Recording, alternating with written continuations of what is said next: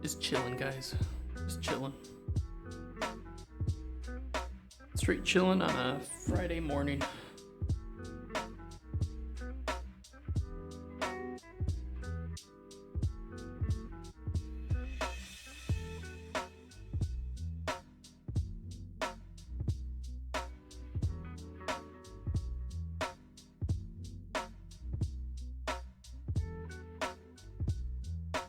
Alright, let's jump into it. Then you're gonna see my cringe playlist. Can't let that happen.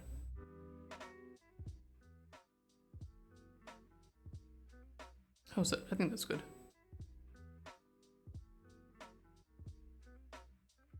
Always the thing I hate the most about streaming is just trying to figure out audio levels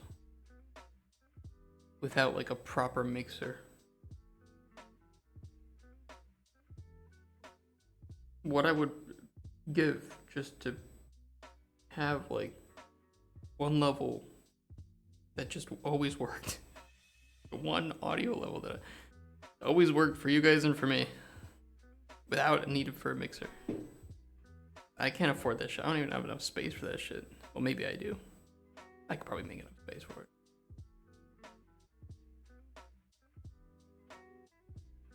Wait, how many songs are on this playlist? Not enough. Not enough. Let me switch to a longer one.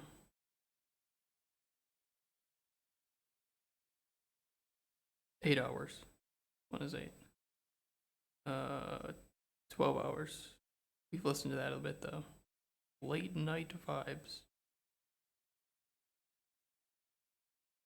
Not really late night, is it?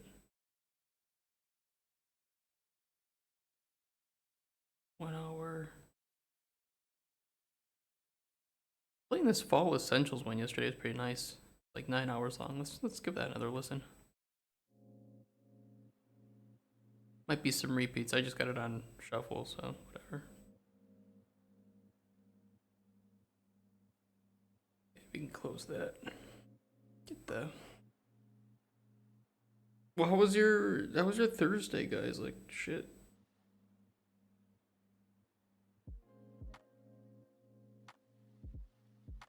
If you can believe it, I'm still a tiny bit sick.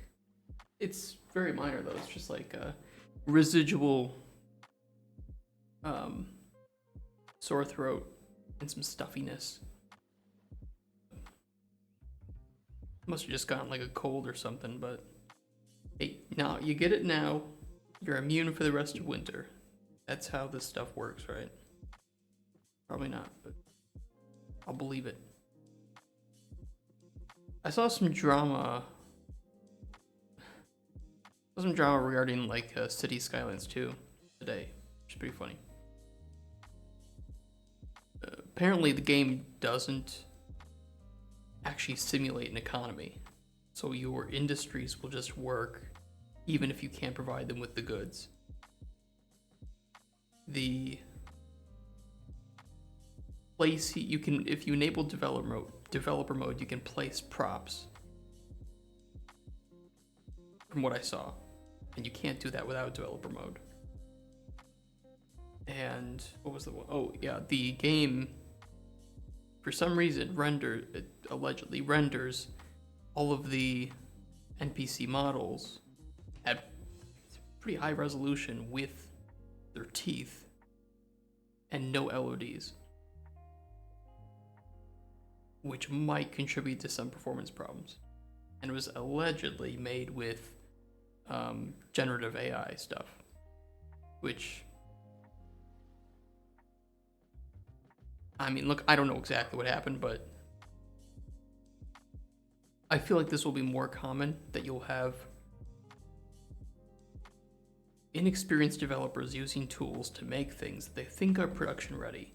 They don't actually know how to leverage that tool or optimize the result in a way that is actually good for production and release. That's what I feel. Let me pull this more. Hold on.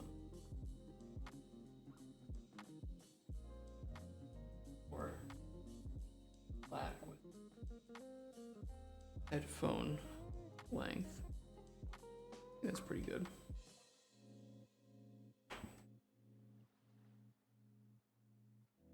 Well, anyway, we got a pretty long day ahead of us today, and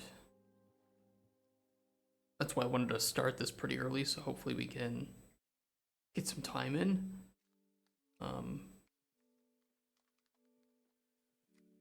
And do what we planned to do from yesterday, which was make ingredient tooltip, in-world UI for ingredients popping up like a pop-up tooltip, in-world UI for Cauldron contents,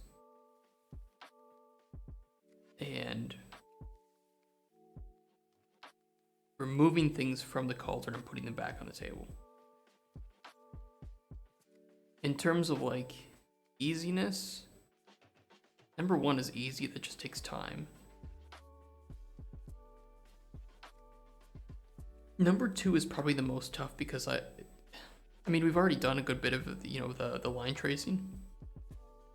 So we just essentially just need to fire a line trace always when the player is on the alchemy table, and when they hover over an ingredient, we just pop this up. So it's the most amount of work, but it's not something we haven't done already. I think the in-world UI for Cauldron contents we can just display whenever there's anything in the Cauldron.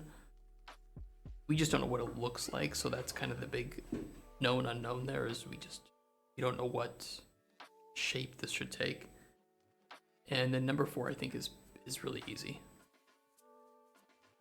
But we do need to just add some.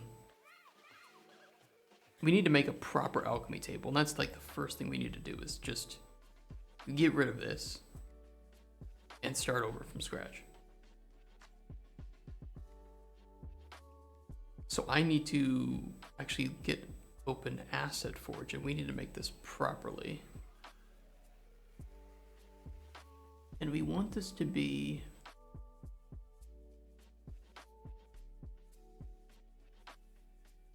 I think we kind of want the alchemy table to be maybe... Hold on, let me see how big it is right now. We can make it 2.5 meters, because each of these larger boxes is 1 meter in game. This will just help me to actually build it at scale properly this time. I think 1.5, or I'm sorry, 2.5 by 1.5 should be pretty good. So that'll be 25 by 15 in Asset Forge, because Asset Forge uses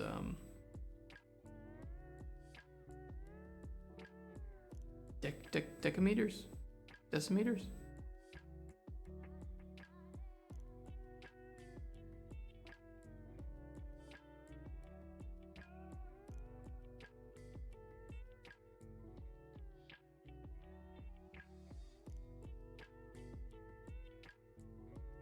No. That's the... No, it is. No, that's... Yeah, decimeters. Okay, where's my Asset Forge then? Get it open. It's gonna look a little worse than this, but... as long as we have a table in the hole, that's really all we need. Lyren! Holy shit, man. Also, thank you for... Oh, my God. You guys, this is so wonderful. Thank you so much. Did you just end your stream? What were you playing today? I mean, and thank you, seriously, thank you for the raid, guys. I'm gonna have to do the usual thing and say, if you would like to watch a game development stream and, you know, are interested in like an alchemy game with narrative elements and open world, porn. No, it's one of that. But seriously, guys, thank you so much. Thank you for the follows. Seriously, that means a lot. You know, we're on our way to Twitch affiliate, which means we can start to you know, we can purchase view bots, we can monetize from people and get all their money from their wallets. We can do all that fun stuff. Add emotes that are just pictures of my butt from different angles. That's the plan, at least.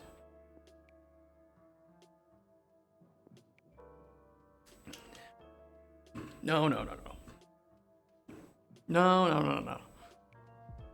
But if you are curious, if you have just heard of Microraptor Games for the first time, I've started this indie development company because I hate industry practices of lying and manipulating players, unethical gaming practices. I want to build something incredible. I want to build it correctly. We're going to be a privately owned company forever. So that means we're not going to have any outside pressure to release or weird practices of hiding information. We're going to, we're starting development on this game, Cauldron Chronicles, from the start. We're going to show you what it looks like, all the shit that you have to go through, the ugly ins and outs of development. And then you can help me build it. You know, it's like if you can just help me shape what this game is going to look like. It's going to be a lot of work, but we're going to try to do it and try to do it correctly. So seriously, thank you for the raids. It means a lot. Thank you for the follows. That's incredible too. If you don't know who I am, I've worked on Darkest Dungeon, a casual train simulator called Train Life, and a little bit on a game called Forever Skies. And now here I am, forging my own path. Men going their own way. No. Like, kind of in this instance, but not related to the very weird organization.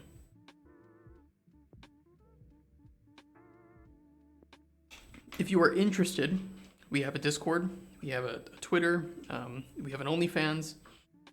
We don't have that. But you can get the links for that. They should be in my About page, but you can also use !Discord, !Twitter, !YouTube. I post all the VODs from previous days on YouTube, and I'm gonna probably try to find some time to actually make highlights because nobody wants to sit and watch a 4-hour VOD of game development, right? Maybe some people do, but I wouldn't recommend it. So I'm gonna try to make some highlights of like our progress from either the past week or the past couple weeks. I just need to set that up. So, but thank you for joining. We are I can show you what we made yesterday. We're just starting to prototype like our alchemy system. So, you know, I've been able to kind of make a very basic alchemy table that we can drag and drop and throw things in a cauldron. Not the greatest, but it is working for the most part, and we're just gonna try to make this more robust. Here's the moon rings.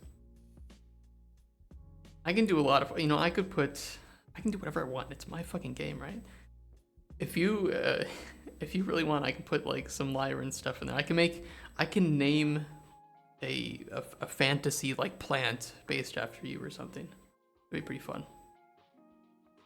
If we ever do like Kickstarter or something for helping to gain development for this game, I think it'd be really cool to have a certain backer tier where you can name a plant and get it, you can design a plant and get it named after you.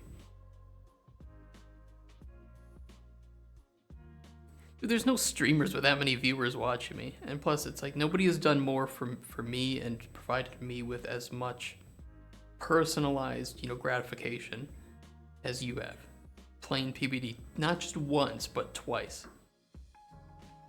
I mean, those were incredible to watch. They were so much fun. So yeah, why not? I could do highlights. I've considered a couple things with Twitch just because I could do highlights to save them indefinitely. For now, the YouTube is working and it's uploading really well, and I'm using a music service that so far has not made any copyright claims against me, so I can monetize and I won't get copyright strikes. If that ever changes though, or if I get a stronger streaming PC, I could just separate audio tracks from the VODs too, so I don't know. For now it's working, but we might change it up in the future. You've done it 4 times? You beat PBD 4 times? There's no way. There's no way. I look here. X to doubt. I won't press X because I don't know if it'll do something on that I don't want it to do. It's kind of a shit keyboard, by the way. Shout out to actually I don't know who the fuck made this. Acura. It's a Polish company. They're not gonna watch me. I mean, it was cheap. Look, it was cheap, okay? It was cheap, but it's plastic. It works. It works. The PBD DDQ with 3 people. Jesus. Wait, DDQ is the one that you teleport around, right?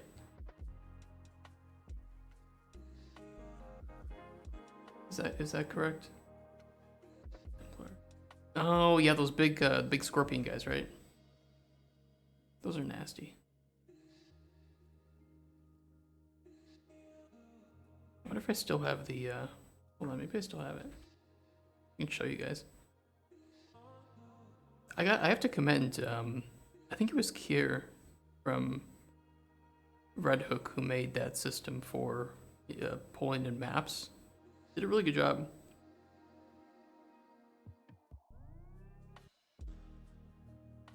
This is what DDQ2 looks like from PBD. Behind the scenes, this is how you design it. Works pretty well, I have to admit. Kind of fun. You just put tags and little bits of data in. Where did I put the secret room on this? Oh, here it is. Is it? How do you enter? Oh, it's here. Silvio Knapsack. That's what I named it. Pretty funny. Beat Quest 2 torchless with 3 people. Jesus. I've never beaten Darkest Dungeon.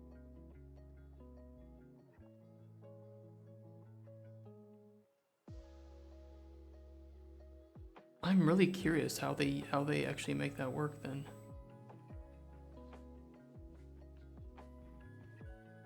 Some of these they could use developer commands for, but others are, as far as I know, not able to be done with developer commands, so they must do some sort of injection.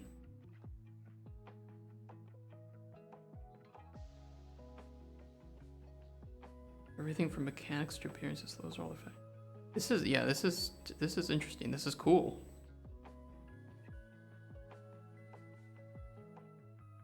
Do they support Unreal Engine? Can I have crowd control Unreal?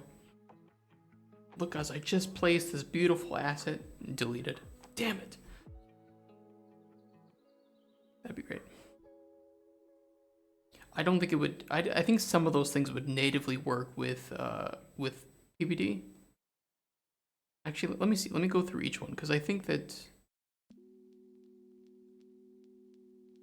I don't think there's, PBD doesn't really. It's just kind of more augments the vanilla game, so it doesn't really add something that, like a new dot, for instance, right, or something. So maybe it could just work. I think all these are wood. Yeah. I mean, it would be cool to have like it'd be cool to have custom effects like with the new potions, right? But no, this looks like it would all work with PBD.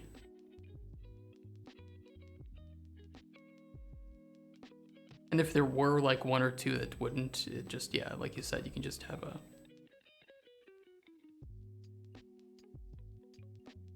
You can't make custom ones though, right? Or can you make custom ones? Because for stuff like, removing, like adding and removing items from inventory, you could, there'd probably be a way to make, if you can make custom ones. CC dev team that does it. Okay. Interesting. They do have an SDK.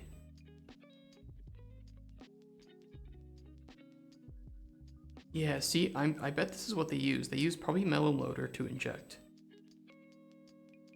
I've never used Melon Loader.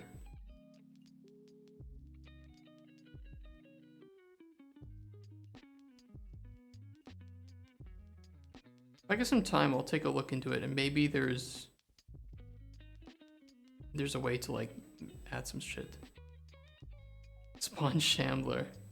That would be, or spawn spawn random mini boss. Okay, look, I'll take a look into it. I'm not a big coder, so I can't guarantee anything, but it would be pretty cool to have like a custom PBD patch for crowd control that you could like summon random mini boss, have support for the custom potions and other shit. Spawn lore page, so it can take up your inventory.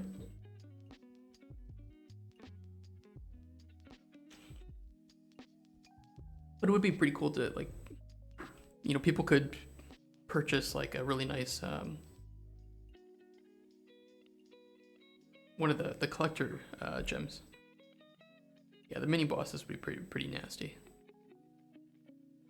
Unless it randomly spawns ones that you're really good at, and then you can make a lot of bank from that. So. We'll see. We'll see. I'm very curious how this works.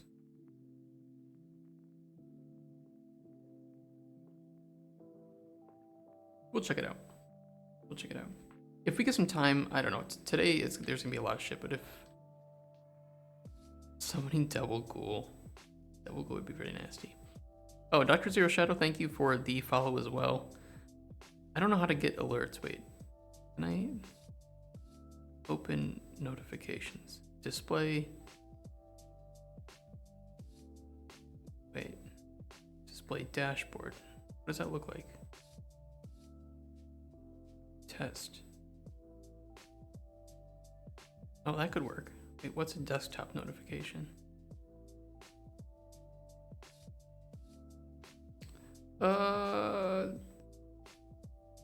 Let's try the dashboard notification for now. Hold on.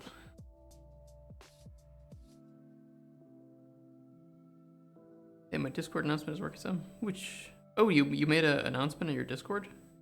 For this? No, you wouldn't do that. That would be really nice, and people aren't nice. This is 2023. You can't be nice. You have to have really extreme views. Anybody who doesn't support your extreme views is automatically the worst thing that has ever been made in the world. And you can't, there's no nuance. So, yeah. It's supported, nerd. Hey, seriously, thank you. You know, I'm preaching to the choir, right? That I streamed maybe like 6 or 7 years ago, full time, like 8 hours a day. Don't recommend that, by the way. It was tough. And the hardest part was just like getting started. But once you have like 10 regular chatters, it's so much more fun. It's so much easier. You're not just like talking to a brick wall, because it makes sense, right? You're not going to open up a stream and interact with somebody. Thank you, Niche, for following. Hopefully that's how you pronounce it. I've entered the realm of being unable to pronounce chatters' names. What was I saying? Yeah, it's just like nobody wants to open up a stream and have just a guy sitting there like silently, right? So you have to talk, because then people feel like it's actually a stream that's working. Plus I upload my VODs and nobody wants to watch a VOD where I'm just like silent for a million. Yeah. But really, thank you for posting that. If any of you are watching like the VOD, for instance, and you aren't following Lyren, please follow him. He is a great streamer. He's really funny. He's really wholesome. He's got some great emotes. He plays a lot of variety of games. He probably is still doing that. What's that stream? That battle street? The streamer battle like idol game. What's that called? Shit, I forgot the name of that. What is that? Because I bet you're still doing that. I know you're still doing that. Oh, did that die? I know a couple games that were like that were like trying to engage chatters and streamers together. I don't know why they failed. I really don't know why they failed. Oh, bots? Really? People were just botting to win these games that had absolutely no reward? Or did they have rewards? Did they have like, could you do like giveaways and shit? I don't know. That's kind of funny. It's kind of funny, but it's not really that funny. But it's kind of funny. I need the...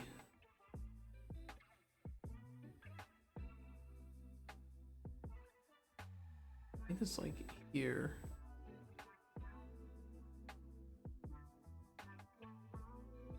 Right? Or is that too far forward? That's too far forward. That's the center. The way it was set up is attendance impacted future levels. So if a billion bots appear for one match, your next like 5 hours will be impossible unless you buy bots. This is my first time.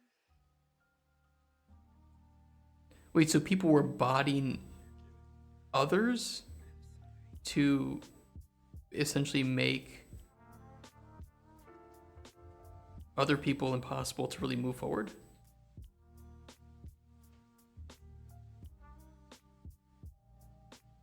Okay, so it was just kind of like essentially bad game design, right? I think part of that is just because it has that it has some form of competitive edge to it, right? Not that the game itself is necessarily competitive, but because it had leaderboards, you influence that. If the game didn't have leaderboards, ranking of any kind, it wouldn't happen.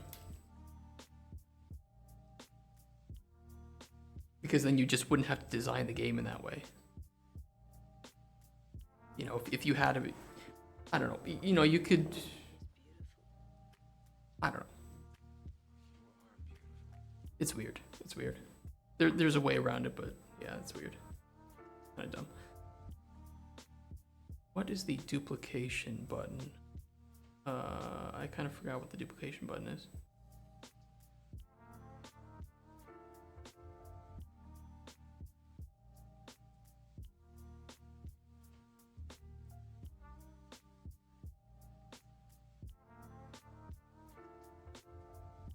Go Control D.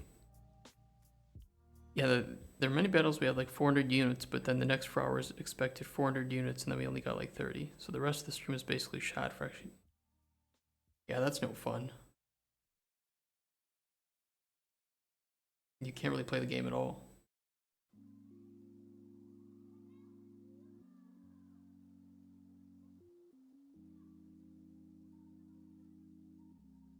I think that's aligned. Here I go carrying about fucking prototype again.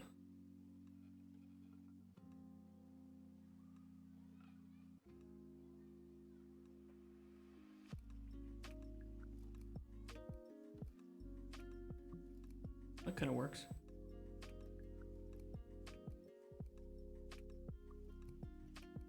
Oh, okay.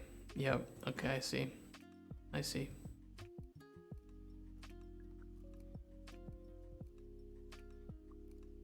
I mean, I feel like it would be pretty easy to make some protection against that, right?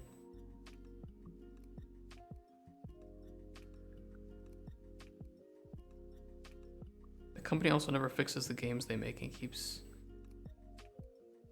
I see. I see. That explains it so perfectly.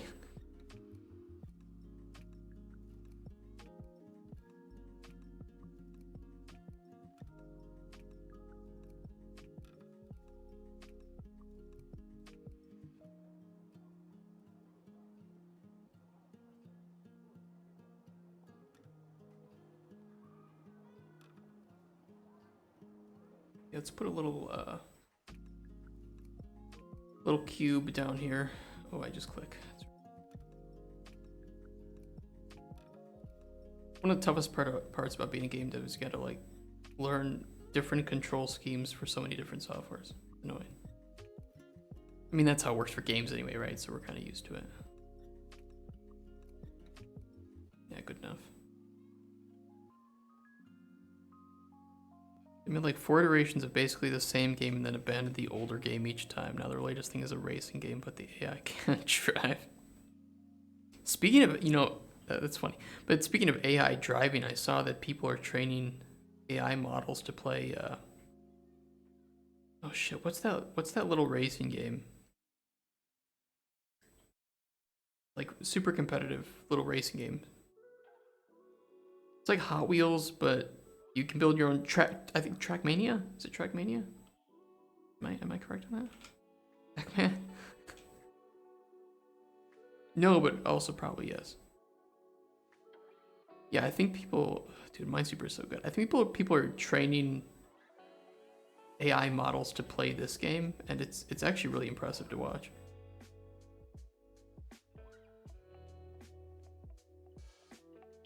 I love Minesweeper though. If you don't know how to play Minesweeper, you owe it to yourself to learn to play how to play Minesweeper. It's actually really fun. And it's easy, but like really hard to master. Okay, can we just make... I don't care what color this is actually. I'll make the Cauldron like just off gray color. I mean, we can change the material anyway when we're in engines and shit, but for now I just want to make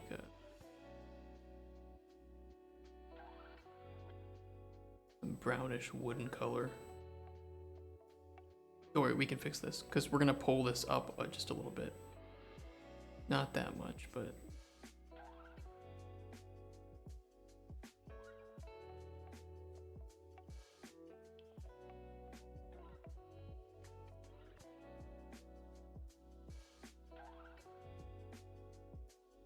yeah, looks pretty good. Probably a bit when you get expert. When you get to when you said Lego with cars, I remember Trailmakers. Trailmakers. What is that? So can we get a Wayne June Easter egg voice line hidden in all your games? I would have to ask. He's not exclusive with. Okay, so I was originally going to reach out to him to voice the PBD trailer. And Red Hook stepped in and said, hold on, we want him, if he's associated with Darkest Dungeon, to only be associated with, which I understand, that's not something bad with Red Hook. It could confuse customers, right? Okay, so he can just do, he does non-DD stuff still too, that's cool. Maybe.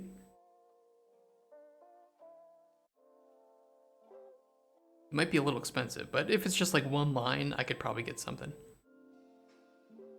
I could also get the Baldur's Gate 3 narrator. I forget her name. Unfortunately, I forget her name. Let's save this as...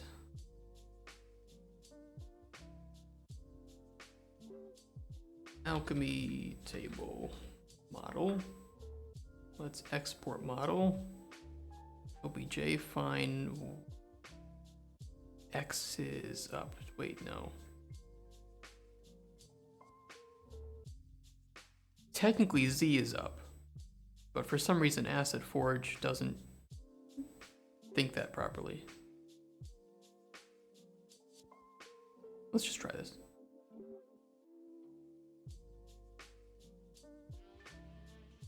DM for BG, yeah. Yeah, she's really nice. I don't know if I could afford her. Probably not for a while. Vector calculus? Look, I didn't even finish high school, so I can do, 2 plus 2, right, is like 5 or something. What is it?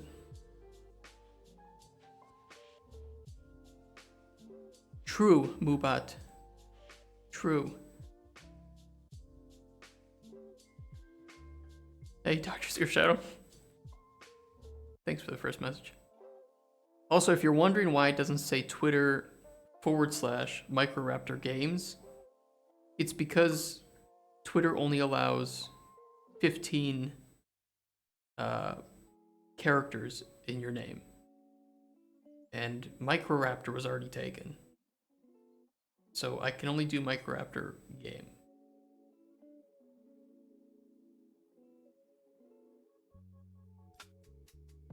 I like Twitter for some stuff, but it's still kind of annoying.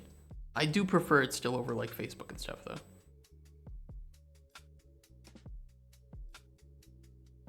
You like Microraptor? That was an idea of a friend of mine to do Microraptor. MRG. Yeah, I wanted a name that was easy to condense down into that acronym, MRG. And I wanted something, just like fun and playful, and could make a good mascot, right? And I think that a cute little extinct bird is good for that. Tumblr. Isn't Tumblr just for like edgy fanfic and porn?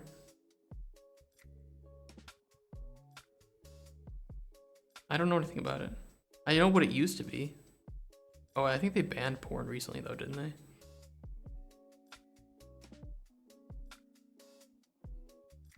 Microraptors are pretty cool. They're not the cutest, I think. Look, I'm in my 20s recently. Okay. You have to, remember, I was born in the 90s, right? And for us, for the people that were born in the 90s, we still use the year 2000 as like a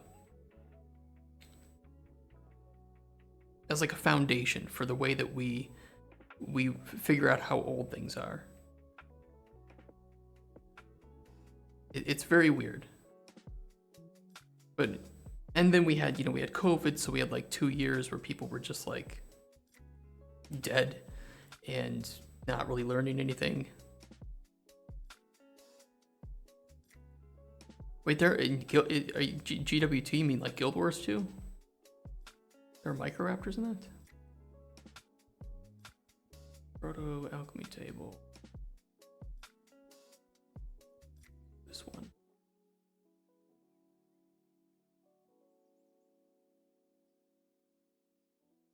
Is that the OBJ? Where's wait. I need the extensions. Okay, there we go. Oh, you know what? Let's export it as FBX actually. I prefer FBX.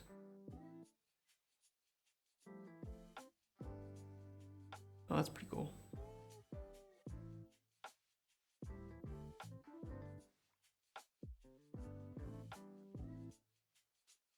I don't want the materials. Yeah, it's fine.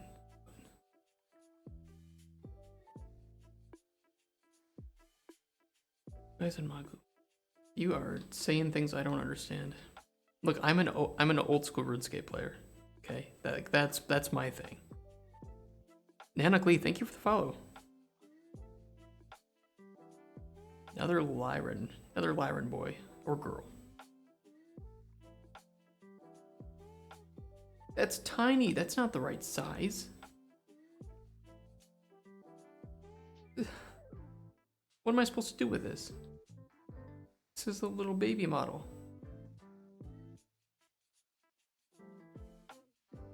Oh, you know what? I think I had to scale it up by a factor of 10.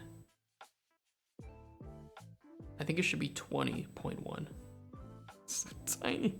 I don't care. It's a prototype. It doesn't have to be. It's just a little annoying to work with. And I have this like weird scale. I think if I scale it up by a factor of 10, it'll be fine. Yeah. See, that's all it was. It is pretty funny though.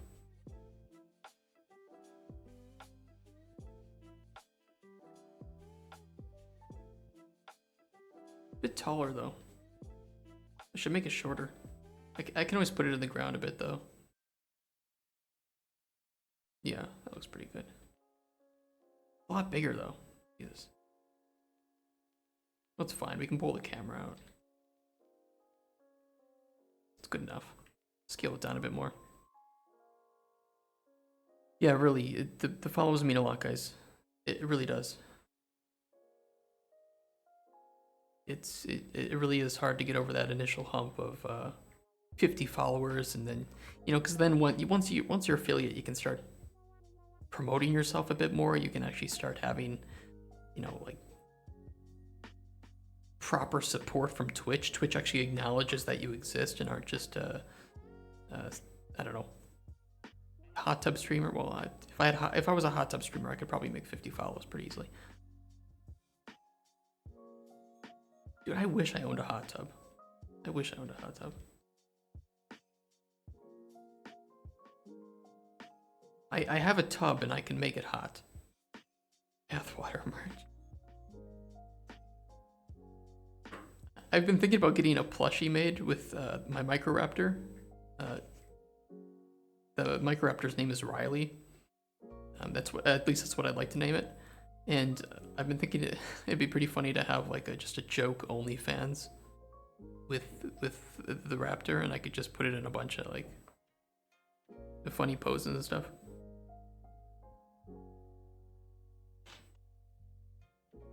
Those are the dumb thoughts that occur to me after I have too much herbal liquor, so it is scandalous.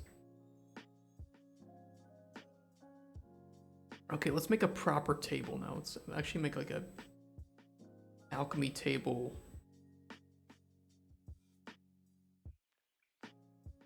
Oh, we already have it. Okay, let's add a static mesh then. Let's add in our table mesh here. Look at it, it's so tiny.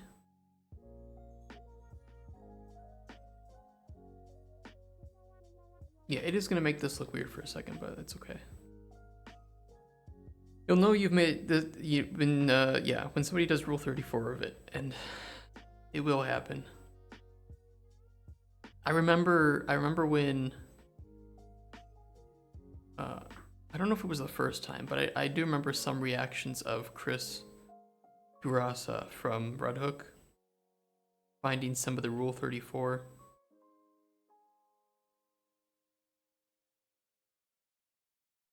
You guys hear that?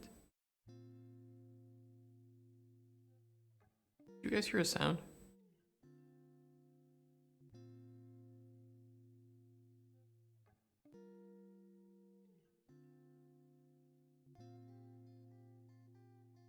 Was that in Spotify or was guys? Guys? Hello? Hello? Hello? Uh-oh. Did we go down? Uh-oh.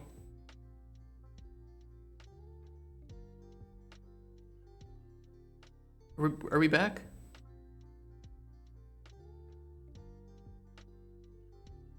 Look, the stream health on Twitch is just like my mental health. It says unstable.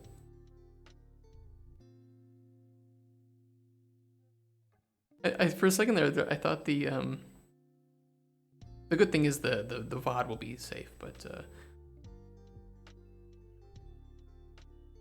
I thought it was part of the song. I was like, wait a second, did I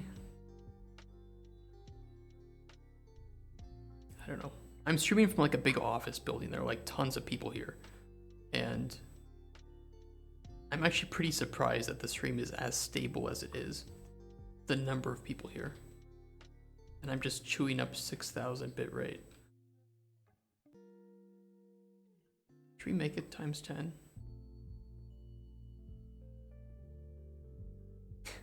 Look at this. Okay, we need to like delete this other model, this other alchemy table. It's the way it stretches, not good. We'll put the actual one over here, and we can play around with it.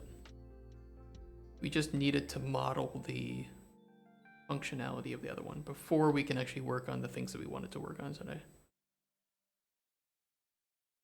Your comment was pretty spicy. They're trying to ban us already. I haven't even reached affiliate, and Twitch is just trying to cancel me. My spicy takes. Ain't seen nothing yet, Twitch.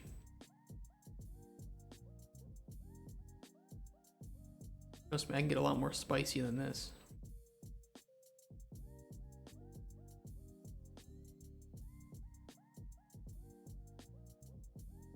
Let's get some materials on this so it doesn't look so silly. I'm gonna make a material instance. Mi proto brown and mi proto gray.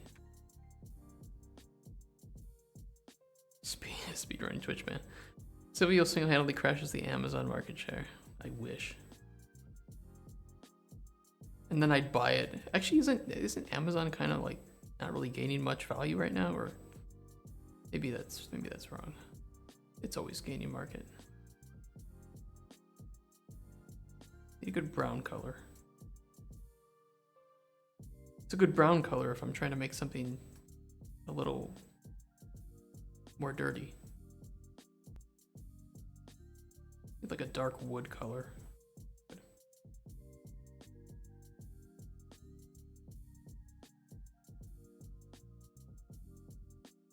Do you think before humans existed, or before any animals existed, the color brown, I mean, what if it was like the most popular brown, or the most popular color in the world, right?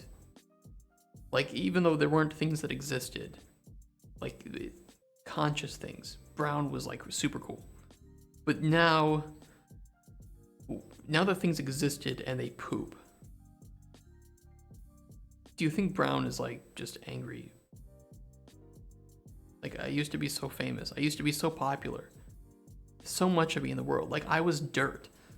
I was the color of dirt. And now I'm just poop. And dirt's cool. Like, worms are in dirt, and worms are cool too. But now it's just you have poop.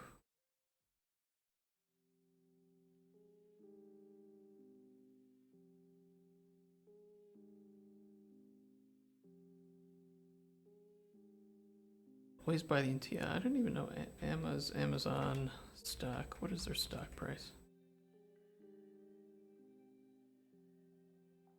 Look, it used to be a lot more. Oh, it kind of did. It kind of crashed a bit. 2022. What happened in 2022 to Amazon though? Like,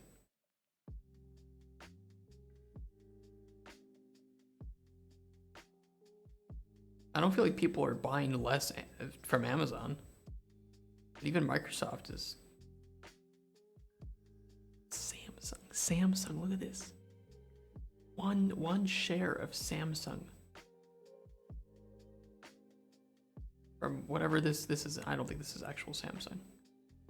I think this is Samsung, right?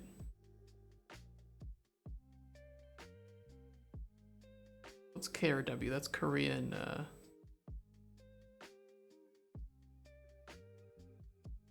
Like 70K, right? Oh, that's not that much. It's impressive that Microsoft is that much. Got some stonks in here. Okay, let's make the... Oop, hold on. It's so tiny, I gotta zoom in. Okay, this is our brown. And this is our gray. Looks good.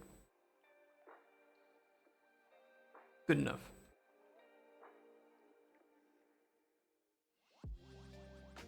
The thing is, I think it's flipped around. I actually want it the other way. I'm just gonna re-import the asset. It should be fine.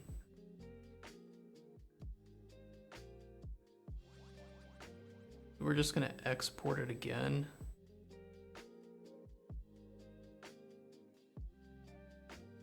And if we re-import it, it should just flip around. That'd be cool. Yeah, we're good.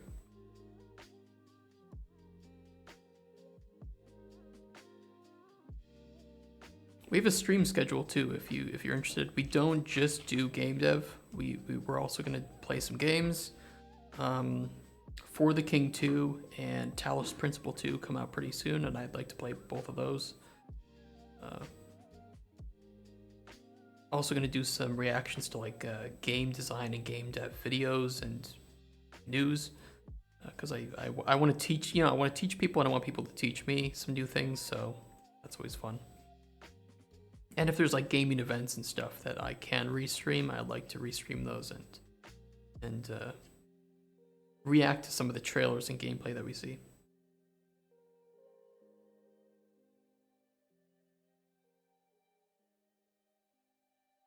Also, Pepsi pineapple, delicious.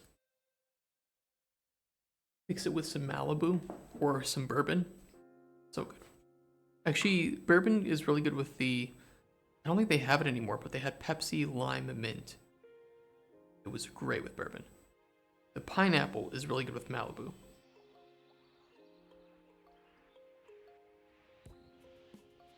Okay, yeah, we was like, wait, didn't we rotate this? It's on the other side. There we go. Gotta flip it. I also don't think it will have the right collision, so hold on, we gotta give it the right collision.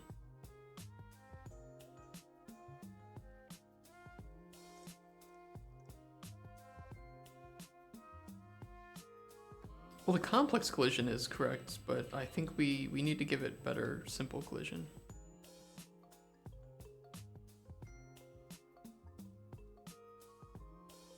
Just remove the collision.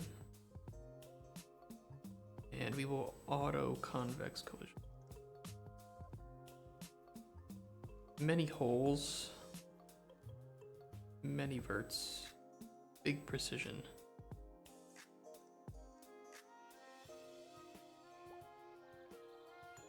No, you didn't do it correctly.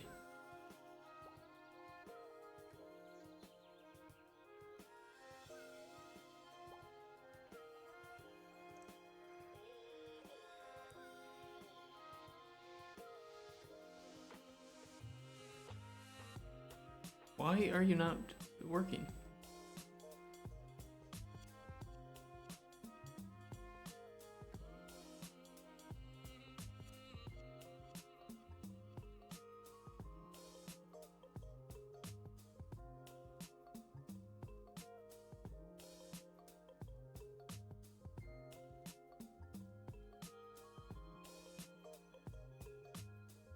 Why is it not working?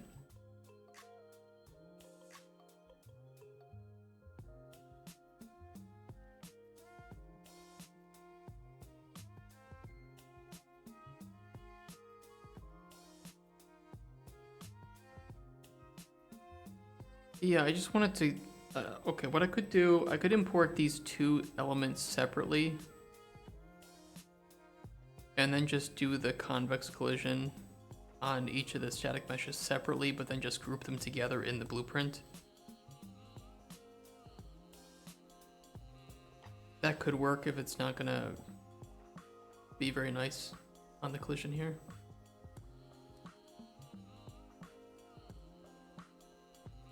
I like, you know, yeah, give it greater precision so it can actually get in there, but it's not actually doing it. It might be because it's too small. I don't think that would be the case, but it could be the case. Maybe I should just fix the mesh to actually be the size that I want. I really just needed everything a factor of 10. Well, yes, but I don't need it to be super precise. I just need it to kind of get in there. And I was able to do it yesterday with the with this mesh.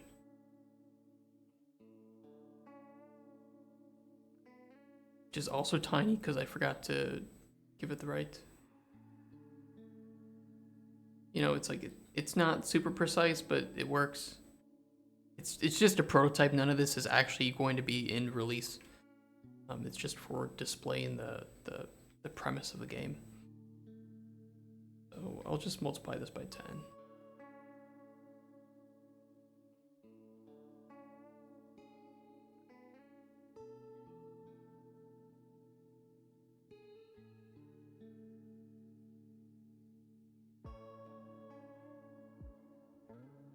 Now we have to get in here and do it all with these. I'm hoping I can just multiply by 10 and the positions are fine, but probably not, so we'll just fix it. We'll do it properly.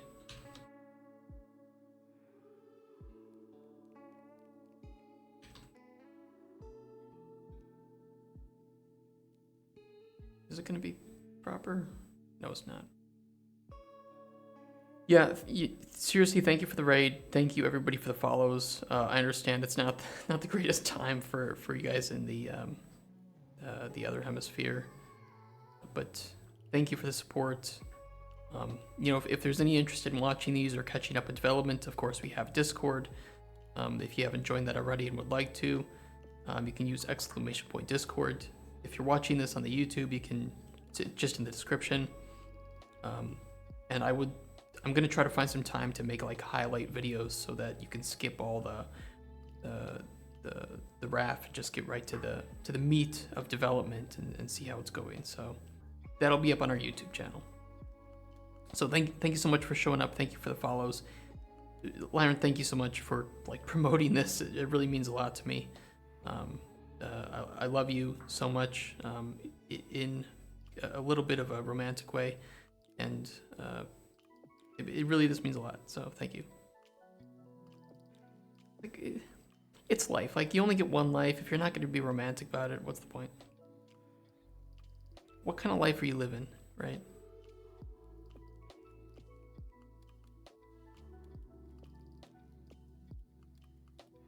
Yeah, I'm just gonna delete this and just make it properly. Frustrating.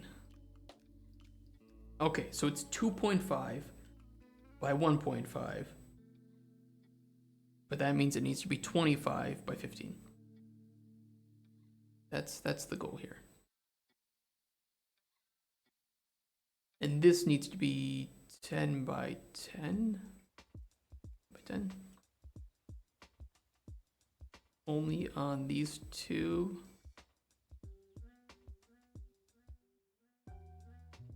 Yes.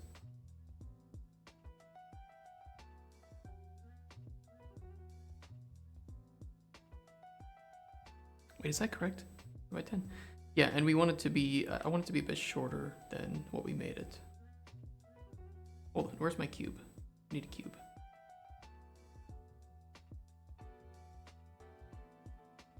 Point. Okay, so we can make it like 9 or 8, whatever.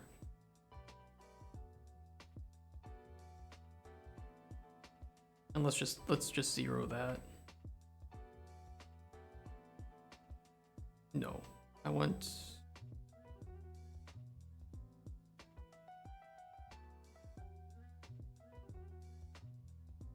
Not the easiest program to work with, right? But it works. It's good. It's a good kit basher for what it is. Pretty cheap too. It's like $30.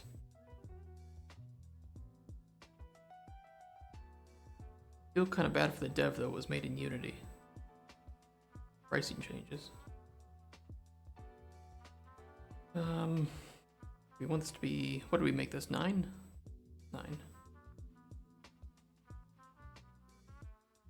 Good. 9.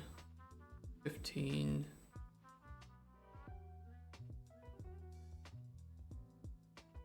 How wide did we make this?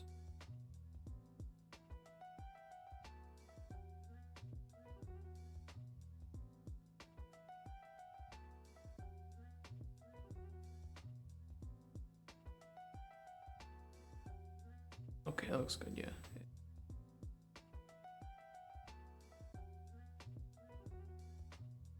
Doesn't have to be too precise, just a prototype, so here-ish. We can widen this after I just get the basic dimensions set up.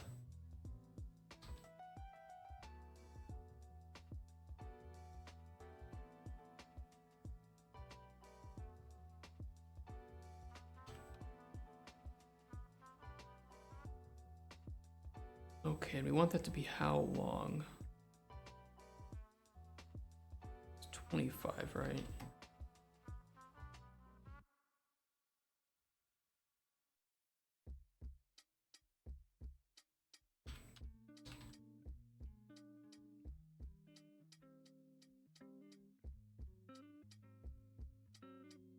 Kind of weird.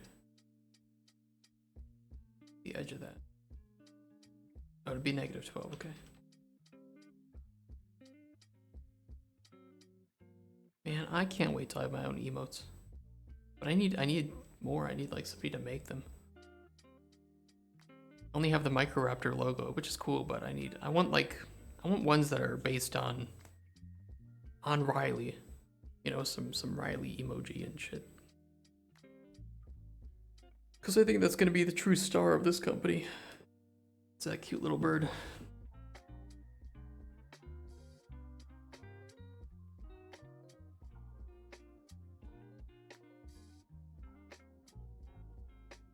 So many people watching. Emotes for sure. Emotes for sure. You've done a great job with Lyrenstraz.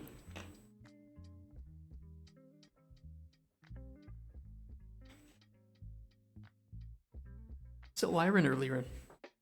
Have I been pronouncing it wrong this whole time? I feel bad if that's the case. Okay, let's copy. We can probably just copy and rotate both of these. Let's try that.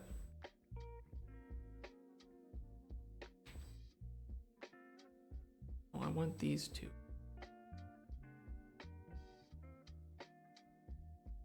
Okay, there we go. Oh, it's a bit off, isn't it? A little bit of a gap.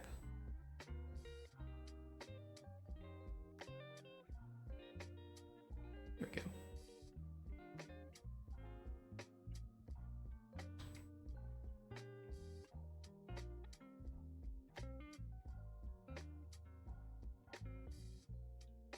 I will definitely have to consider that. We have to reach affiliate first.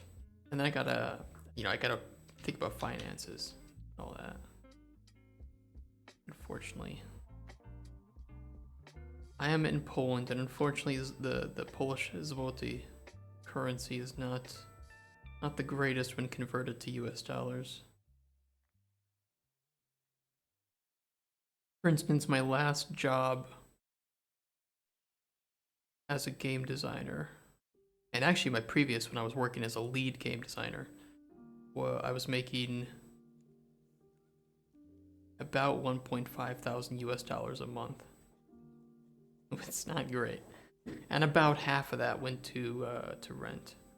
So yeah, living here is fun.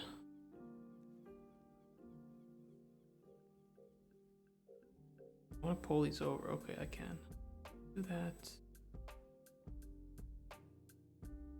Pull it here. Can I pull it far enough? I probably can.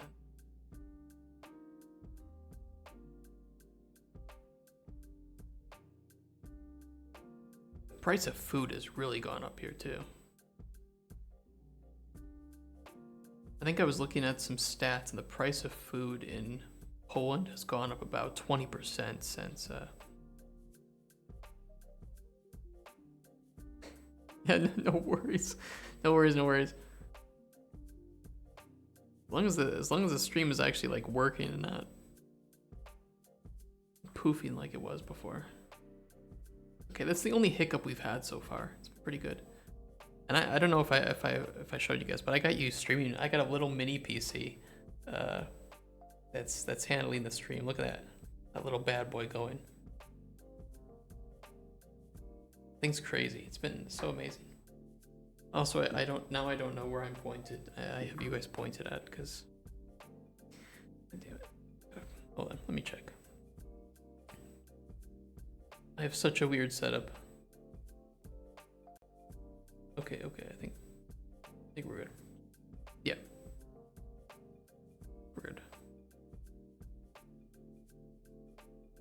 It's actually working surprisingly well. Because, you know, if I'm working on Unreal, which is pretty, it's pretty intensive, especially if I have to like compile shaders, it's gonna take all of my CPU to do that, and then that's gonna ruin the stream, right? So having the 2 PC stream set up for development is kind of necessary, and this little mini PC is surprisingly good at handling the stream.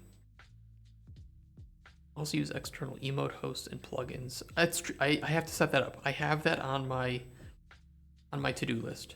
I really wanted. I really love a lot of the better TTV and 7TV emotes. I need time to set that up because I'm like trying to do all the Discord stuff and the stream stuff and Twitter, website. It's like, oh, I just need.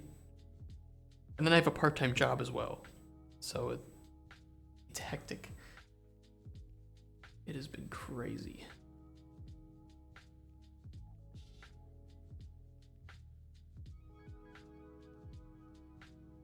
Just make a long boy, make a wide boy, put incense. Good enough. Oh yeah, we need to pull this this up a bit too, right?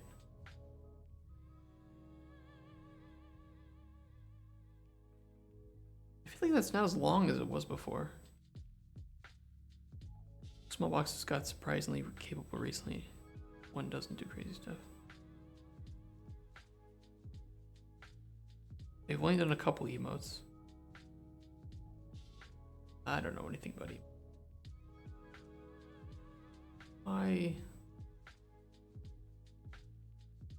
Oh, you mean the small boxes? You mean they really have. I remember the first iteration of like these mini PCs, and they were kind of shit.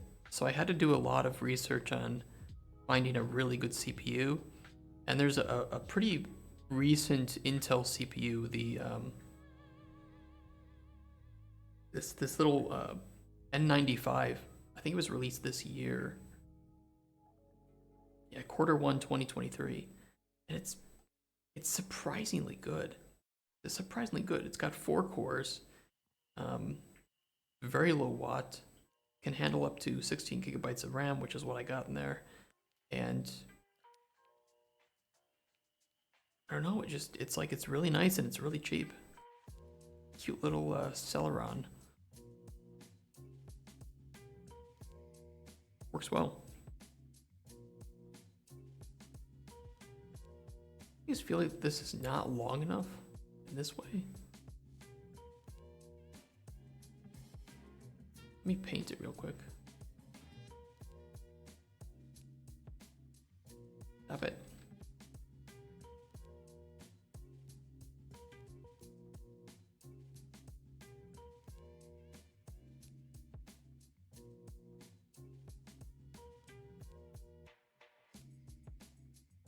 Well, it does feel closer like this, but with a bigger hole. I would like it to be a bit longer though, and maybe you can always scale it down. It'll be a bit easier to scale down than scale up.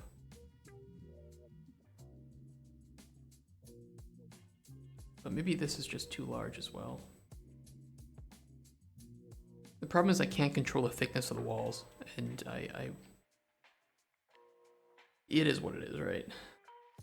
I could always just make a square. Or like some hexagon or something, or octagon. It really is just a prototype, so I don't need it to be crazy, but let's just push this over by like... What's the scale? Probably the 13, right?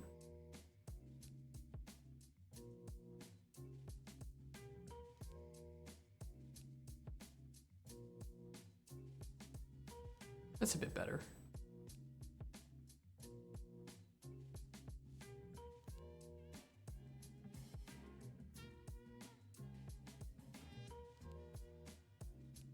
Okay, now let's export this, and I'm not going to change it when I import it because it's going to be so large it'll be really funny to see. So I want to do that. Yeah, yep, that's about what I expected. That's perfect. Beautiful. Right? So good. Where is the mesh?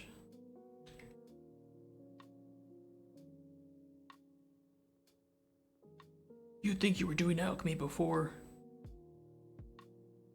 Okay, how's the height? That's one thing I was worried about. Okay, yeah, height looks good.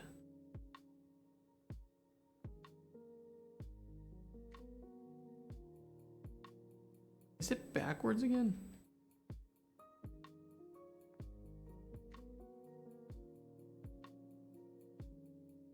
Dude, it's still got the collision. Okay, let me do this. Let me export everything. Oh, I'm in the wrong program. Wait. It's not working. Let me export everything except these two.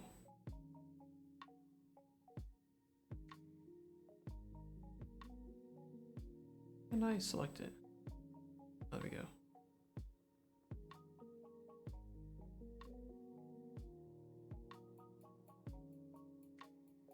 Oh, I need the... Oh.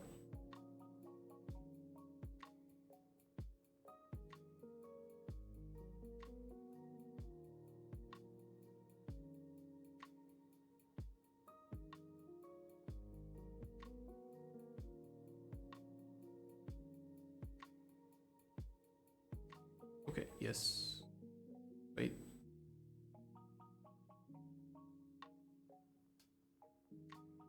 I think that's correct.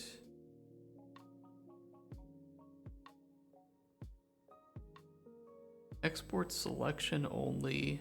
This will be the table.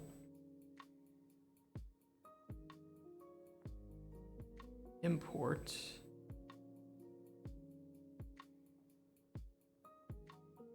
Perfect. Just the table.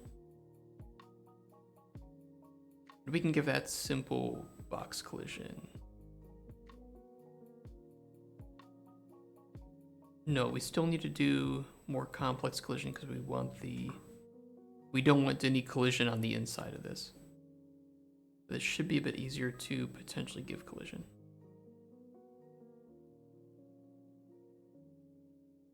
You don't need it to be super crazy.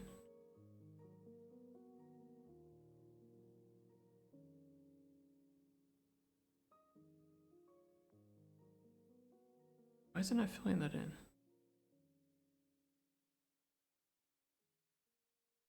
Why do you hate me? Mesh.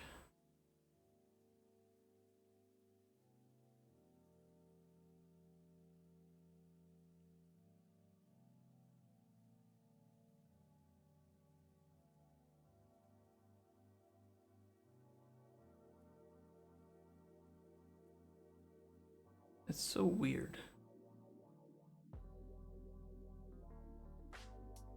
Just work.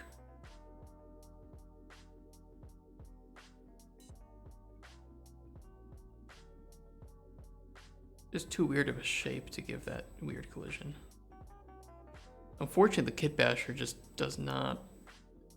It doesn't really like to give it proper collision. I may have to do this in like multiple separate segments.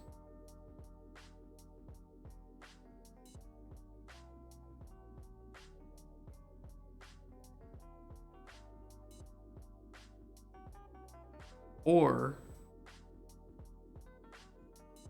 I just get rid of this. I just delete it. I delete it, and in this I just make the proper setup with cubes because I don't care.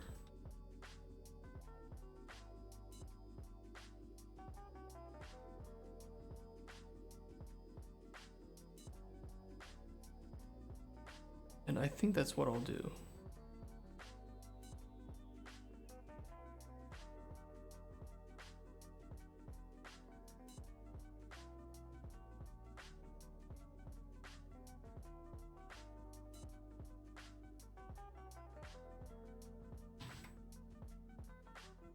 That's the scale. Hold on, I need the height.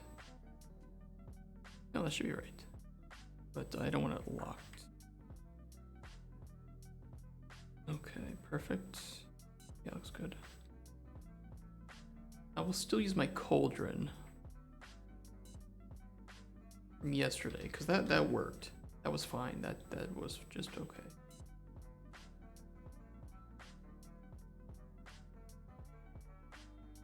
No, I don't want another alchemy table mesh. I want Cauldron.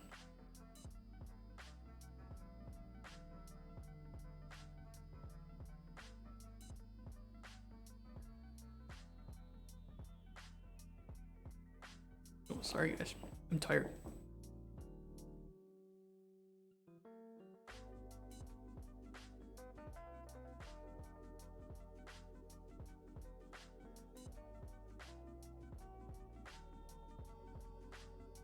How big do we want this? 10?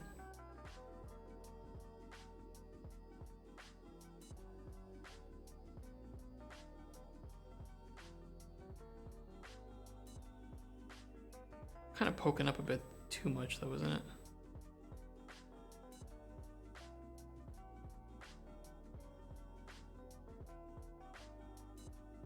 Probably pretty good.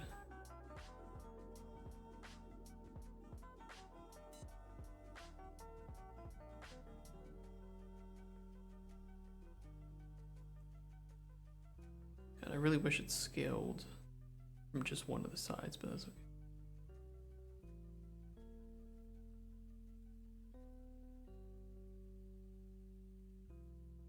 I can't duplicate it that way here.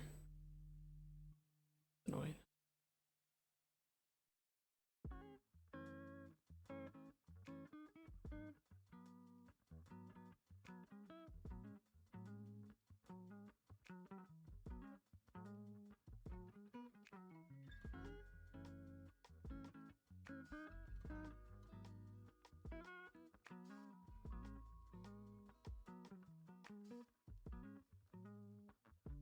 Yeah, it looks pretty good. And then we will widen them both. Okay, good. I can fill in the rest from there.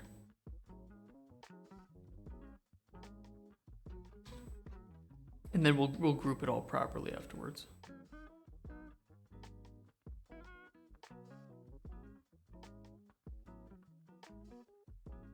Yeah, some good shit right there. Okay. Oop, bit too long.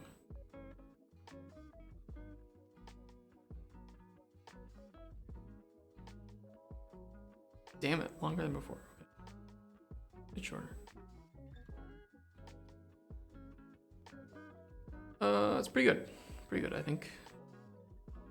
Can you deselect, please, sir? Thank you.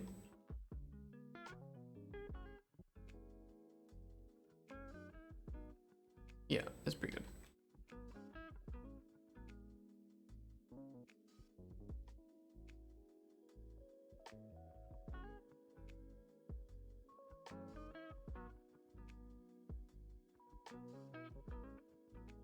Coffee, thank you for the follow. Means a lot.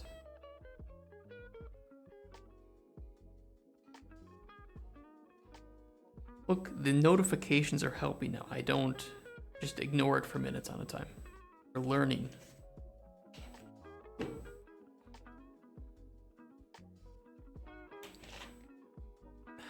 Love the emotes. I will try to get all the better TTV stuff sorted out soon-ish. Maybe on the weekend. Kind of a little bit of part-time work stuff to do on the weekend, but we can do it. I gave this the proto gray. Where's my gray? The gray. And then we will give the brown color to these. Brown. Brown.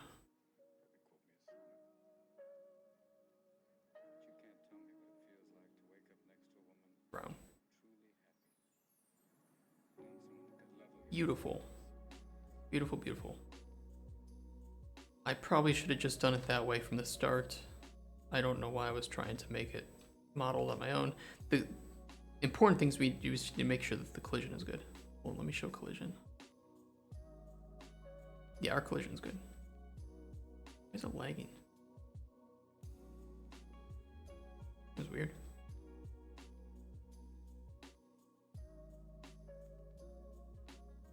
Where's my wireframe? Oh. Now we're playing games. How deep that is. Why is that so deep?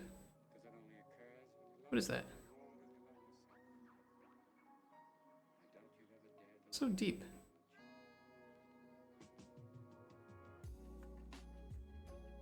You guys just do whatever he says, don't you? No, Lyren's great.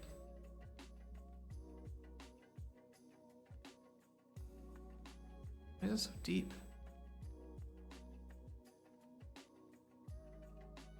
What is that? What is this?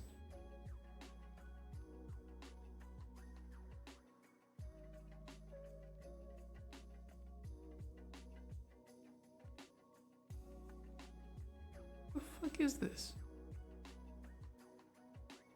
The cylinder brush?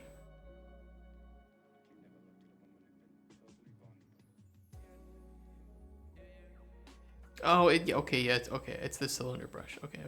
I know what it is. I know what it is. Fine, guys. Go. Undo. Okay. It was weird. I know what it is, though. Yeah, our yeah, that looks fine. That collision is fine. That's what it is. Okay, number 2 thing, now that we have that, which took way longer than it should have. Holy shit, that took way longer than it should have. We need to set the logic of this, right? So we need to have the...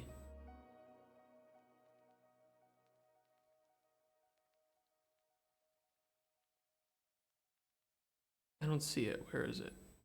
Where's that collision box that was supposed to be here? What did I do with it?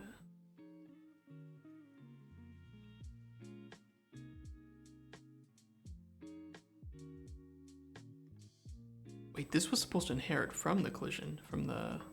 What's the parent of this? Yeah, it's the wrong parent. We need interactable. There we go. Yeah, now we got that collision. Okay. We need the default scene route. No, we want add a new root. This will be table. And we can attach all of this and the cauldron to it. We have our interactable collision and a box collider.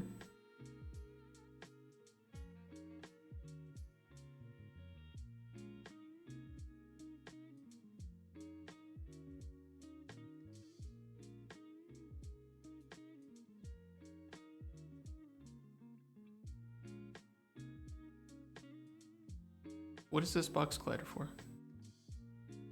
Why is this here?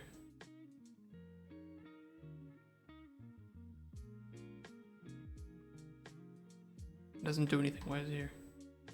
I don't know. Okay, so now we can set the interactable. We want this to be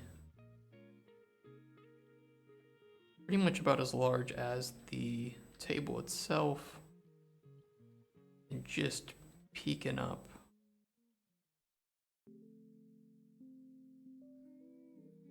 Like a morning hedgehog.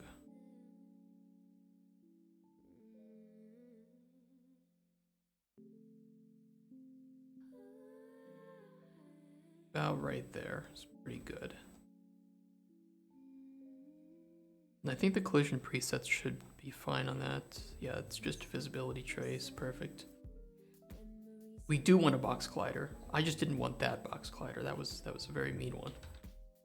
It looked at me funny, it called me some names, it wasn't pretty great. Wow. Thank you so much, Windows Security. Took action on one threat. Fantastic. I feel so much safer in your loving, warm arms. This will be the... From what we did yesterday, we had like this I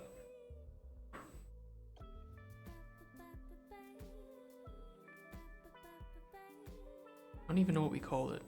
Hold on. That's why we have street. That's why we have VODs, right? And look what we did. Hold it. It should be here. I don't know why I deleted it. I didn't think I deleted it.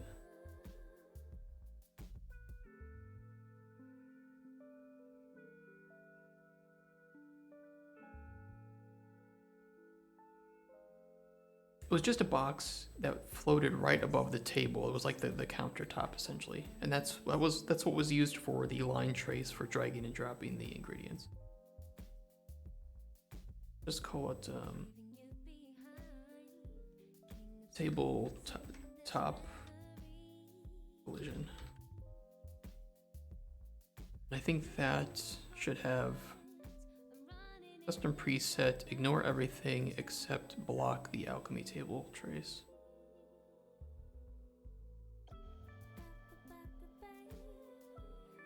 We want this to be a thin boy, floating right above the table.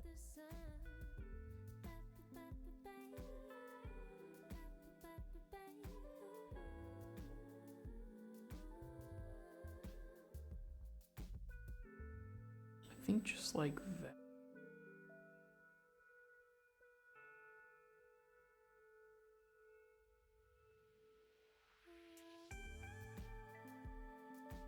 I actually want it to be a bit smaller than the tabletop. Oh, that's pretty good actually. That's pretty good. It's pretty equal on all sides.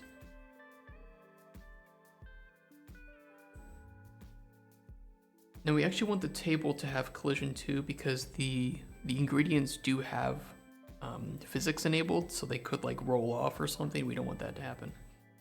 We need to add just some box colliders for...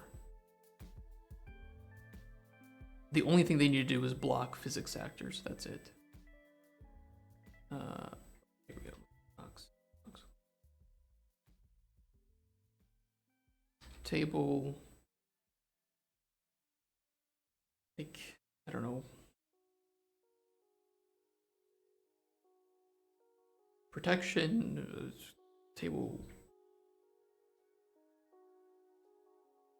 protection box. Okay, 1. Custom collision. We especially wanted to ignore all traces. But we want to block physics bodies.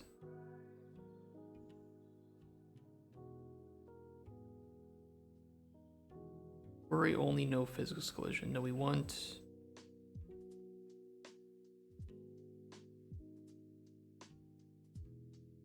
One physics only.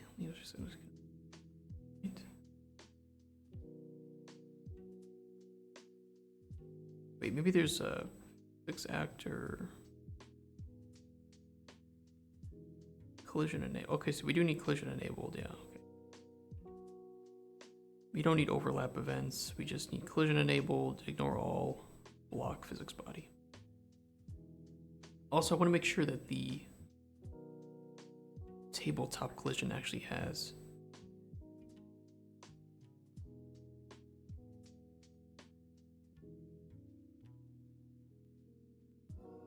This should be fine.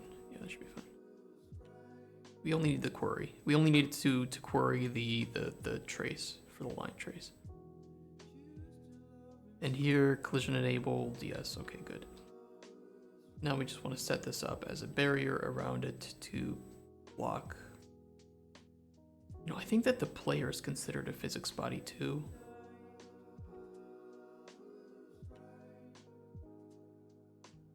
Hey, Lord of the Dreams, have you used the PCG spline before? That's the new, it's with the new stuff, right? The 5.2 procedural generation? I haven't used any of the 5.2 stuff, 5.3. I haven't used any of that stuff yet. We will probably look into it when we start building our open world aspects, but I have not. I don't know anything about it. Looks powerful.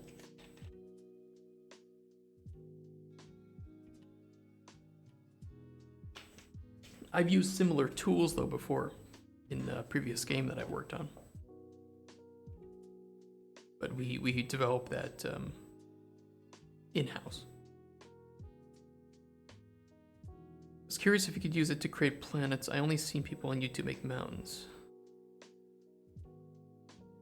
You have a video of that? If you have a video of that, share it with me. I'm curious what that looks like.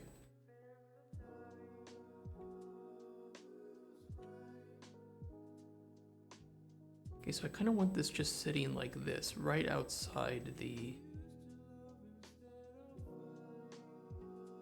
The thing is, I'm a little worried that this will block the player, but shouldn't be too bad. I think the player is considered a physics body, right?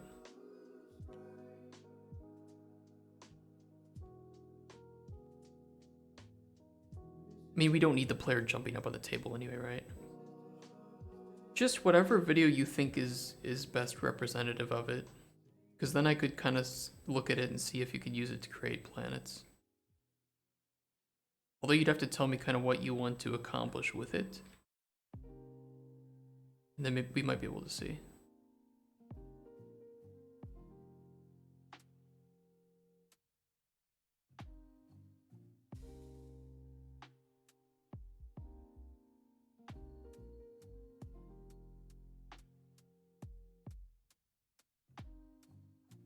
Granted, I'm not an expert on procedural generation or art stuff, but I might be able to suss out if it could be done.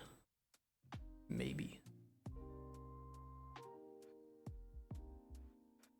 Maybe there's somebody more knowledgeable about it in chat that could give us a better answer.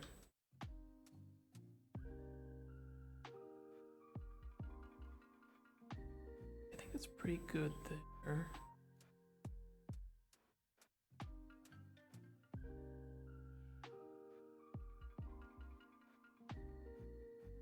So we don't need the player jumping up on the table necessarily. This channel... How many days will it take to make a ring from scratch? To make a ring? You can send links. I don't have them blocked right now. Probably should, but I don't. Hold on, while I look that up, hey Sylvia144, what do you mean a ring from scratch? like a real ring or something for with games. I don't know. Can sculpt landscape with PCG. Okay, I'm looking it up. Okay, I see it. Let's check it out. Do I need sound, or can I just like look through and see what he's doing?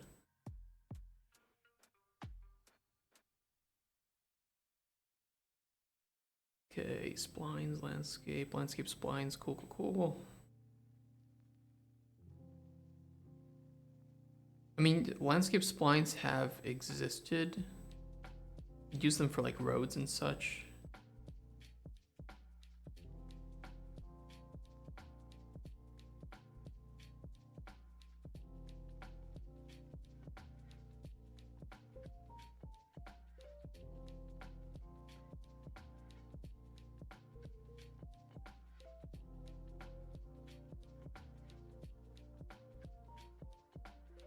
What do you want to do with the planets, though? Because you can procedurally generate planets for sure with the procedural tools. Not that I would know how to do it.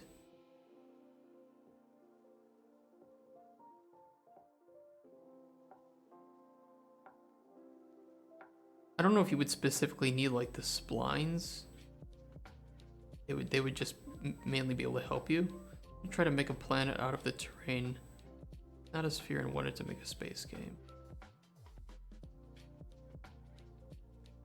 Oh, so still it would be just like landing on a planet, having its landscape. But it wouldn't necessarily be a sphere like that. More like Starfield, right? Where you're landing on, you see it, you would assumedly see it in space as a sphere, but you land on it and it's just a flat terrain.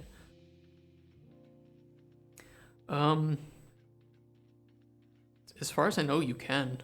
As I said, I'm not an expert on that. I'm mainly a game designer with some programming experience, but it should be possible. And it was possible before the procedural generation tools from 5.3, but now with those tools it will be even, I would say, even easier.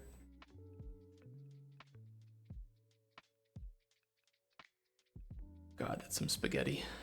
That is some spaghetti.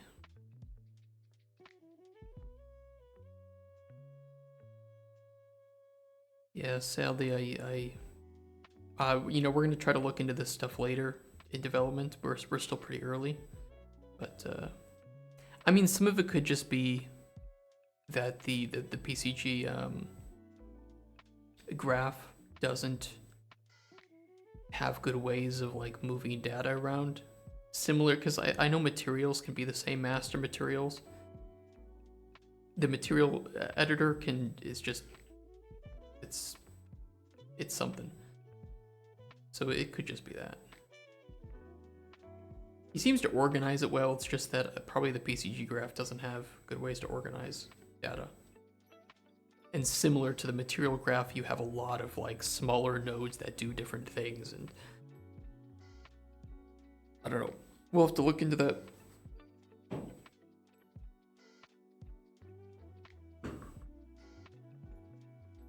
Looks powerful though.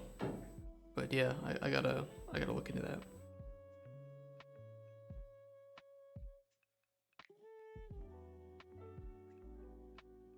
Yeah, sorry couldn't answer it more definitively. I don't know when we're gonna get to prototyping and working on some of the open world stuff. I hadn't planned to use a lot of procedural generation, especially for prototype, but it's possible we might look into it. So, and if that's the case, then we'll learn as a collective. It'll be frustrating, but we'll get through it.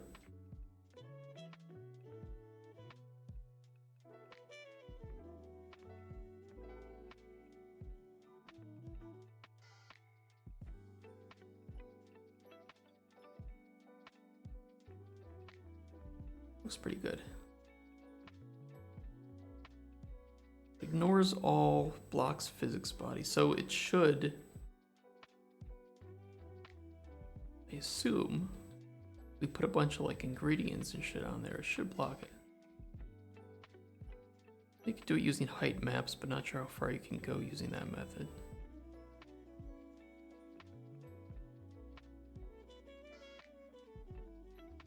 Yeah, I'm not sure either.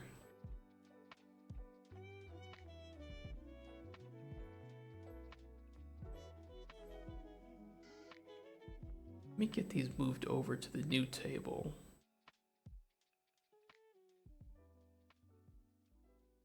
Kind of have this backwards again, don't I?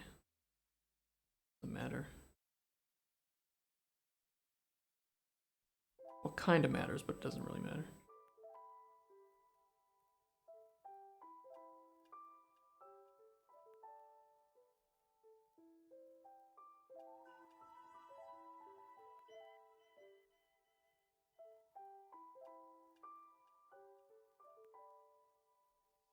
Yeah, looking good. We are working on a game. The first game for my studio. The game is called Cauldron Chronicles. It is a 3D. It's going to be a 3D stylized open world alchemy game with narrative and puzzle elements. So you go around the open world, you collect ingredients, solve some puzzles, do some activities. Collect ingredients, bring them back. You create potions and mixtures for NPCs who have their own like storylines and requisitions that they ask of you.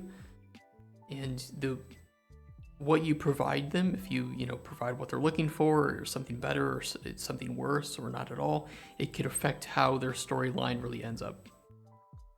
It's fantasy. I wouldn't say necessarily magic. There will be like, it is a magical world. There is magic, but you as this elixirist, alchemist, herbalist, you don't have any magic. Your ability to fight, to solve puzzles is all based in your potions. If there's a puzzle to solve in the open world, you solve it with some sort of potion, right?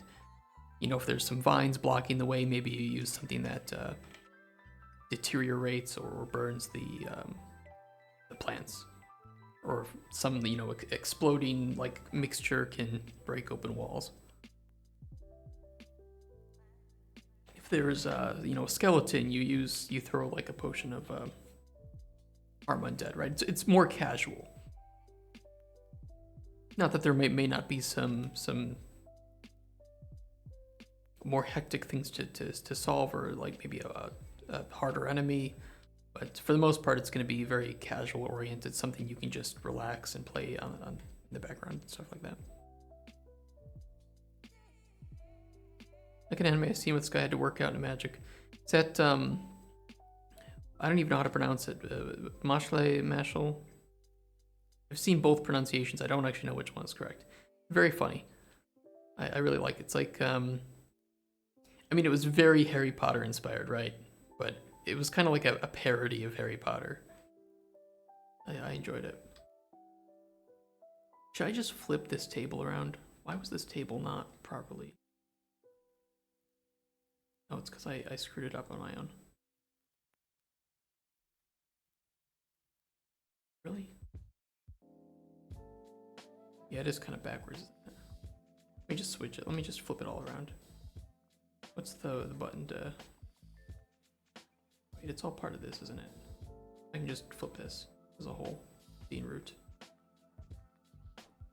Can't I? Wait, select all children. Oh, I can't.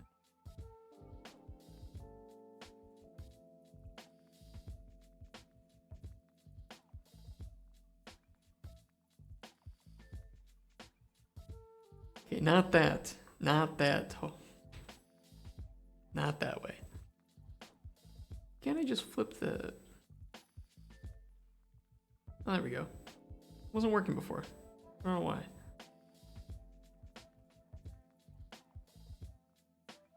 I don't know why it didn't flip it on the root. Were these not on the root in the first place?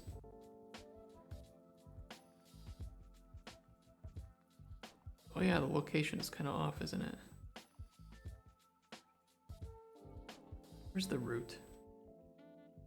That's frustrating. Oops, my root's messed up. Oh, it is what it is, right? Whatever. Yeah, I do.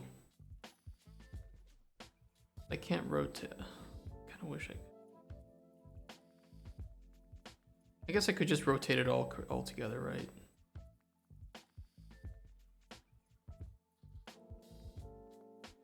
I mean, I just need to move these two essentially just over. It's not a big deal. Prototype, don't care.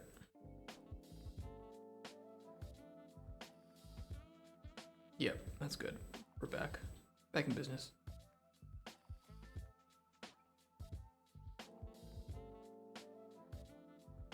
And we just gotta move these back over.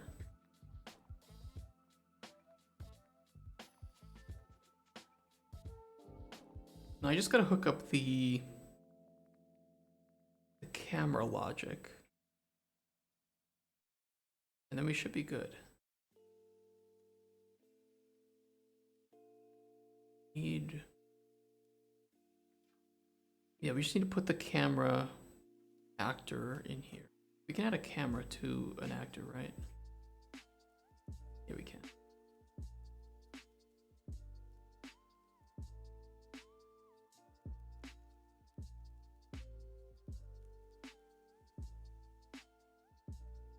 I wish I could see its view. Is there a way to preview its view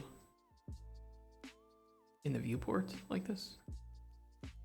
Or maybe I can see it here. I can. It's a little awkward. Can I pin it? No. Okay. I'll just have to flip back and forth. Or actually, I can just. Sorry, I'm just gonna move it. You'll see it here, but I'm gonna edit it over here. Okay, perfect.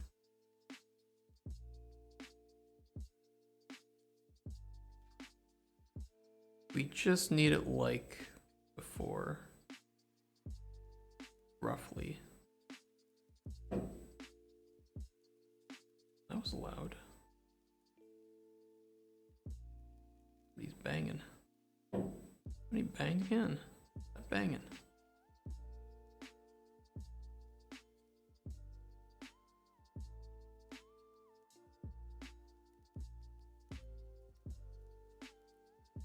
How did this one look? Oh, it did kind of cut the corners, but okay, let's move it in then a little bit. Sorry, I can't read chat because I got it on my other monitor, but give me a sec. That looks good. That looks pretty good. Yeah, it's all right. I find it strange when you play a game you enjoy every year, and every time you play co-op, there's always players online, yet not many people stream the game. I have noticed there are a couple games like that. Like GTFO is a good one, which is weird because I actually think GTFO would be a really good game to stream. I feel like it'd be a great game to watch. It's really tense, you know. There's good action in it, but not many people stream it. But quite a few people play it. What are the numbers on that? MDB GTFO.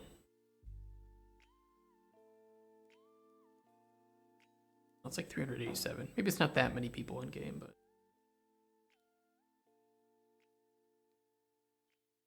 what about Deep Rock? Do people stream Deep Rock? Deep Rock. 92 viewers of Deep Rock? No. There's no way. There's no way. I mean, that's a great example.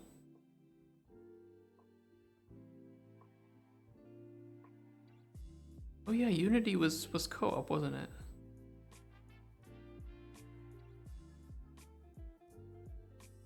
You put 100 hours in it every year. Oh, wow.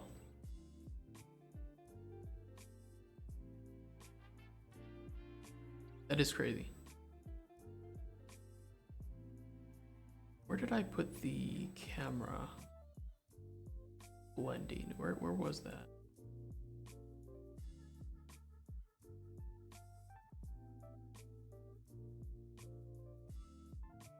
It is weird. And Deep Rock's a good example too. Like Deep Rock is one of the most successful co-op games of all time, and yet 92 viewers. And I would think that that's a pretty fun game to watch. Like I've played a good amount of Deep Rock, but guess not.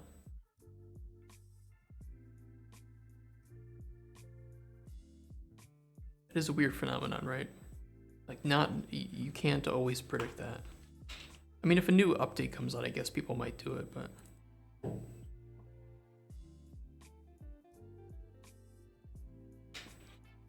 hard to predict.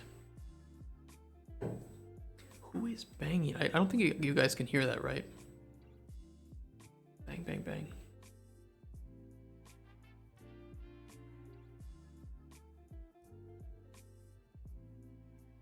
I mean, that's kind of true, right? That's kind of true. You can hear the bangs?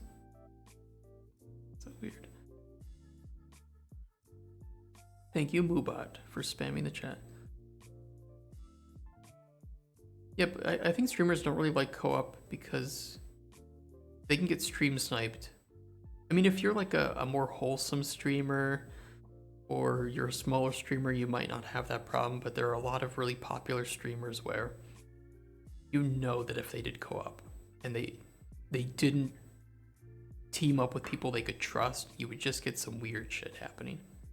But you could always just like team up with subs, right? And I feel like that would fix the problem. I don't know. I do watch variety streamers, and I do know some of them play co-op games, and they'll team up with subs, and it works fine. I don't know why they choose not to do it more often though. Which is just kind of, it is a weird ecosystem. But you are right that co-op games don't always get the love that they deserve on Twitch.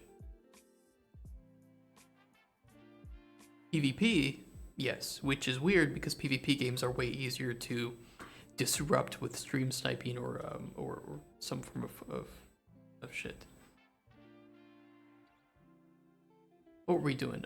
We need to set up the interaction with this, and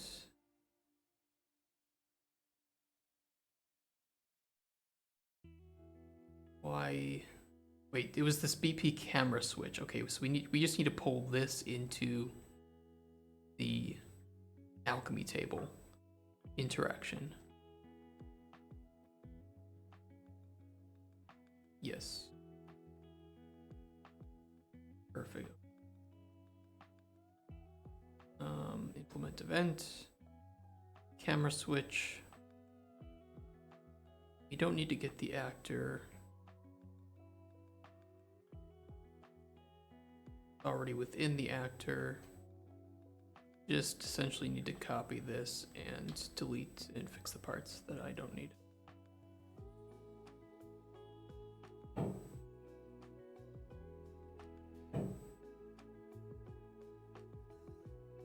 Who is banging?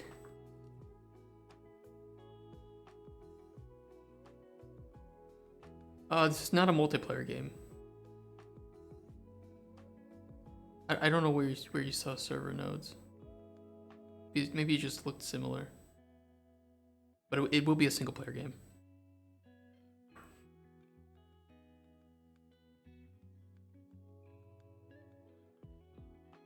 Oh, yeah, I don't know why.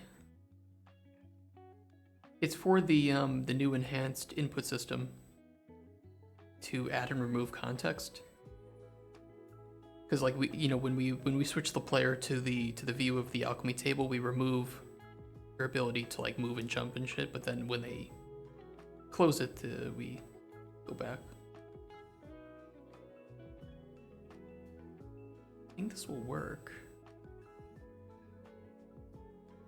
Am I missing anything here?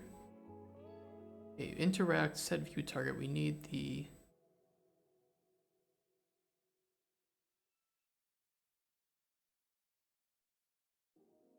Okay, we don't have alchemy table.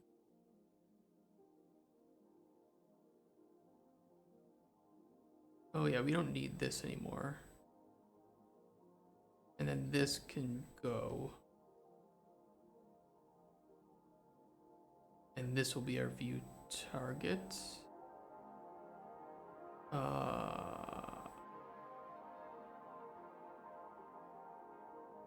we not do that? Can we not set view target with... Shit, how do we do that? How do we do that for a camera that's located within the blueprint itself?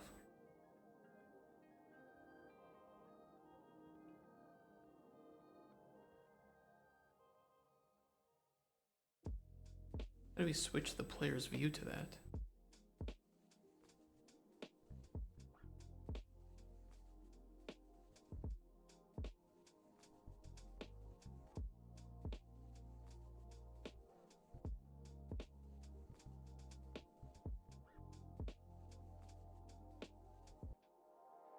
Try getting the camera owner.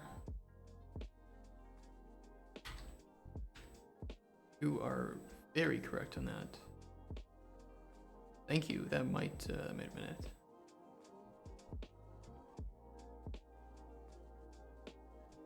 Gotta commit that one to memory. Let's see if that works.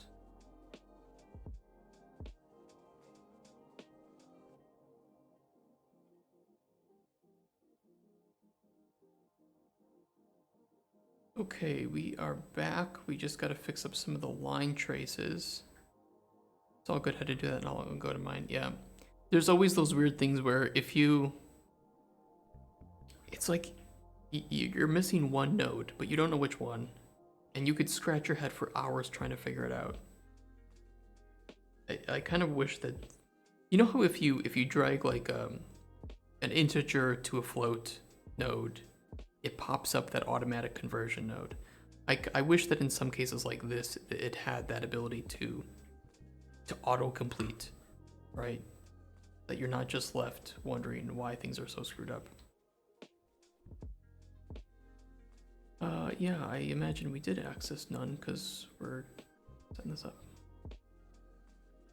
Actually, show me that. I want to see that. Yeah, I feel like there was something else that I had done earlier this year that was similar, and it's just like you're missing one node. One node. Concentrated property, alchemy table cam. Oh yeah, okay. We just gotta update it to this actual camera here.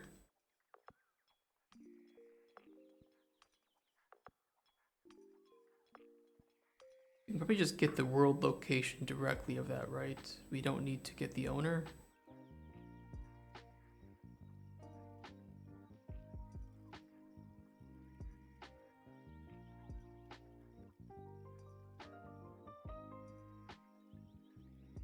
I mean, it wouldn't hurt just to grab the owner again, but it should be okay. It'll be okay. Well, the target is a scene component, right? So, yeah, but it is a scene component. Just we're not grabbing it from a different area. Should be fine. Is that all of them? Did I get all of them? Wait, let's find references. No, we're good. Let's see if that works.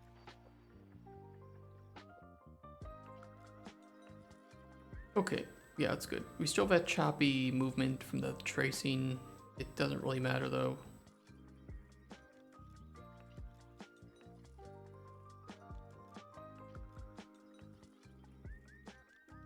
It should be harder to get things to pop off the edge. Yeah.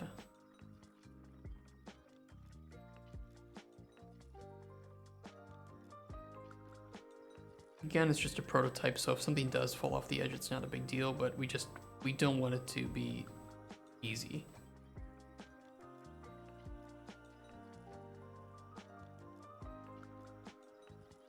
Yeah, looks good. I kind of like them clipping into each other when you let go, and that's pretty fun.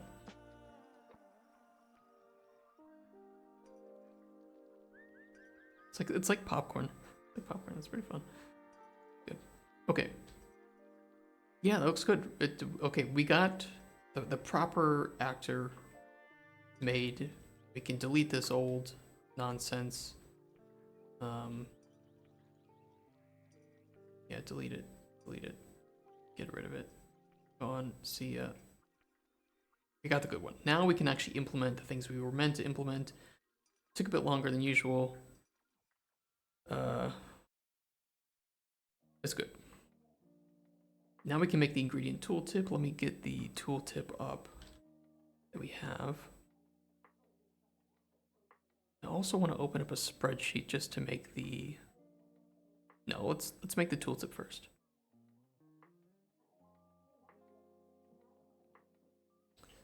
And this is generally what we want it to look like. So it's mostly straightforward. I've worked with UMG a lot, so I don't think we have any...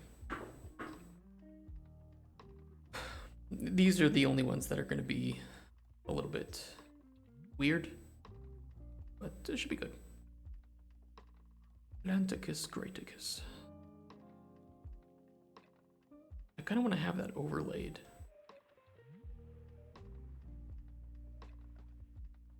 But we can do it this way. We can pull the screen to the side. And this to the side. I don't need to zoom in like super far. I just need some of this available. I close this side view. How do you do it? Each view? No.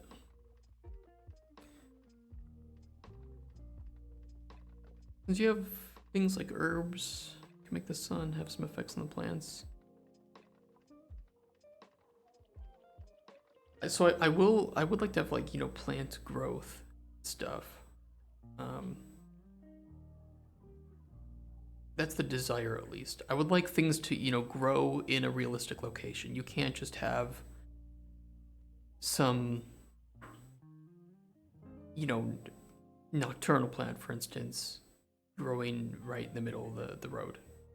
That's why I want to, you know, be very careful with how I place things. I want things to make sense in the world, and I want the player to be able to commit to memory, like, okay, this mushroom grows usually by dead logs. So if I look by dead logs, I should be able to find this mushroom.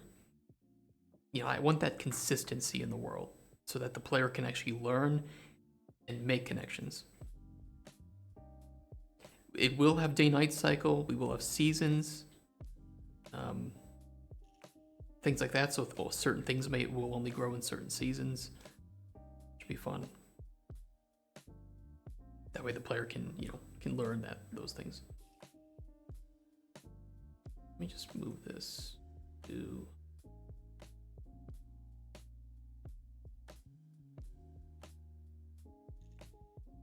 This should be pretty easy to get the rough shape of early. Let me close all this stuff because we have it working.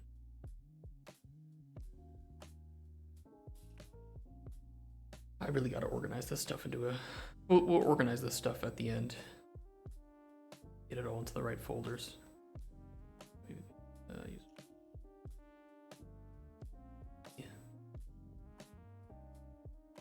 Ingredient info panel. I won't break this up into any sub blueprints for now, because we aren't...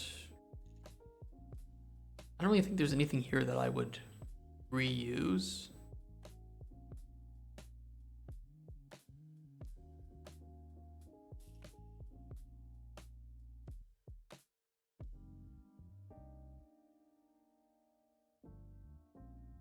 Let me think about that. No, I don't think we would reuse that.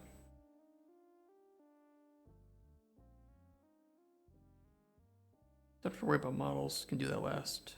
I make my own models in Blender. One rough image of the thing I want to make. Yeah.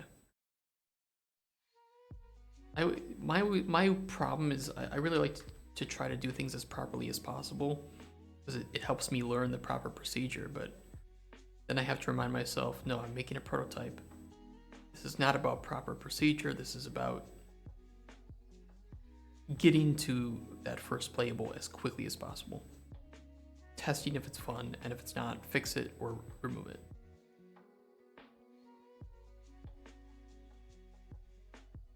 You know, and having having this just from roughly 1 day of work is great.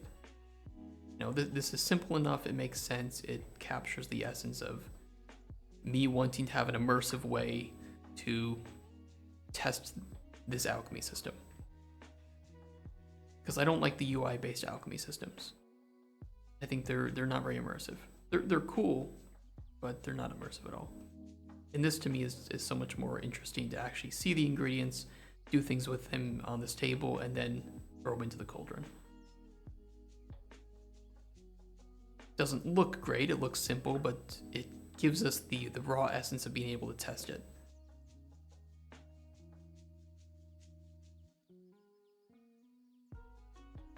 We have like a production phases. I've thought about going over that on here. I need access. Great. Hi, Dovahkeen.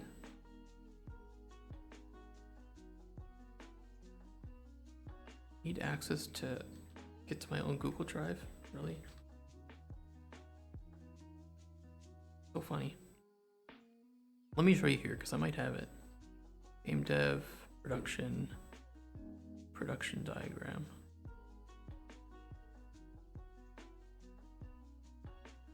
Yeah, I have this here, so I wanted to... Those are the ingredients. Those are the ingredients that will make the potion. They're just there to represent the things that we can pick up. So once we have the models in there, we can just replace the cube with the static mesh, and all of the logic should still work for it. Yeah, I have this whole like production phase overview,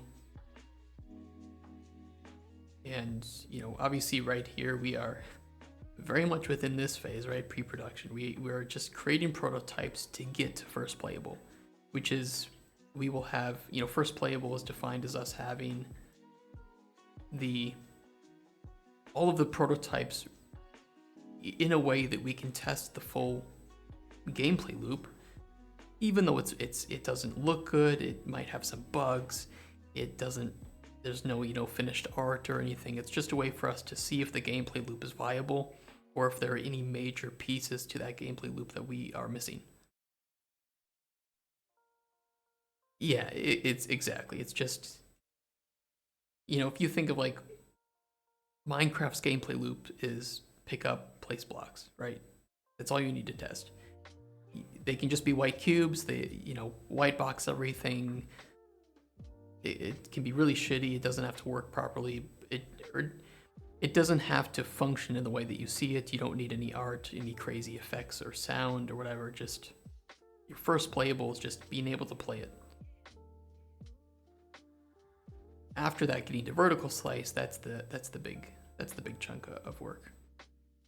You can see general idea of the game is conveyed through one or more playable prototypes. Gameplay loop should be fully realized. The fun factor needs to be there. Placeholder assets and UI, white box as much as possible. Experienced developers and publishers can fill in the holes with their imagination, right? You should be able to go to another developer or publisher and say, yeah, this is going to have sound, this is how it's going to work in the final version, but you can see the gist of it, right?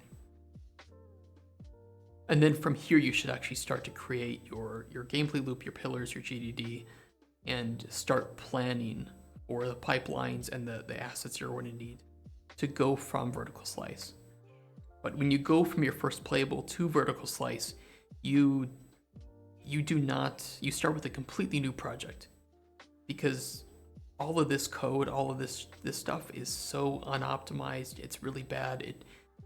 It's not very flexible. So you need to start with a new project and build from scratch in the proper way with the proper framework. And a lot of companies skip this, doing this properly, which is why you end up with things that are like, this feels like this game is still a prototype, or this system is still incomplete. It's probably because they didn't do their vertical slice properly. And they lie to you. They tell you that they did. They tell you the game is an alpha, and it's not. Sometimes it is still pre-alpha. Sometimes they do not have their they're still missing systems that are core to the game.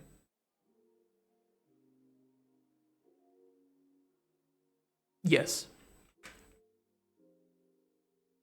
There's a couple things to it. So it's really risky sending prototypes to people, to players, because players obviously, and this is not ignorance from choice. This is not ignorance from lack of intelligence. This is just ignorance from players don't need to know how prototypes work. They don't need to know how vertical slices work because they're the customers. They care about the end product, right?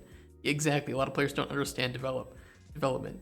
So it's really risky to show players prototypes and early gameplay because you show them this and you're like, okay, here's my alchemy system. You can, drag stuff into the cauldron. And players like, yeah, but where's the game? There's no potions being made, you're just dragging cubes. But publishers will see, okay, you're trying to make something immersive where the player is interacting with the ingredients themselves, right? And developers will say, okay, so we can then replace the cubes with meshes, we can, put some, artists will say we can put some cluttering on there, we can make it, give it some effects. Developers and publishers know how to take this simplistic thing and imagine what it's going to look like at the end based on your GDD, based on your pitch. Players, not always. So, a lot of companies will say, hey, we don't have anything to show you yet, but we will soon. And it's usually because they're in this phase or something like that, or they're post vertical slice building their alpha.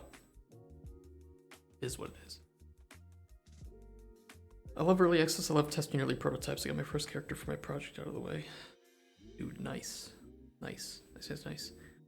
Yeah, and this is kind of what like Microraptor Games is trying to do is to show this early stuff, to explain it, and to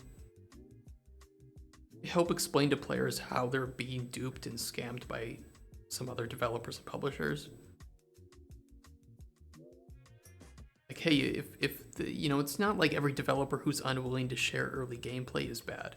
Absolutely not. It's scary because you have to explain it. You have to say this is why it looks this way because it only took a day to make. And this is how it's going to look. But getting from point A to point B is so much time. So much time to go from A to B in that. I'm not new to modeling or game dev since I made some for fun, but not actually try and create one for all. Yeah, I mean, there's so many hobbyists in this too, and it's also scary as a hobbyist to share because I don't know, people are really honest, right? And that's a good thing and a bad thing.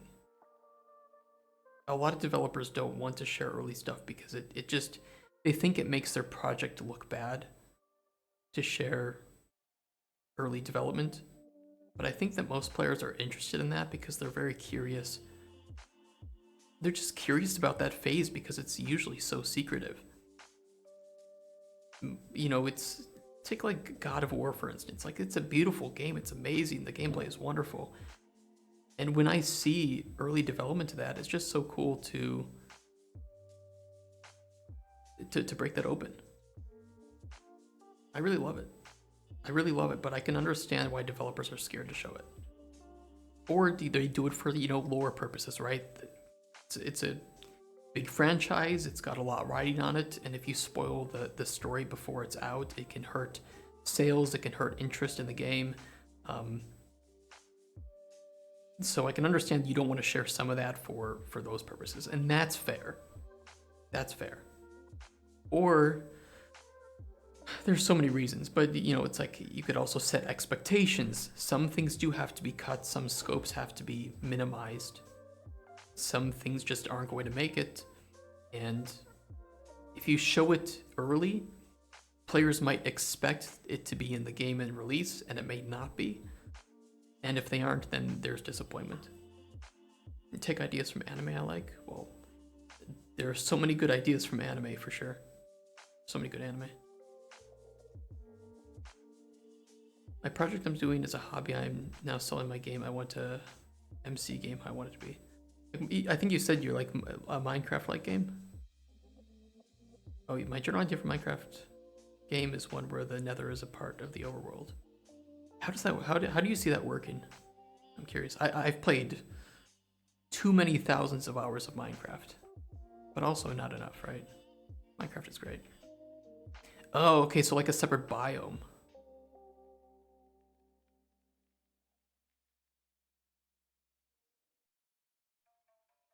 Also, Terraria, amazing game. I might share this on our Discord, by the way, if just anyone's curious about about game dev. Some of these phases are they're not all equal. Not every company uses the same terminology or the same systems, but this is mostly how each of these phases look like and what they're called. So when you see like on Summer Games Fest, when you see them saying this is an early alpha build, you can kind of see exactly where they are in the development pipeline, or pre-alpha. Pre-alpha is big, right? There's so much that's pre-alpha. Because usually they don't say this is our vertical slice build, right? But if you're curious what a good vertical slice build is,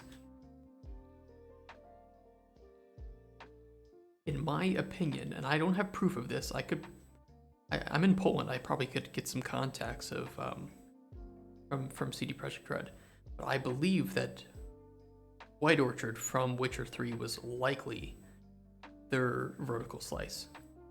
Tiny bit of the game has everything that you're going to find in the rest of the game in a very small package. It's very good to showcase. It's good for trailers, good for demos. This is a good vertical slice in my opinion, and I think it was a great vertical slice. I hate 2D games, but Terraria is the only exception because it's the first till last 2D game I play. You don't like 2D games, really? I'm not a coder, so doing this type of game I want is going to be a massive task for me, but I'm excited. The good thing is, I think that there are a lot of tutorials for making good voxel-based games like that. So while you may not be a coder now, I think that there's a good entryway into that field.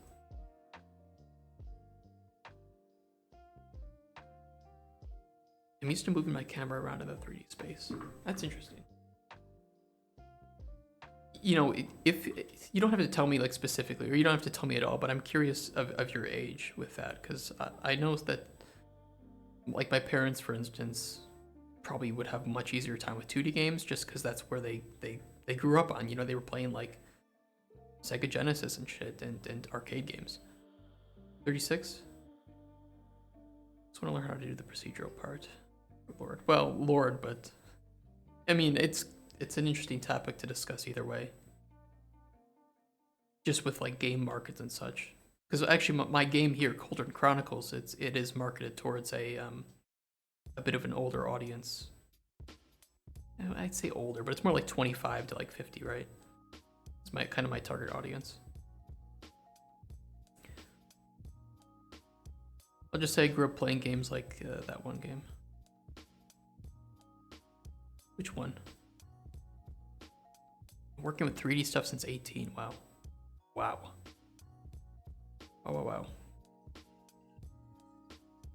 I'm so bad at 3D. So bad. Okay, let me give me a second to like look and how we want to break this up. It's gonna be vertical panel. So we for sure need vertical panel. We need a size box. I want a size box with a vertical panel. Or a vertical box, sorry. Terraria game, 2 IRL CD copies. Terraria is so good. It really is. It's so well made, so well balanced. There's so much depth. I was a big fan of Starbound. I don't know if you guys played that game. It's not perfect, don't get me wrong. Great soundtrack, but I think that it really proved how much depth Terraria had in each of its biomes, because I felt like Starbound, one of the biggest problems that it had is that there was very little depth in each of the biomes. you could visit a planet, it looked different, but overall it wasn't that much different in the way that it acted. But when you play Terraria, every biome is just so different in the protection you might need, in the bosses and enemies it can spawn, in the things that it spawns underground, in the ways that it interacts with other biomes and with you, especially once you get to, you know, hard mode and stuff. And I still like Starbound, I still like its idea, but yeah.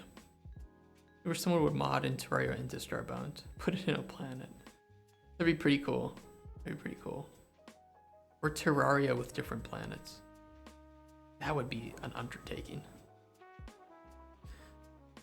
You know, what I like about Terraria though is that it is a confined world. I don't think that the Terraria world should be infinite. It really works well. The horizontal box, this will be our plant info box, or ingredient info box.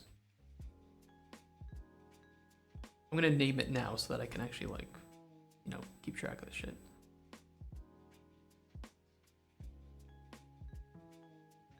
No lag in Terraria. Yeah, it's very well optimized. It is a very well optimized game. It's just a great game. I mean, there's nothing I could complain about with Terraria. I think it's just a perfect game, if you ask me. Horizontal box. How do we want to split this up? I guess we'll do we should put another size box, and this will be where our image is. So this will be the icon.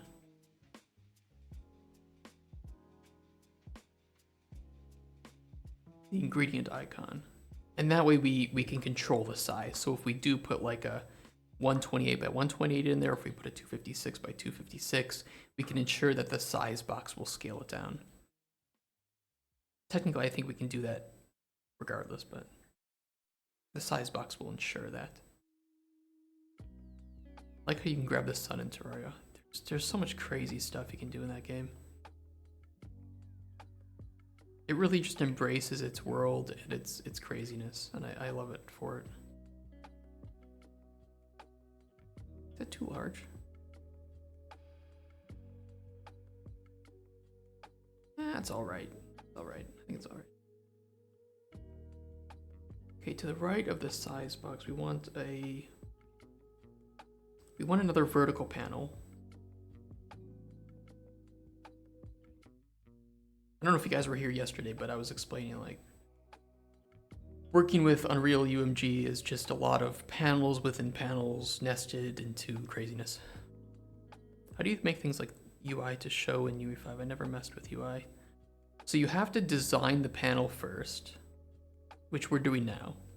And then you can just pretty much easily, like, create widget, add to viewport, and it'll be on the screen in that case. For the player to interact with it, you know, obviously you need to, like, make the player only be able to interact with the UI, which is just another node. I can show it here because we use it here. So we set input mode, game, and UI, create widget, set input mode, add to viewport. And that's just generally it. But the designing part is really the most time-consuming aspect of it, especially for more complex stuff. I don't know too much about Unity. It's gonna be weird, but I actually never liked Unity. I thought it was very... I don't think it was very beginner friendly. My hot take, right? So I kind of jumped into Unreal very early. Like, the moment Unreal Engine 4 released, I was in it. And I've been learning it ever since. But I think that Unity uses, like, modules, right? For everything. For VR chat's crazy. I don't think I'd ever play VR chat, but I love it for just how wild and random it is. I absolutely love it. Okay, can we just use a text? Let's do this. Let's do T. tea plant.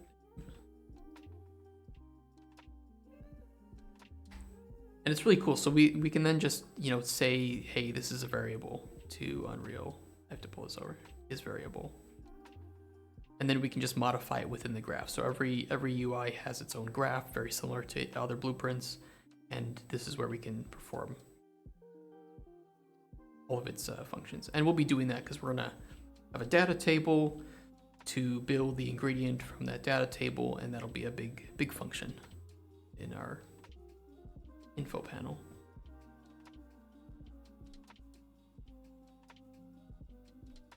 First, we gotta get the text in here.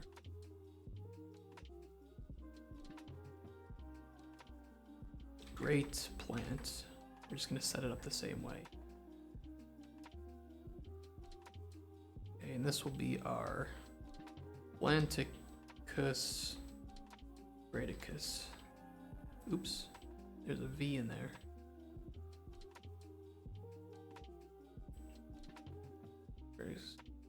That's our Latin name. What plant again? Ingredient, Latin.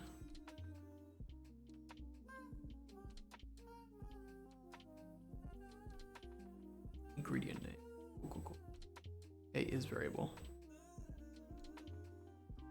Used to get motion sickness in VR chat because my height, but soon as I got that down in VR chat, I played COD and leveled up after getting double kill.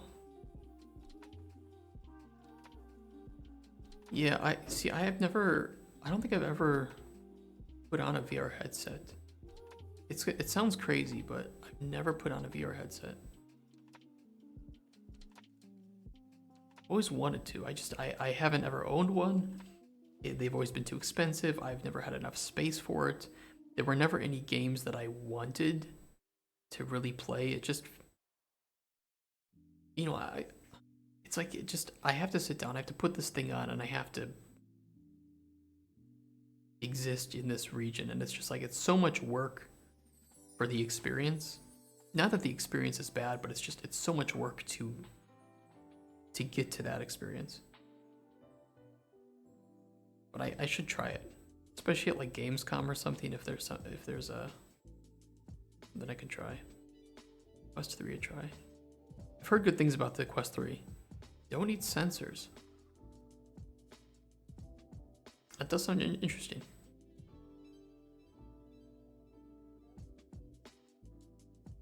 Because I think it'd be pretty cool to play this game and build potions with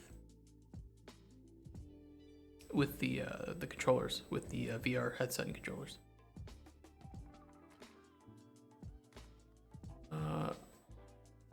Well, I'm gonna wrap.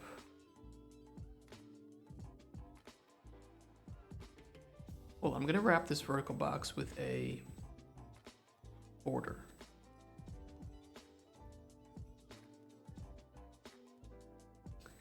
Appearance. It's a dark gray box.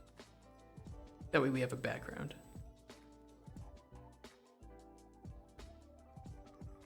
You don't need a PC with the Quest? The hell? Or does it work on with mobile devices too? It's crazy.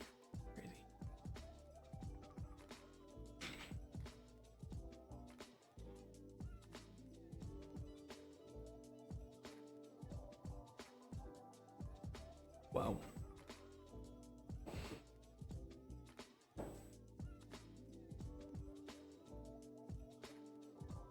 I like that. By the way, not to disrupt anybody, especially people who are lurking, if you like what you're seeing, if you like the general premise of my studio or my game or my streams, please feel free to give the stream a follow. It'll help us reach our goal to become an affiliate and grow this game and studio even further. So that would mean a lot. Thank you. Okay, back to UI. We have a vertical box. We have the ingredients. I'm gonna group those. Did I group those? Now we're fine. I don't have to group. Let's get another like border in here, a box. for the plant description.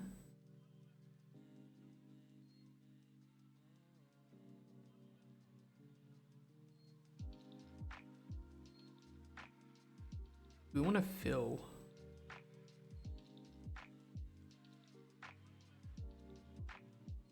Let's just do that for now.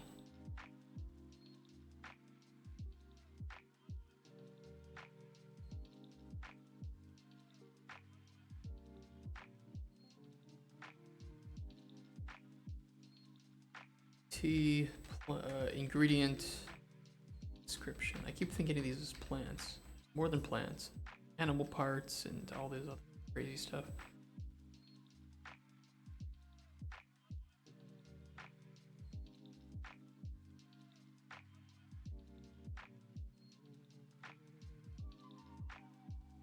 Plant description. Yeah, there are probably some of those. I have banned a lot of them. I haven't streamed for a long time, but oops, need that to wrap. Wait. I can set the size box. The width override. Do width override, and I set this to auto wrap text. Should be okay.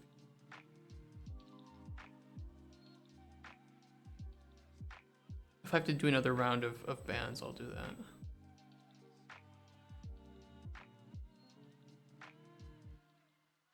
Twitch bot list. Let's see.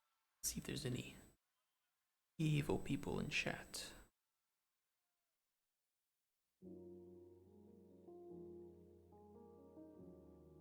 Let's see. Lord of the Dreams. That's a bot. Get out of here. I've had to get rid of like most of these that you see here.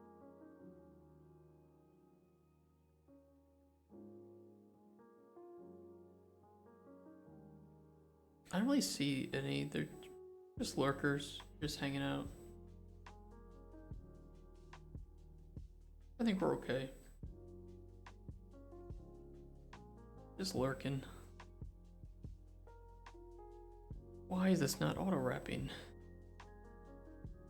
Kind of rude.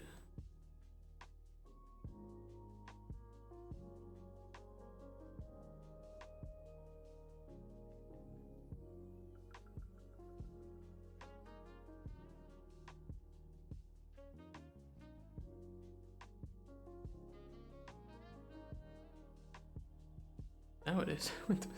Oh. Used to be in an NPC, yeah, I mean, it is what it is, right? Why do you work like that?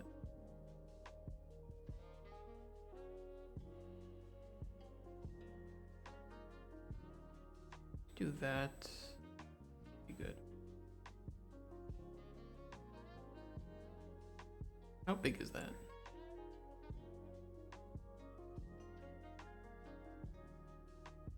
That'll be the real screen size of it, so that's all right.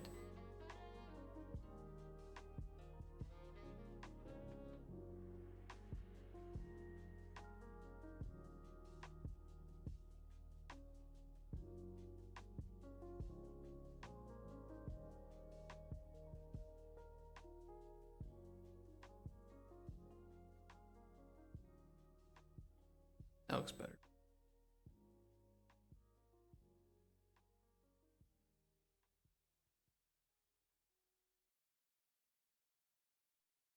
We would get an actual, you know, UI designer to come in here and figure that out. Oops, that's not how we want it. We want it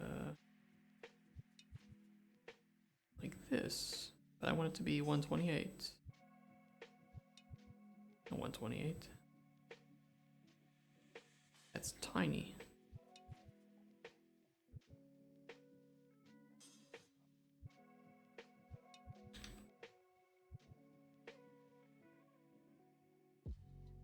I want it like that. You could like put it in the upper left always, like in the same spot.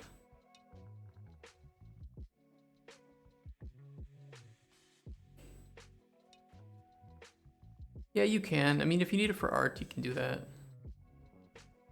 I'm not gonna put any art in a prototype though, or not in the UI at least. Unless there's just like, because I already have some like some asset packs with icons that I can use just to help. Because you want some visual differentiation even in a prototype, right? You don't want everything to look exactly the same, because then that's not very not good for the user experience. But you don't need to like have panel backgrounds and stuff if it's if you can just use a flat color. I want it to be like this. I mean, I can add some padding, right? Like we can just do no, the padding is making it tiny.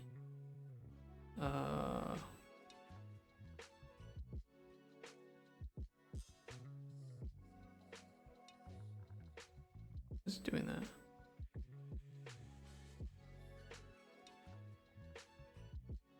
Yeah, thanks. Yeah, good luck with the spline stuff.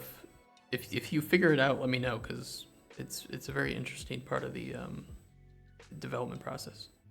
And thank you for chatting.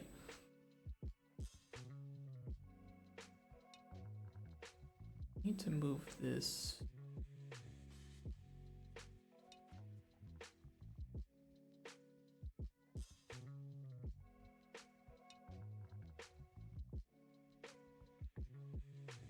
Oh, that's why we want to.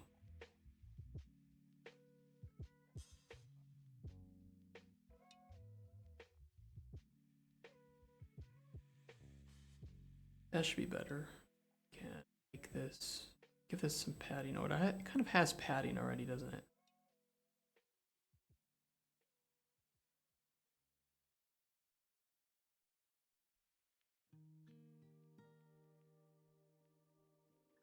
Oh, I'm messing with the image. We want the size box. Problem is if I add that left padding, oh, it's working now, but now it's overlapping with the.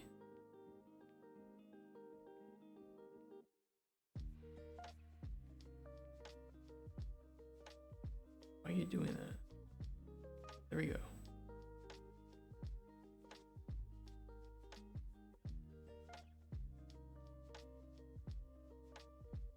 Up.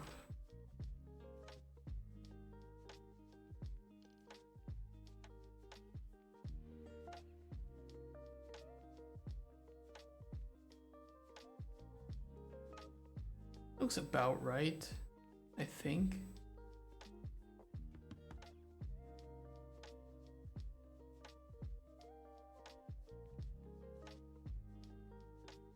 We want to apply the padding to that or to the vertical box. Probably to the whole box, right?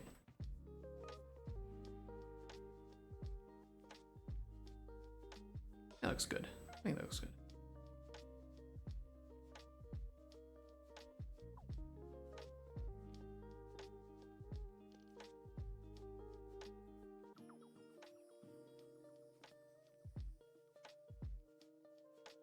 I mean, I kind of wanted like the image to get to this description. It looks nicer here, right? With that image and the description kind of lining up. I guess some of that we could just edit the icon size and the length of the description, the size of these texts as well. Kind of want there to be some padding.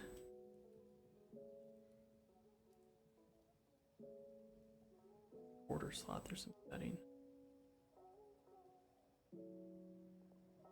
There to be some space between the names.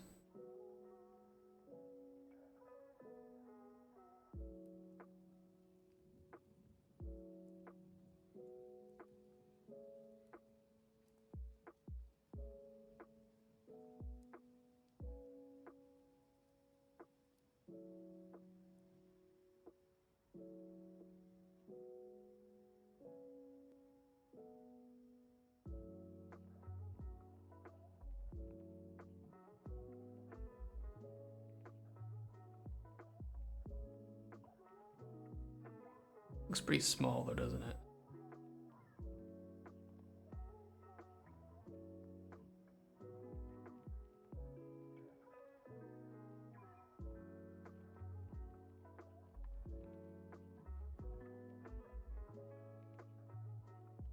kind of small. 20's kind of big though. Ew, how do you do that?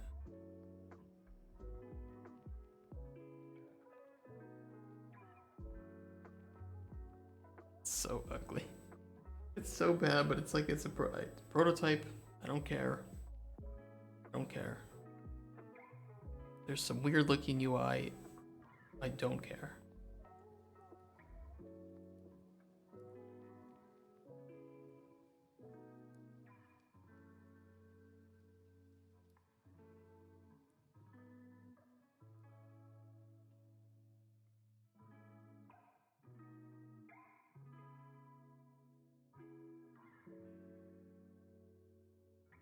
Okay, now we need a horizontal box below this.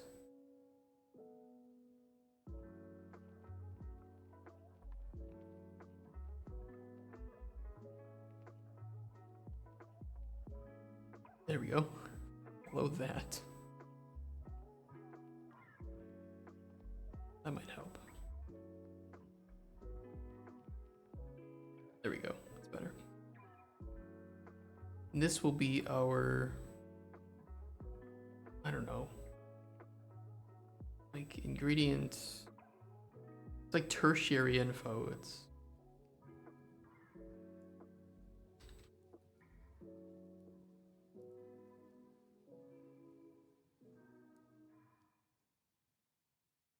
and that's gonna have 3 things, 2 of them to the left. So if we can group those 2 together.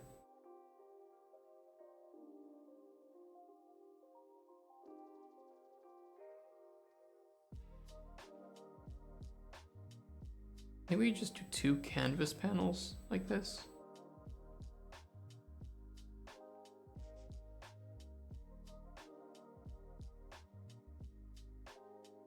This can just be like ingredient.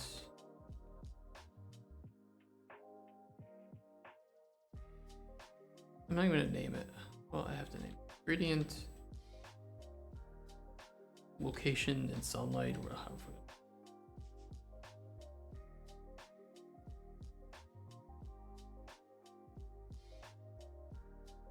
We do need to be able to add children to it.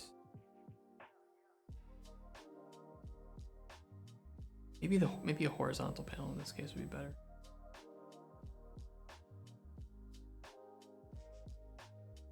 Because it might have multiple things here, multiple icons, and we need to be able to add things to that. And the horizontal box will be a lot easier.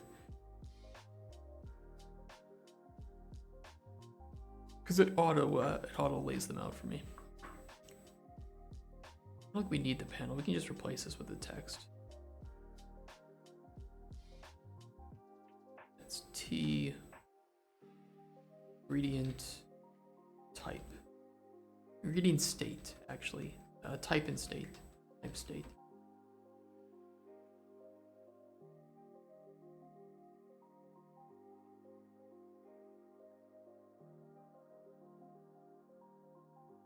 Hey Bartek. Yeah. We're back at work. I need some food though. God, I'm so low on energy. I've had a fitness bar. That's it. 100 calories. Need to stretch my legs and get some food. We're gonna push through. We're gonna be unhealthy. 2023, we can't afford to be healthy.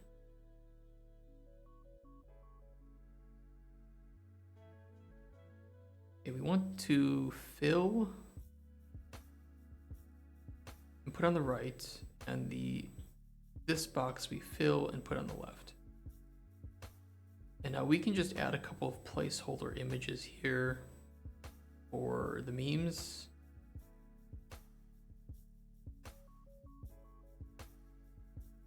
Slot pad. Do slot padding. We need.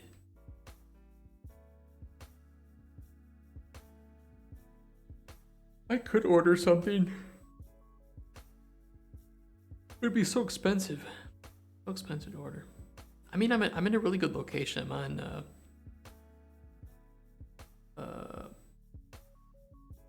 I Rando Matecznego. Is that the one?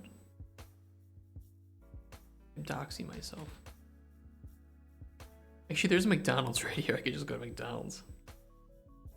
It wouldn't take long. I could be back within like an hour. I have some food here I can eat. Actually, you know, I'm wondering if we need to... The thing is, if I make a sub widget for these icons,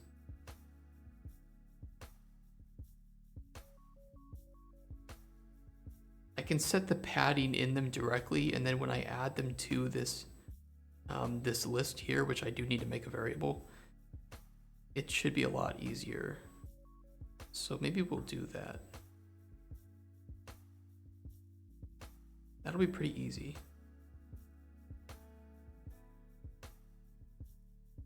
Let's make a sub widget here. WBP, can't read where it is. Ingredient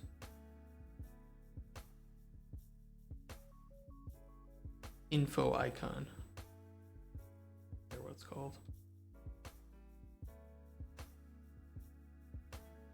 Add our canvas panel. You don't have to do this, but I do prefer working with the canvas panel. The canvas panel, we need an icon, image. Fill screen, desired on screen. Icon. And then we can set the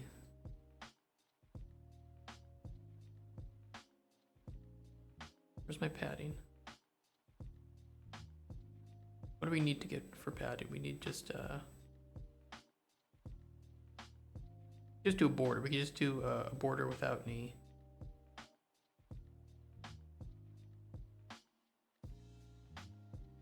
without any background, right? Which is that is how it should be default. Oh no, it's got a brush. No alpha. That way we can just kind of treat this like a border with padding. We'll do 8 on each side.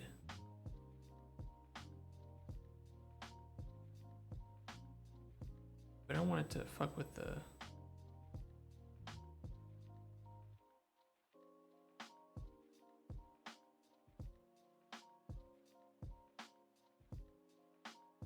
Is that 32 by 32? Yeah, okay, it's working.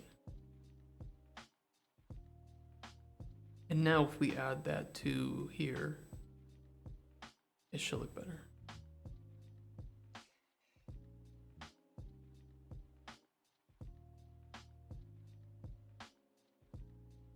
Yeah, we can separate those then.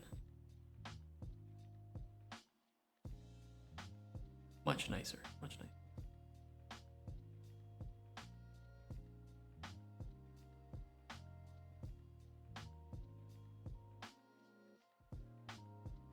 Just hello. I am yawning because I have no energy. I could eat. I just don't want to like crunch on stream, you know. We could like if we could watch something and take a break. I do have stuff that's not crunchy though. I have these like, I don't know what they are. These sugar wafers. A friend got them for me. They're pretty good. They're a little crunchy, but they're Polish, so you Polish people would know what they're called.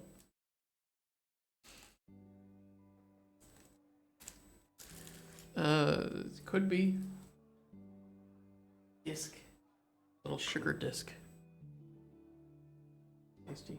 It gets crumbs and shit everywhere though, so I'll have to tell them that I need this this room cleaned up. Ooh, look at that.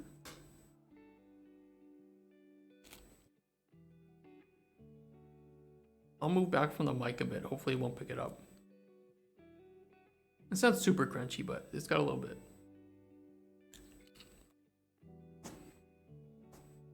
Oh my god. There's getting dust everywhere. I love it. Okay, we got a great plan. We got our, let's just set this up for you two separate.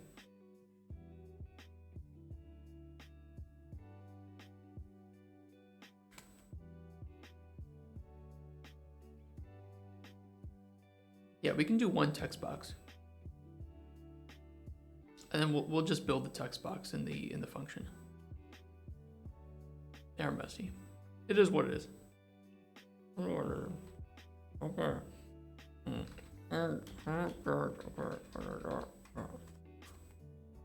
Good. It sticks though, like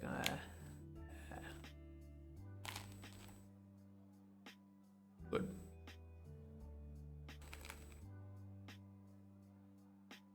You guys can't hear the crunching, right? I hope not. Kind of cringe. You can.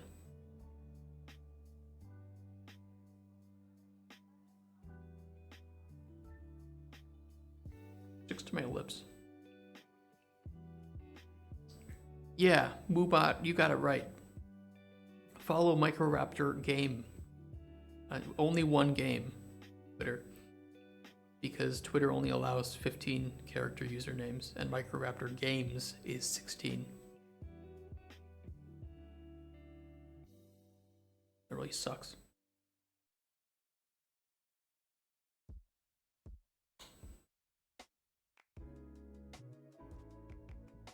I even tried contacting them. Because their old policy, their original policy is you could have more than 15. And there is another Microraptor Games. But they don't post anything. So I wanted to take their account, but they wouldn't let me. But I think I know who the original person is. I might be able to contact them and ask them for the Twitch username. Maybe.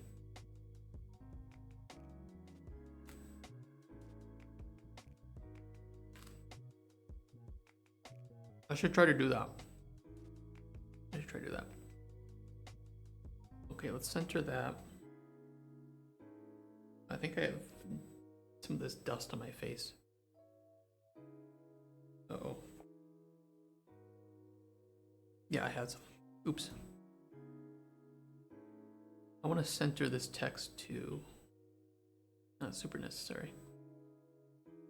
Okay, that looks good. Now, okay, info box looks great. It looks pretty much exactly like we wanted it. Obviously, the icon is a bit weird. Do we want to center that, like, vertically?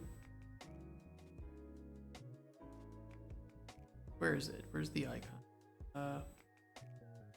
If we do this, we fill... Oh, no, don't do that. This. Not centered.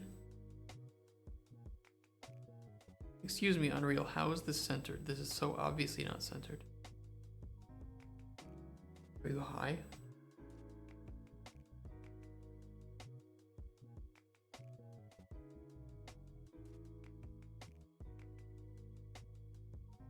It's not centered.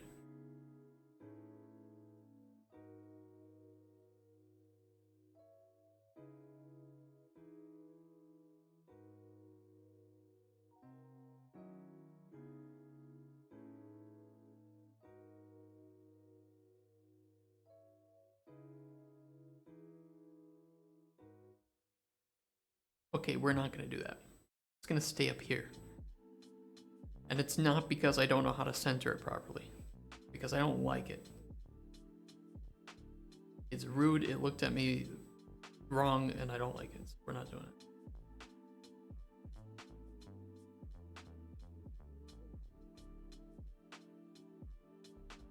I kind of don't like how these are sitting though. I want them to be a bit scrunched in. But let's, if we get padding to the left and the right.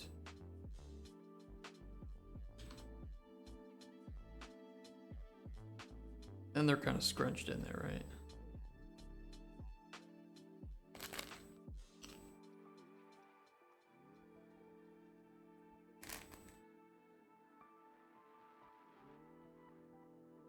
Okay, so we have a candy in US.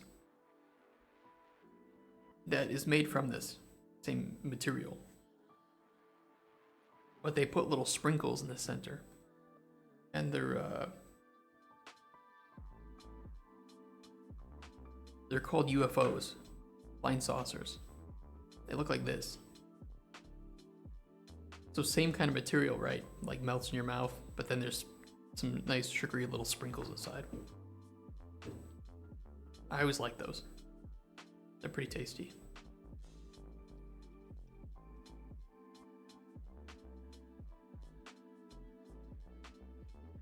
Good stuff.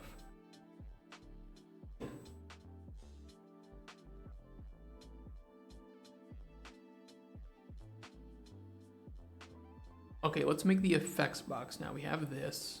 Got our border. We have our...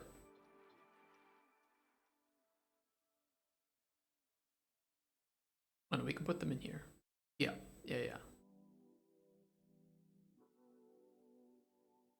Except I don't want this to have any padding. Okay, we're good.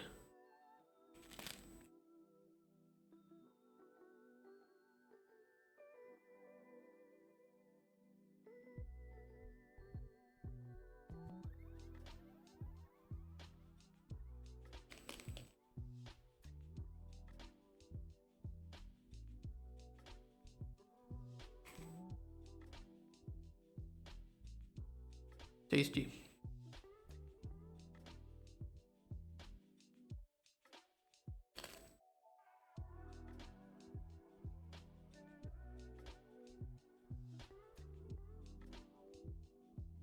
Okay, so we can make another vertical box. Because I want to put all all this stuff in like one controllable box. And this is 100% a vertical box.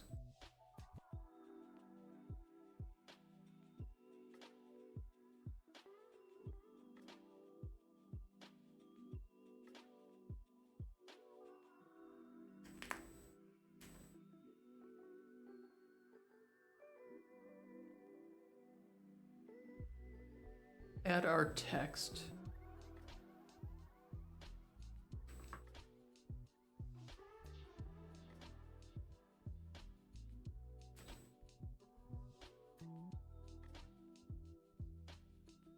If we scrunch the image up on the Y, we can make it into a little bit of a spacer. Top hack. Use images for spacers. Probably shouldn't do that, but it works. And then I just put padding on the left and right. So like 35, 35.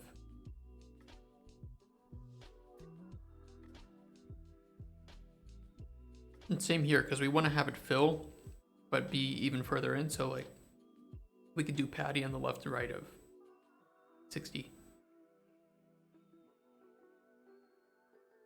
Technically, we don't need to do padding on the right hand side, but I do it equal just to keep it symmetrical. Okay, and then here we can do... There's actually a couple ways we could do this. Also, that was tasty, but not very filling. Pain to eat on stream as well. Oh, oops.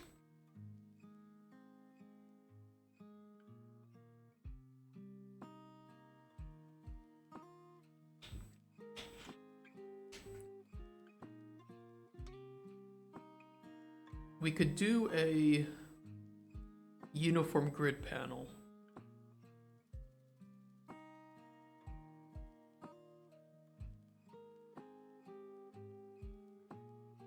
And I think that would work pretty well here. Because I don't want to do two separate like horizontal panels. I think the uniform grid panel would be the smartest.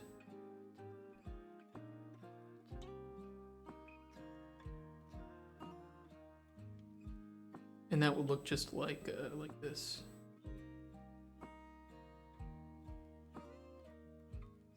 We just have to do a little bit of math to tell it which row and column. So like effect number 1 is row 0, column 0. This is then going to be column 1, row 0.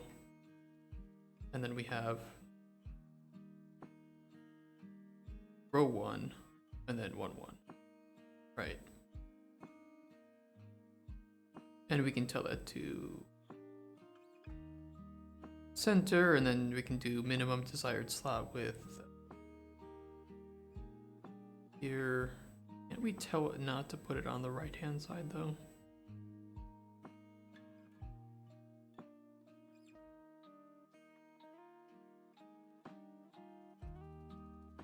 I don't want it on the right.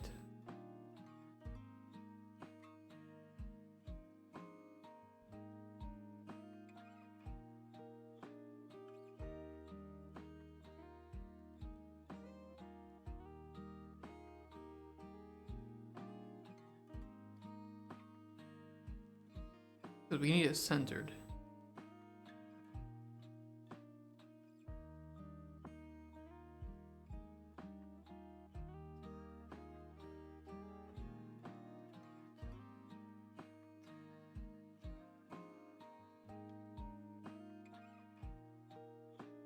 Well, we can just set this to be centered, right? And then that's problem solved. So if we set all these to be centered on alignment, yeah. You can also just tell it to fill at that point too.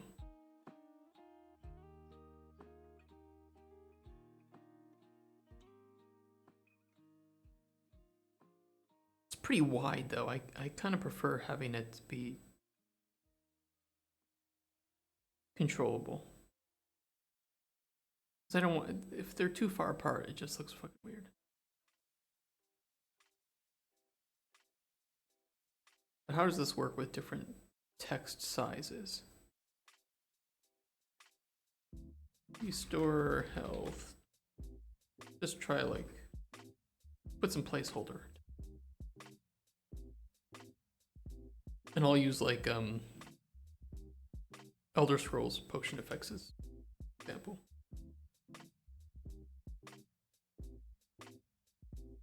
There should be enough space, really. I mean, there should be enough space.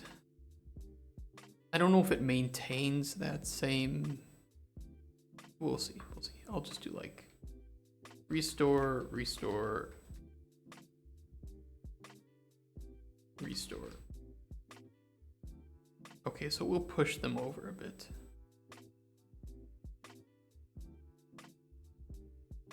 That's fine. Like every game has to some extent some limit. We can also do a text wrapping.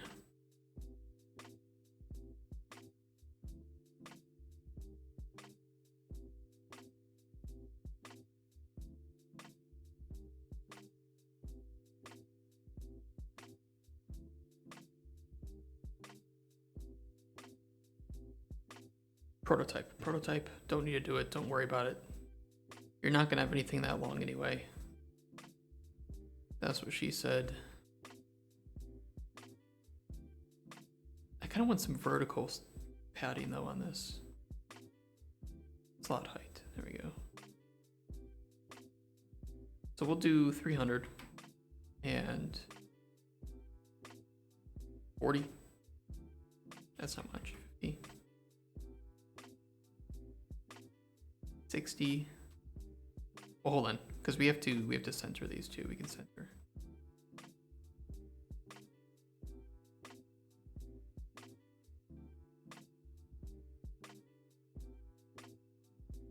A little bit more. I just want a little bit more.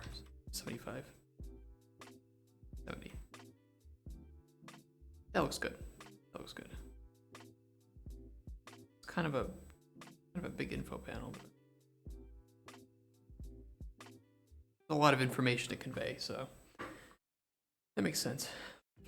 Okay, that looks good. That looks good. That's pretty easy. We do need to set up the text to actually like X panel. It's a raptor. Oh, copy fan. Hey, we do have a raptor. You want to see our raptor? Oh wait, you kind of. I guess you can already see it, but Here's our raptor. Pretty raptor. I'm doing well. I'm doing well. I'm excited. We're working on some fun stuff. It's Friday. It might rain when I'm walking home. Thank you for that. I really, really like the logo. I know some of my friends were a little against it because they thought it looked a little too childish. I know what they mean, but I'm also not trying to build something that's really professional. I'm not professional. I'm very unprofessional, and this to me just screams like, hey, we're making fun stuff. We're having a good time. We don't take ourselves too seriously. We're making games, right? I make games for a living. I don't need to be professional. I just need to be fun, have a good time. Exactly. I'm not trying to do some crazy stuff. I mean, we're doing some crazy stuff with games, but like, yeah, you're right. It's just entertainment. Relax. I'm gonna put padding. Yeah, let's put padding above. I just want a little bit of space between these. Maybe like 10. That's enough. I think that's enough. And we can pretty much just copy. I'm gonna duplicate this. Entertainment was always serious, no one would start playing games. It's really true. Ooh, I just moved my desk a bit. I was trying to move my chair, I moved my desk. I mean, to some extent, I really like game companies that do have some professional demeanor, but I don't think it's a necessity. I think it just depends on size and what you're trying to make. Yeah, I'm in Unreal, and then over here I have my mock-up that I'm recreating in Unreal. It doesn't have to be, you know, we're just working on a prototype, so it doesn't have to be like crazy good, but it just needs to be reminiscent of that. I need to have it look that good, or look like that. First time seeing Unreal in UI. It is just, it's a lot of hierarchy, and then making sure that it actually like looks good at the resolution and that it scales well. You just gotta like, Oh, you're working in Unity normally? I have not done too much with Unity, oddly enough. My roughly 10 years of game dev. Could never get into Unity. I'm much more a visual person, so working with these visual editors and with like blueprints, for instance, it's fantastic. I love blueprints. It's roughly 10. I do count a little bit more because so when I first got started, I was working on a mod, an overhaul mod, and that was taking up my full time. Then I got work for the game that I was making the mod for, which amazing, by the way. And I was doing that full time. So then I was doing like 6 to 8 hours of development on the main game, and then afterwards I would do like the rest of my time awake on the mod. I mean, not that you should do that, but yeah, it's a bit. I feel the same way. Then that's why I'm trying to branch out and do more, but I'm also very much I like being able to wear many hats. It's more fun that way. The game was Darkest Dungeon. Maybe you know, maybe not. Okay, I can delete this panel here. Yeah, it's not everybody's cup of tea. It's a bit hardcore.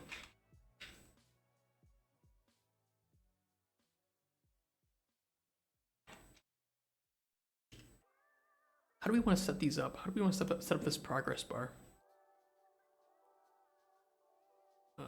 We have a horizontal box. Let's see. We saw a speedrun. Who did the speedrun? Because maybe I know that person. And I know quite a few people in that scene, so maybe. Or, you know, in Darkest Dungeon, not speedrunning. Progress bar. Weakness. All this.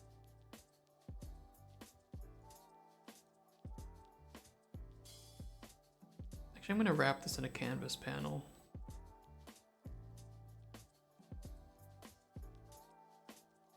It might have been GDQ, right? Game's done quick. I watched some of the stuff for GDQ. Yeah, no worries, no worries. No need to apologize. I was just curious because I do know of one speedrunner. He was a mod on my old server. And he actually did a speedrun for my my overhaul of the game, which was insane. Like 21 weeks or something. I don't know, something like that. It was crazy. Next.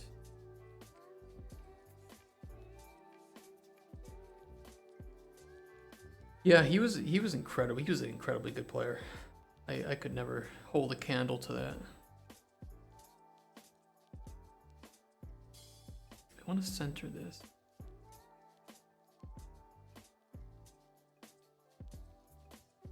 Oh, these are overlaid. Let me replace this with a vertical box actually. It's better.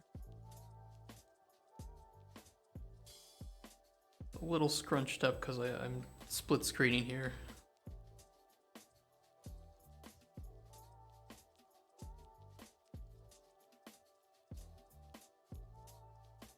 Okay, no, I could do this too. I could fill, right? If I do this with it, and then I can give this specifically padding on the left and right. Right.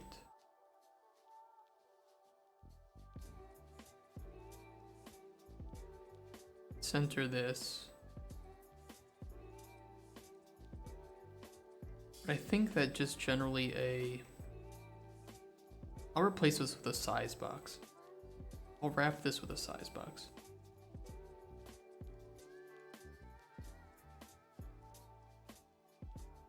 We'll get rid of the padding.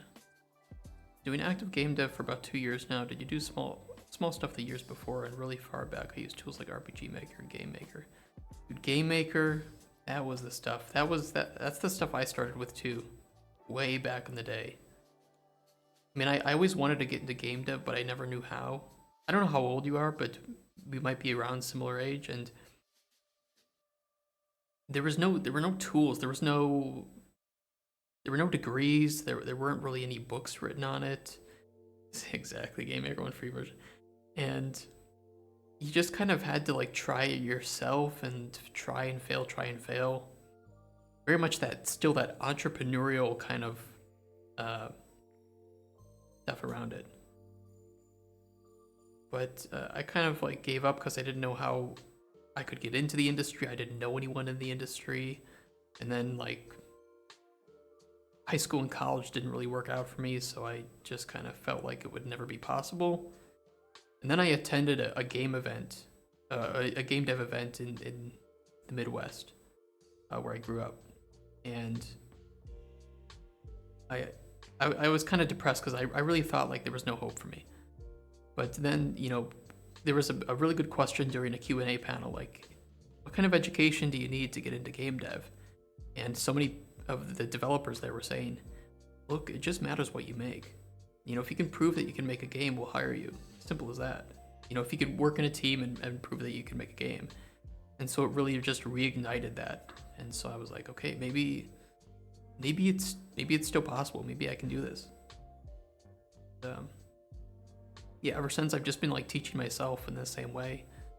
And I remembered all my years trying with like Game Maker and like you said, RPG Maker, and I just started doing stuff. Like you said, no real feedback, slowly build towards here. Yeah, that's really the case. It's really hard to get that feedback. Building portfolio, but ignoring the next step. What's the next step? Also, what's your like you said you kind of can do everything but master of none. For me, I'm mainly a designer, and building a portfolio as a designer is terrible. Because everything from my old companies I can't show really. And I do a lot of balancing, so it's like, oh, I can't do any of that. Professional from 1999? Okay, I'm from 94. Professional game dev would be the next step. Yeah. And that is a really tough step, especially right now. Number one, it's really fucked up. Look, the industry is really fucked up for juniors. It's really sucky. You either need to make prior games, which is why it's really hard to be like a student and trying to get a junior job. But then very few places actually hire juniors. And even if they do, you're competing with hundreds of other juniors trying to get into the industry. I don't think, you know, I don't know about your parents or family or anything, and I don't want to assume, but I know that my parents are really supportive of me. They really like me. I just don't think they understand how many people I compete with when I apply for a job in game dev, even with experience, even with completed games already on the radar. I just don't stack up. Even for a junior job, I might not be the most qualified person sending in an application. It's insane. Why is this?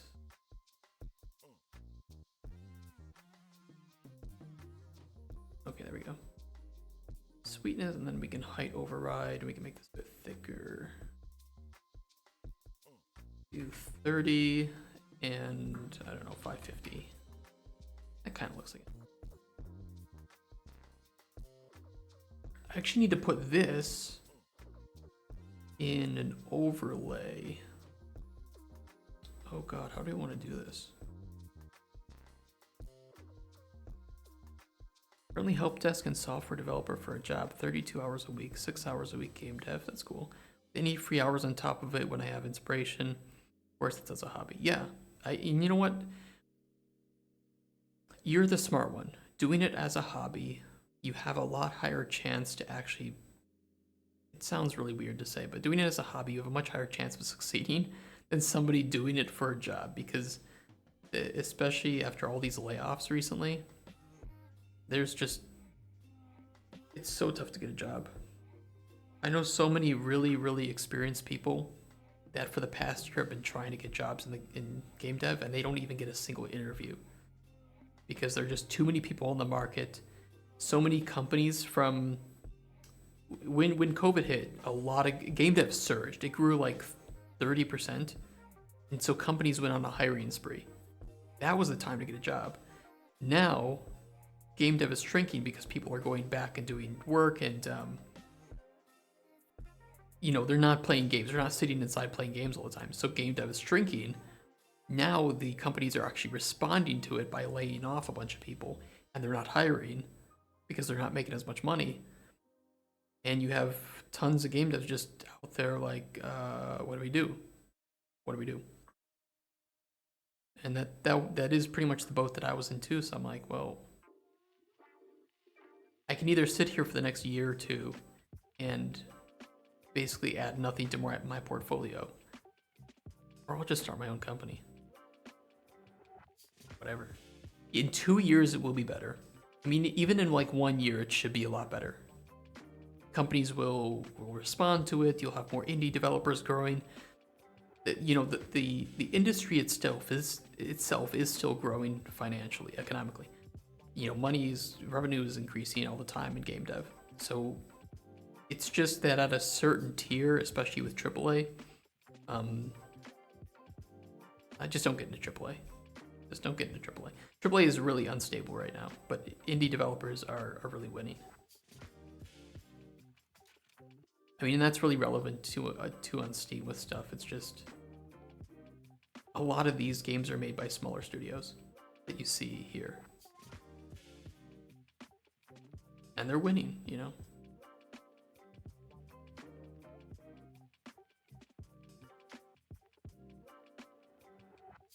But networking is number one. It really is about who you know in game dev. If you can go to like I don't know where you live. I'm in a country with not a lot of game dev companies, so I wait 2 years to actually get to a point where I feel comfortable to leave the country. If you're in Europe, if you can get to GDC or to Gamescom, that's great. That's a great way to meet with game devs.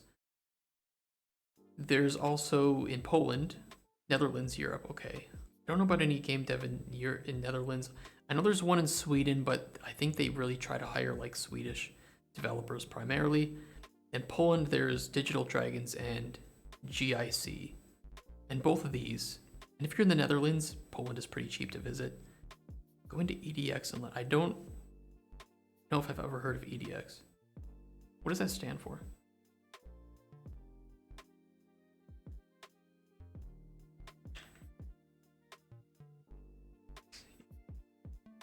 Yeah, never heard of that.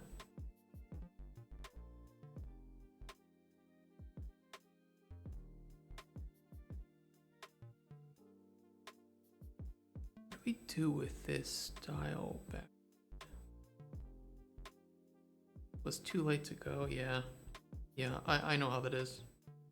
I was wanting to go to Gamescom this year, but you know, you apply too late and it gets upset. Can't go to Poland. Can't come here.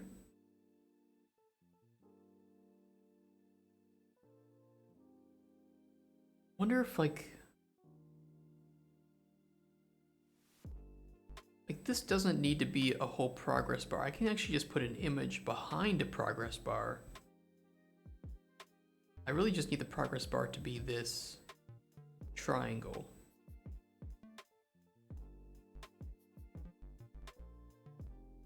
You have contacts within Swedish countries. Poland isn't really safe for me. It's unfortunate. It's pretty safe here, but you know, I can understand different. I can understand. I can put pieces together. I know for sure, at least Krakow is very, Krakow itself is like super, it's usually pretty safe for progressives. You might just get some weird looks from like the older guys, but there's a big LGBT scene in Krakow where Digital Dragons happens. It's really like, it's the smaller towns that they might, you know, yell at you, but there's tons of like pride flags and like people with pride bags and stuff in Krakow. So, and Agusia there is she's Polish. Yeah, in bigger cities, Warsaw and Krakow, you're 100% fine. I think the media just likes to make it out, yeah, as a bigger problem, but especially now with the opposition having won. I'm not Polish. So I might be speaking out my ass here, but the opposition just won the election. So they have the main the majority, and so it generally the policies will probably start to lean more towards being welcoming of different lifestyles like that.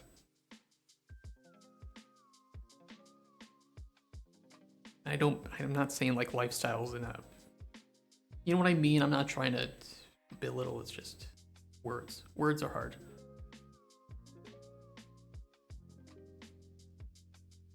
People are people. Yeah, no worries. You know, I speak and write great English, but not streaming. not streaming.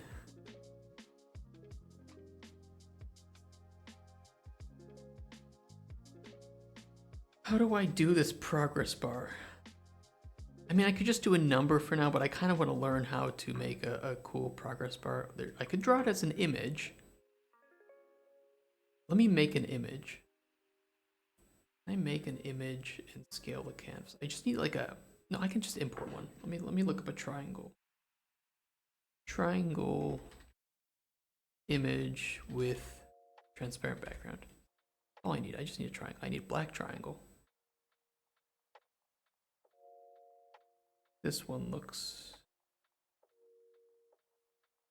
Does that have a? Honestly, I don't even care if it has transparent background.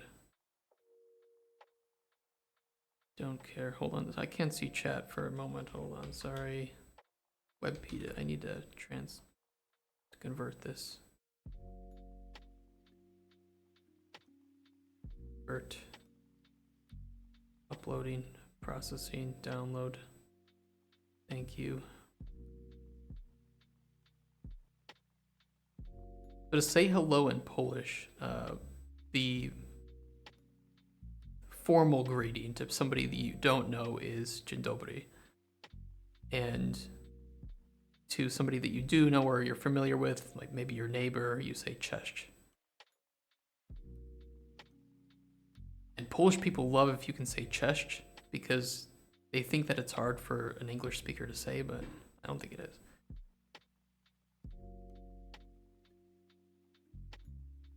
Yeah, no, it's great to have you around. Also, thank you for following. I missed that. It really means a lot. And I hope that we can learn some stuff about game dev together. I have to import this image. Let me import it. Where did my...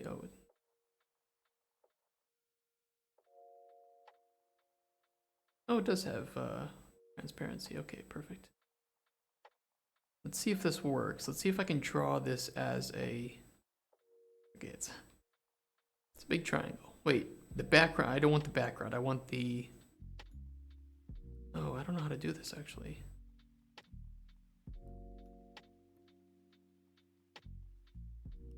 But it's one of the languages with formal and informal differences. I'm not Polish. Agusia is. She could tell you. She knows languages. I don't know language. I just know English and a little bit of Polish and some Spanish and a little bit of German, but like only enough to say like hello, thank you, you're welcome, and the swear words. Are you asking me what I'm making right now or like the whole game? I'm native English, yeah. I'm a native English speaker from US. Living in Poland. I want the background. Okay, so I want the background image. Fill image. Fill image, I assume, is the line. And that's drawn as a box, but if we draw it as an image. So background, we want. I just want a box for the moment. Draw as a box. Image. Get rid of image. We don't want.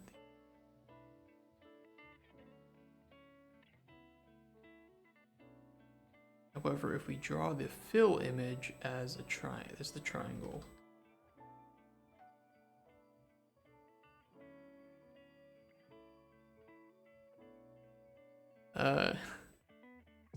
I mean, I really like the US. I absolutely love it.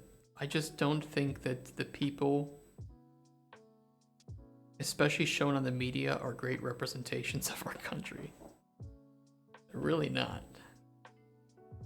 Oh, that's not how I want it to work. Or we're gonna figure it out. Scale?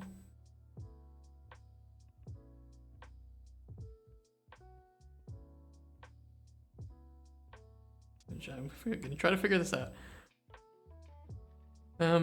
Yeah, okay, so the game that I'm making is called Cauldron Chronicles. I really need like a command for Moobot to explain. But it's an open world alchemy game where you go into the open world, you collect ingredients, you solve puzzles, you perform activities, hunting, fishing. You collect ingredients, you go back, you create potions, and you give them to NPCs who have a story of their own. Helping them out or not helping them could change the fate of their own stories. And you can talk to them and learn more about the world because you live in this hut that's very isolated. So you don't know much about the world around you and about like the big cities and stuff. So you have to learn from the travelers and the individuals who come in. So it's got a pretty strong narrative element to the game as well. That's the hope, at least. I feel USA people are really kind, and I mostly get angry because I feel they deserve better than what their government gives them. I feel the same way about US and a lot of countries. Yeah. Government and media just like to, I don't know, a lot of corruption. And I mean, look at our presidents. These are the two people that out of millions are the best representatives of us. Really? Come on. But I'm very much like an independent. I don't vote towards either side. I just vote for the person that I think is a good person, you know?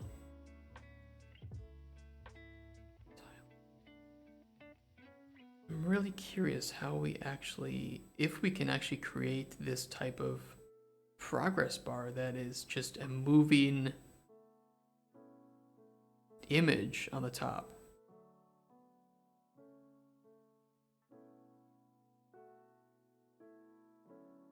I mean, I know it's the wrong way right now, but I'm just trying to figure out if I can actually do it. There's got to be a way, right? Marquee. We don't want a mask. It is very much a...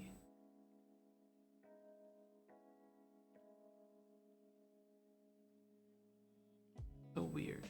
Let's look it up. Let's see if we can find something online that explains it. Oh, I had two versions of this open. UE5 progress bar image.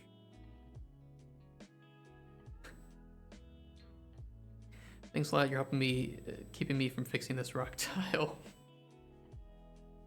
Like in a game or an actual real rock tile? Attention image. Some image instead of default rectangle.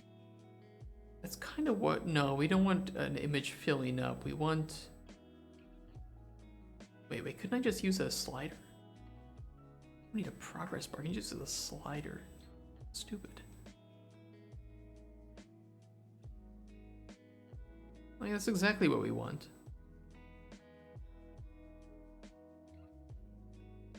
I'm dumb. We already had the thing and okay. Okay. Oops. How do I change style? Here we go.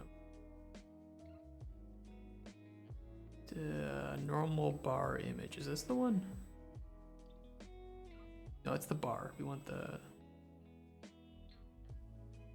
I have rock cave tiles to make maps from. I was updating them with graphics, but couldn't really get a smoother workflow to fix them. Oh, I see. It's really nice just to be able to work on a game and have people to talk to or to listen to. Okay, this is the one we want. Image trying. I need to flip it around. Can I flip it here or do I need to? I gotta do it. I just like load this up in Paint and flip it, or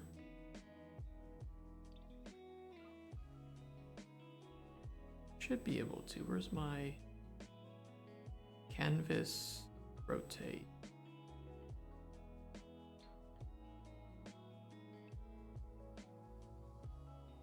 Re-import it. Okay, we're good.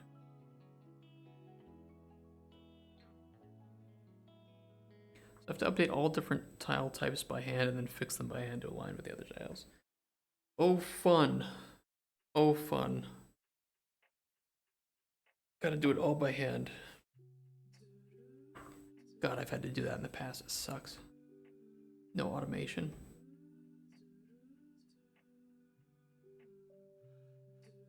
There was, with my overhaul mod once, I had to overhaul the entire way that I balanced enemies, and it was about like 400 enemy types. It was a lot. It was a lot. So 400 different individual enemy files, and I realized that the best way to do it was just to delete it all and just start over. And it took me like 6 months. Jacob 218, thank you for the follow. Jacoby, I don't know. You tell me if I'm wrong. Yeah, sometimes it's just better to start from scratch. It is what it is. 1017 Pokemon data file. Oh my god. Be too much. Okay, this works. We just need to get rid of like the bar image. We just want none. I'm gonna keep it for the moment just so we can kind of use it as a visual reference. I'm actually going to put I'm gonna wrap this with an overlay. And beneath it we're going to put, wait, how big is this? This is a 550, so hold on, let's go into paint. Let's set the canvas size to 550 by 30.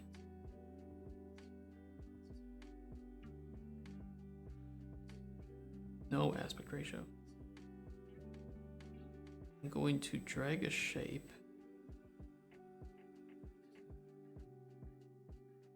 Oh, I need it to be directly in the middle. How can I make that directly in the middle here?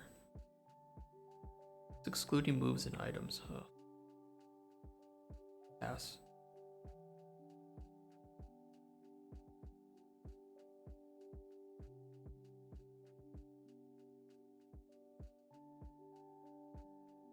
Can I make this specifically centered? You know what, I can just do this in Unreal. I don't even need to make the image. I'm just gonna put two images.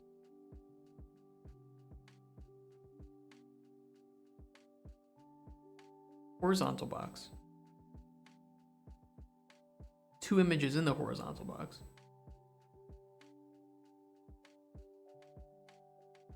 We don't want them as variables. We're gonna make the left one red. You know, like light red. The right one green. Ish. I don't like that green.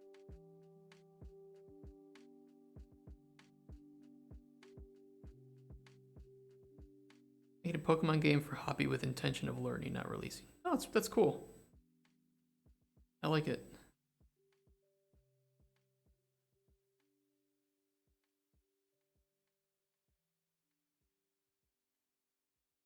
And then we can fill. Wait, we need to set the horizontal box to fill. And then we can set the left image to fill and the right image to fill, and it should. Done. Beautiful. We don't get those nice, like, slightly darker borders, but don't care.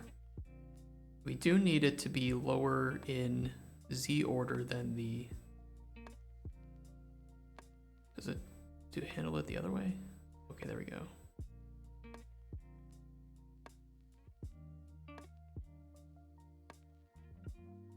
I can also, because we want the triangle to be like a bit above it. So actually, what I can do is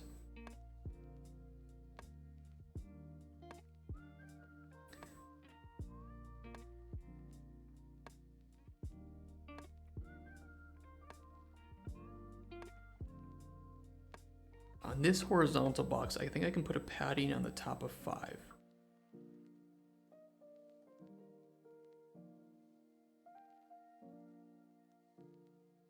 I know the image is like squeezed. We can fix the triangle image. Grim Troop, thank you for the follow. That means a lot. We're getting closer to our follower goal. I don't know where we are because I don't see it anywhere. Well, it's something. Maybe one of you can tell me what we're at. This day has been incredible for follows. Seriously, thank you guys. I didn't think we would... I don't even know if I've been streaming for a week. Actually, this is the week. We're at 26. 26 in only 1 week. One of those is my other account. One of those is my other account. One of those is my mom. Like, it is what it is, right?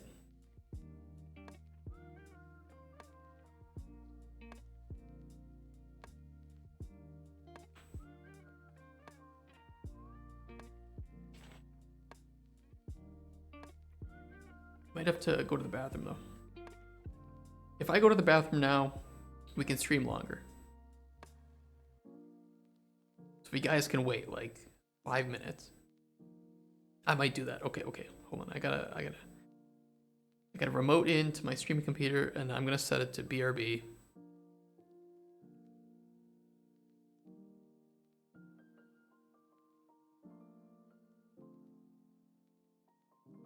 Okay, yeah, that's good. Oh, the chat does kind of look bad on that screen, doesn't it? The okay. Okay, it is what it is. Okay. Okay, I'll be right back, guys. I'll be right back.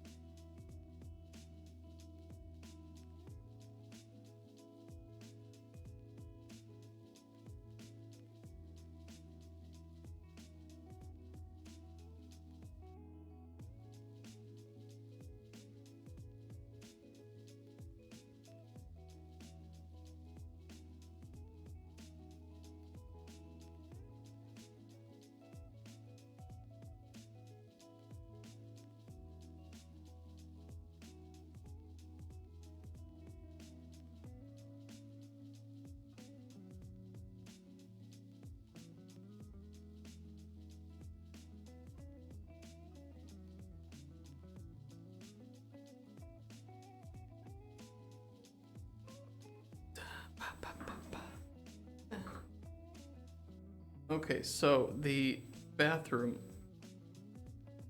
was out of sheets to dry my hands. And I was like, okay, I'll just go get some toilet paper. And they were out of toilet paper as well.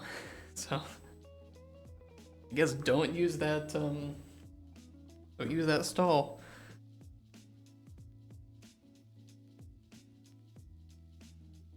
What did I miss? Getting laid down under Australia? Also, I don't know if you already left or not.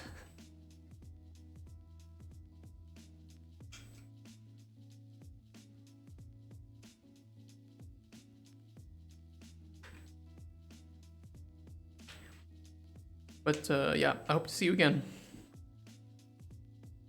Time to sleep. Okay, this looks pretty good. I just need to fix the image. Australia. I've always wanted to visit Australia. You guys have some awesome animals.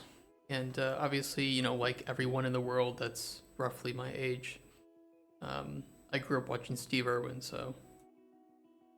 I mean, rip. Rest in peace, man. One of the greatest people to ever appear in this world. For sure. Can I draw? Why is the... Oh, image size. Okay, perfect. It's just not drawing as a square. What size do we want this? We want this like...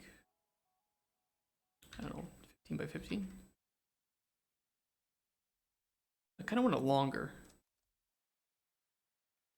Boy, I exist. Yeah.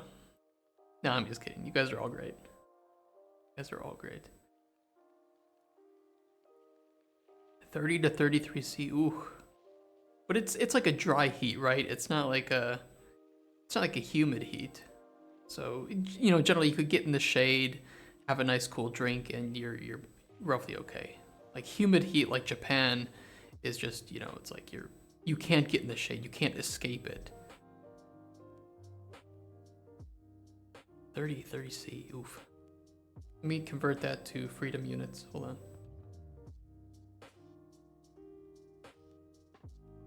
Oh, it's not too bad. It's not too bad. I grew up in Wisconsin. Actually, I can show you Waukesha averages by month, and it could generally get that high.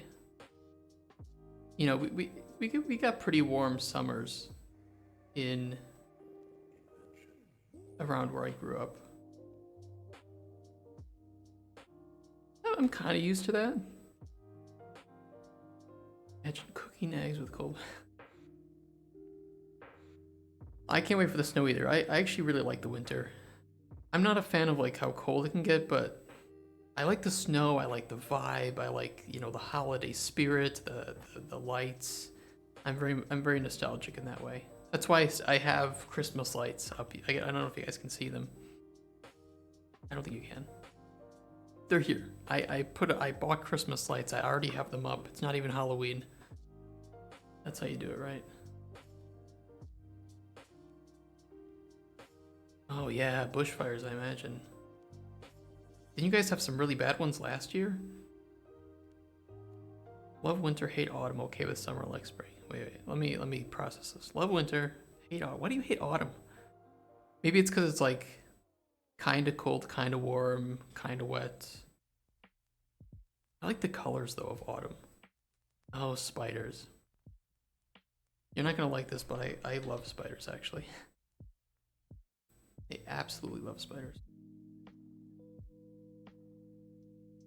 No, I'm weird that way. Okay, we actually need to make the slider. Can I give negative padding? Oh, I can. I can give negative padding. Is that the best way to do it though? At least you have air conditioners at homes. Yeah, Poland, they're just now starting to make air conditioners kind of a commonplace thing, but still a lot of the buildings are rather old, and I wouldn't say a lot of them, but a good portion of the buildings are rather old and they don't have any air conditioning installed. And yeah, we just have to sit at 30°C inside, no air, no AC. It really sucks. Spider webs everywhere. Rain messes up my hair. Yeah. True. I'm not a fan of it being cold out when I leave to go to like work, and then during the day it's like hot enough where the things that I wore to work are now making me sweat. I don't like that. Pretty bad one last year. Kangaroo Island got burnt out. Where is that? I heard about that. Kangaroo Island.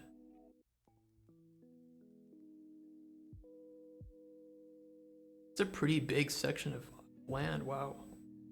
And just like the whole thing was burnt. It's a shame too. It's got like wilderness protection. Oh, that's really unfortunate. Oh my god, and beautiful. That's really sad.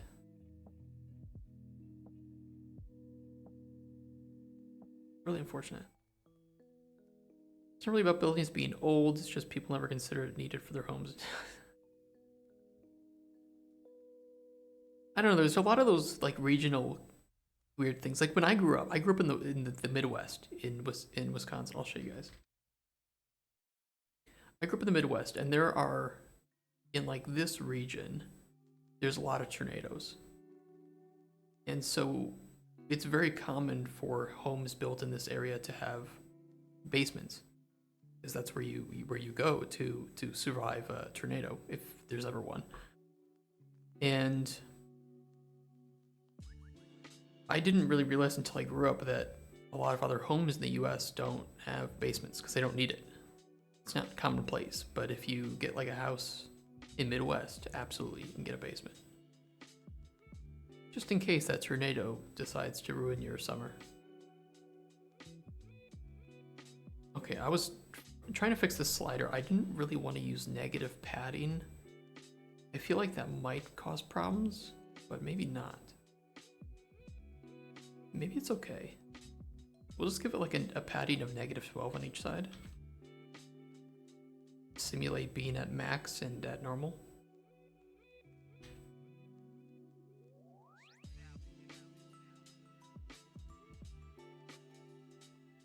Let's try moving it to full percentage. Where's the percentage of it?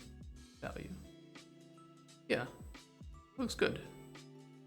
Min max, and then we can just remove the bar image. Beautiful.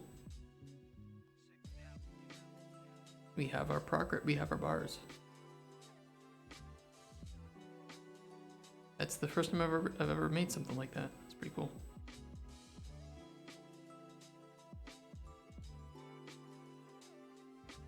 We'll just set them to 0.5.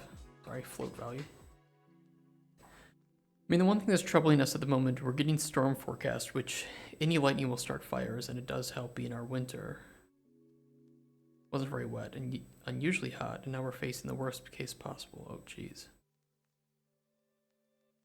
Yeah, imagine it's just all dry. Everything gets so dry down there, and even if you get rain, it's dry like what, a few days later. And it's just like that dead brush, like it's not really like a grasslands necessarily, but like what do you call it?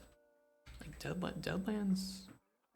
No, it's some term for it.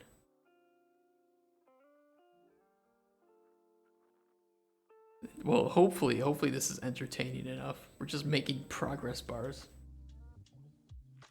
For whatever it's worth. Okay, let's see. This is our virtue.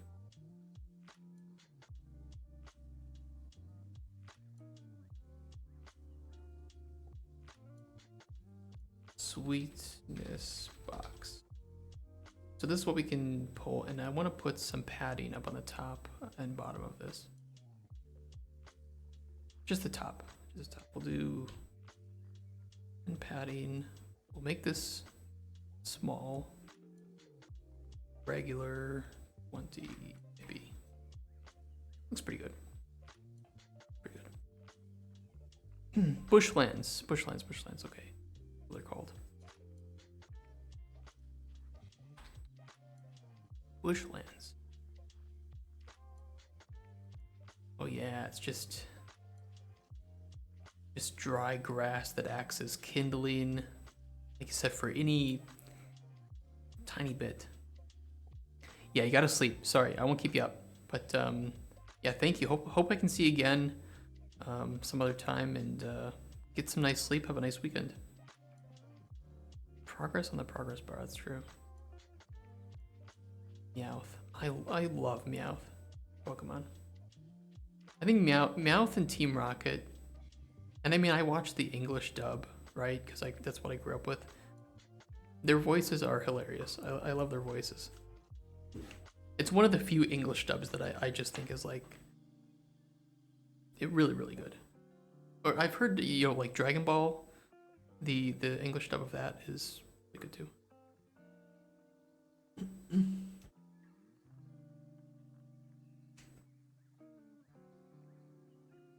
Ah, you're from Lyren. Cool. Yeah, Lyren's great. But thank you for dropping in. Thank you for the follow. Also, if you guys don't know, if you haven't, I assume some of you have come from Lyren. Please go check him out too if you aren't from him. He's a variety streamer, really funny, really great, really wholesome community. Very safe and inclusive if you're worried about that too. And yeah, go check him out. At Lyrenstraz too. I'll post that in my YouTube VOD too, just so people can know. A little bit of cross promotion. Okay, I think we can just copy this sweetness box. We can just duplicate it. Just duplicate, and I want a little bit more padding in between these.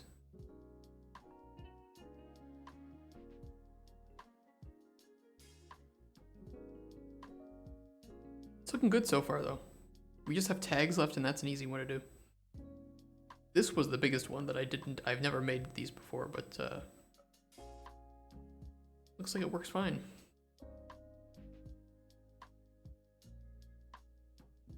Gotta make sure that they're set as variables. We can update it. For today, because I'm not gonna, I can probably stream for another couple hours. We're definitely gonna have this, and we can definitely have this. We might have to save these for next week. The arrow's there. Oh, a tiny bit higher.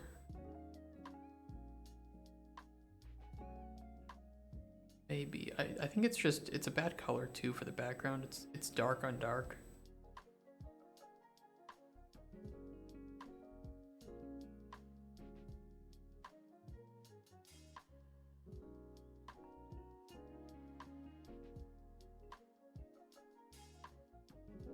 Might be kind of nice too to have like some, I don't know.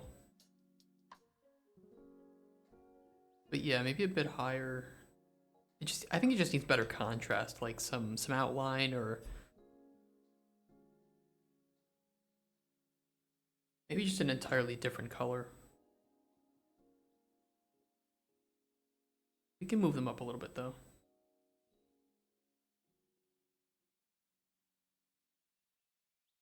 What did I do to move them up? What did I do for that? Oh, that's right. We just applied a padding on the top of this. So yeah, the bars don't need to be as big as they are, I think. I think the bars can be smaller. The arrow should be visible, right?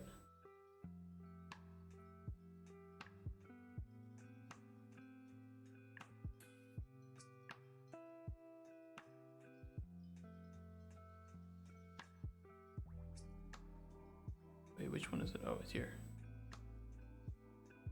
These horizontal boxes. We'll fix it up later. If it's like really hard to notice, we can fix it up. But it's just for prototype. I think that's pretty good. I'm gonna rename these bitterness box.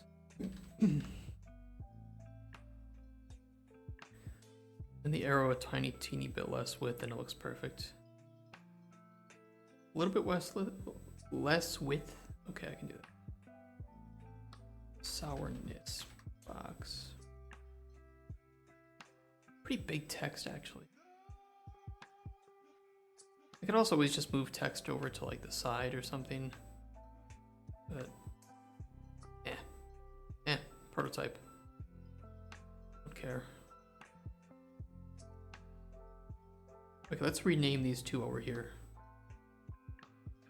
Let's call it like SL for slider. Slider sweetness. We have to make sure that they are variables. Okay, there. SL bitterness. Yeah, I have to remind myself of that all the time. I'm very much a perfectionist, so I will try to, like, yeah, I can make this look perfect. I can make this look release ready. This progress bar and this pop-up. Ignore the fact that I have an entire world to build and characters to create and animations and all this shit that's gonna take me years to finish. But this progress bar, I can make this perfect. Just give me 2 days. The width, right? Yeah, let's make this like 20. Who cares about the world when we have a progress bar to pretty up? UI is important. UI is important. You know, this looks, you know, what we have now is very much like Fallout 4 HUD, which for some reason they thought this is a mod. This is a mod. I need default Fallout 4. For some reason, Bethesda thought this would be a viable, release-ready HUD.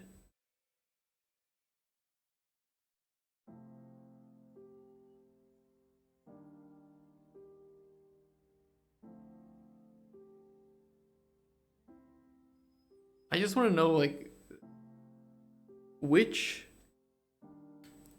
grandchild or cousin of Todd Howard did they hire to make the HUD, and they couldn't say no to him?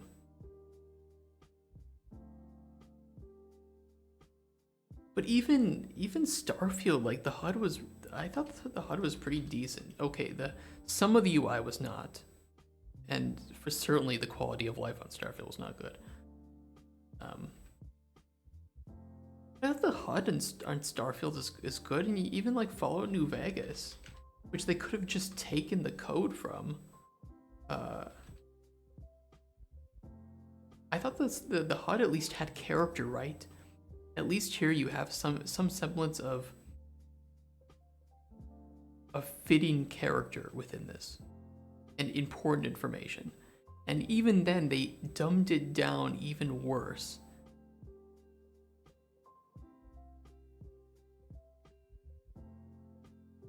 To just essentially progress bar with the word HP. I don't know, it's just something went wrong. Okay, I will say this. There are few engines as great at being ready for mods as the creation engine. And a lot of design decisions for their games are made because the game is so mod friendly. Like when Starfield came out, people were comparing a lot of the ways that the animations and the quests played out, right? But you have to think that certain aspects of that aside, the reason why it is so wonderful is because anybody can create a mod in the creation kit for a new quest and have it work out of the box with the animation system that Bethesda has made, with the animation and dialogue system. And you can't have that with what people were comparing that to, like Cyberpunk. Cyberpunk, It's very scripted. You can't just take a dialogue that works in one place, transfer to location 2 and have it work. With Bethesda games, you can. You can have a conversation in room A with a character, and you can be on any planet, anywhere, any room, any cell in the game, and that dialogue will still work. The games are made for modding. I think that's what makes them so timeless, but it also comes with drawbacks that the game doesn't compare well to others with more scripted, handmade content, especially from the art side, like animations. And scene composition, right, for like a cutscene composition or an in-game cinematic composition. Starfield does have some of this, but yeah, it doesn't age very well. But it is compatible.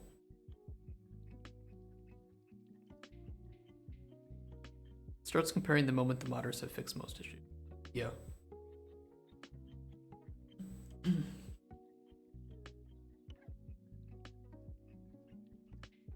Yeah. Like, cause if you take if you take any, well, look at how many people mod the hell out of Skyrim, right? Or any game, right? You can change the locations of Jarl Balgraf's throne, I believe. You can change the location of it, you can change how that room is played out. But what happens is that Jarl Balgraf, from a scripting point of view, when he's doing his first, or any of his interactions, he's just looking for that object. And the animation, the movement, the navigation system will take him to it, right? I know I'm explaining this in a way that I think developers are like, yeah, I get it, I know it. But also for players who may not understand this, that's not a scripted navigation. It's just move from point A to point B, follow the nav mesh. And with a game like Cyberpunk, which is all motion captured cutscenes with baked information, you can't move a chair in the room around and have the character go to that chair. So you can't mod it in that way. You can't adjust it. And when players create new quests for it, they don't have a navigation system. I assume, most likely, they don't have a navigation system that will work where they can move players around without it breaking or without it looking weird. My friend mods Skyrim a lot, like creating a mod pack. He literally had to search for one thing that wasn't touched by mods. Yeah, that's how it is, right? Are the cabbages in 4K? No. Okay, we need 4K cabbages, 4K wheat. 4K children's blood. But anyway, my rant over. I think that there are really good arguments to be made that a lot of the creation engine systems still aren't up to snuff for certain expectations. But their games are also moddable in a way that a lot of other engines cannot handle. And it's because they make it in a way that allows modders to quickly create quests or quickly modify quests and have it super compatible with other mods and other systems in the game.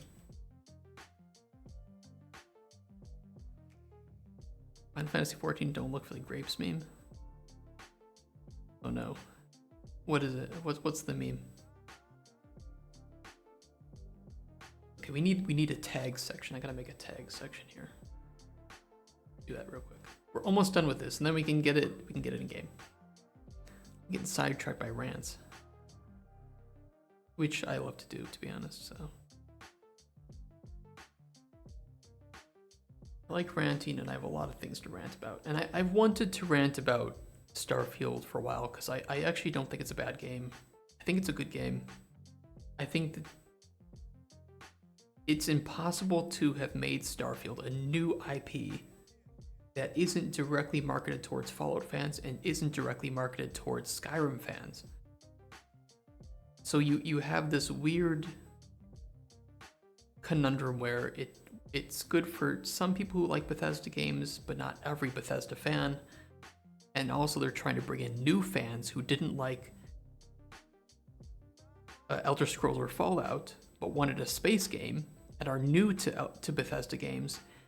And so you have just this like weird Venn diagram of people that don't necessarily fit the target demographic playing a Bethesda game for the first time and not really realizing the strengths and weaknesses of a Bethesda game. And then of course you do have design issues with Starfield. They're there. So in this last expansion, they had a map where they had a field of grapes, very, very low poly. So after people laughing a lot about it, they decided to upgrade the polys of the model. Hold on.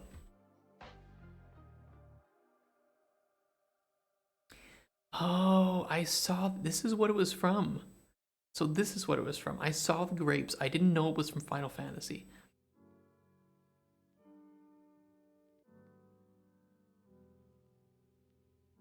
That's hilarious. I love it. I love it. I love the grapes. I actually kind of like it. I wouldn't have, I don't know. Part of me, I wouldn't have changed it. It's just kind of funny. It doesn't hurt the game in any way, and it's, you know, it's like the Hagrid meme, right? Hagrid PS1, right? Just, it's like this. You shouldn't change it. It's just too iconic. Good stuff. Next expansion, they will start a full graphics update, updating it. Really? Literally apologized on FanFest for fun. They couldn't give any more polys to the grapes. You know, the director of Final Fantasy XIV is so wholesome. I mean, the way that game has just changed over time is great. I don't think he had to go so far as to apologize, but that's just Japanese culture, right? But it's cool that they're gonna update the whole game. Yeah, he is a good example. He's somebody who cares. And it's really hard to find a game that large with an IP that big being made and directed by somebody who isn't just an empty suit. Okay, it was just a fun, like, sorry guys, we'll fix it. Okay, I see. It wasn't like that, oh, what's the meme, the apology stream meme? Where it was just like the game apology stream meme. It was just like the white, it was 3 guys with a white background and they were like really sad. I don't remember which one it was. It was some MMO. It was New World. New World apology. Was it New World? Yes. Yes, it was. Asmon covered it a bit. And, it was Lost Ark. Lost Ark.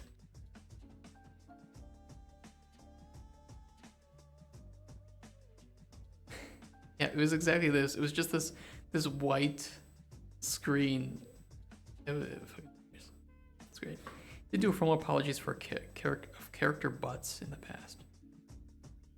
After they accidentally made the butts a teeny. That sounds more Japanese. Yeah. I mean, fair enough, right? Like, you play Final Fantasy XIV,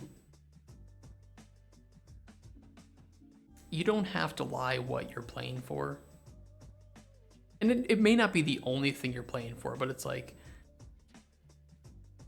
I know what I play for. He's trying to hold his last. What's his name? I forget his name. The director.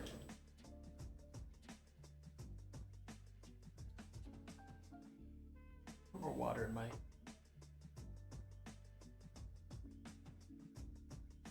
Ah, yes. Yoshida. Yoshi P. That's right. That's right. What a Chad. What it, Chad. He's a really good example.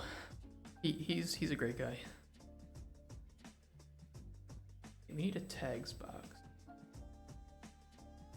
Let's do another vertical.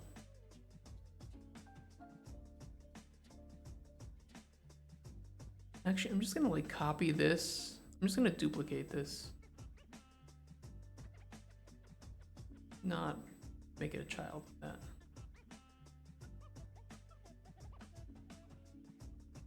So we need to rename this. This is flavor box.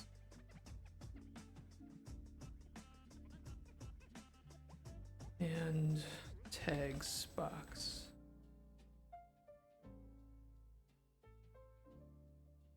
Yeah, and I would say that that is 100% inspirational to Microraptor as well. You know, I've had to explain it because I work for. I'm not gonna name names. But they know who they are. You know who you are. If you ever watch this, I worked for some suits before that didn't really understand gaming, and I don't know. It was kind of funny because they treated me like I was a guru with the community. When I was like, it's not hard. Like, you just don't bullshit the community. You just be honest with them. Talk with them like they're people, because they are. And you do that enough, they will trust you. And they didn't seem to understand that. Like, dude, they're just players. Like, I'm in Discord servers for games that I love because I like chatting with these people. That's all they are. They're just, these are your customers.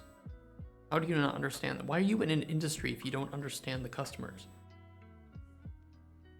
You dumb? It's like they were good at like business aspects of it, but they were just,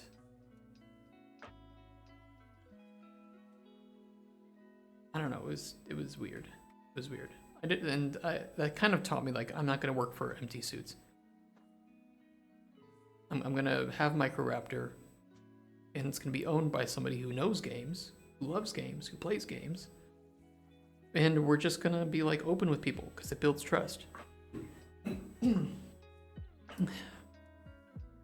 do you mean I have to treat my customer? I just throw money. It really is weird.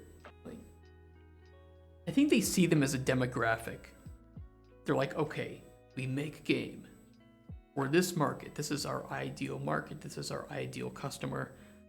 And now our market is filled with people who fit this ideal customer thing. And that's it. Also, hold on. My throat's still a bit sore. I got a bit sick this week. Sore throat. And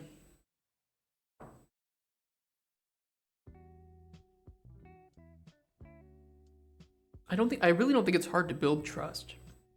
You just don't lie. It's really not difficult. Okay, we're gonna make a game that's gonna have X, Y, and Z in it. And then you just put X, Y, and Z in it. And if you can't promise, if you aren't sure that X, Y, and Z is gonna be in your game, then don't fucking promise X, Y, and Z. It's not difficult. But I have had to go to conventions. And this only happened once because I told this guy. I said, look, I know we're in a tough financial spot, but never again, you hear me, never again am I going to lie for you. And I really hated myself after doing that. I felt really shitty. I was like, okay, it's not worth it. It really isn't worth it. I'm not going to lie about the products that I'm making. And I think that's it's been a lot of what's inspired me to make my company like this. It was just watching people get excited for something that I knew wasn't real. It was fake. It was faked as shit. It was a fake trailer. It was fake gameplay. It was all fake. It didn't exist. There was no design for it. Yes, if you have to walk it back, you need to have a good reason. And you know what? If you've built that trust with your player base, they'll understand. They're gonna be sad, but they'll understand. They'll say, you know, like, look, I thought it would work. I thought it was gonna be fun. It just didn't turn out the way that I envisioned it. And maybe there's a way that we can work it in the future. We're gonna put it back on the back burner. Maybe you guys have some ideas of how we can make it, you know, function. But for when we said we were gonna release it now, it's not gonna be in the game, and we'll just keep trying.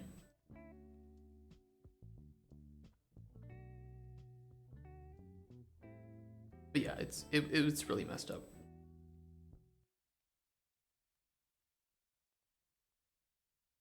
And that was when I was just like, okay, nope, not lying for you. Nope.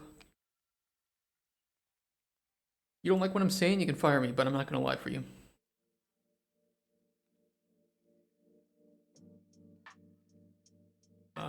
We need a...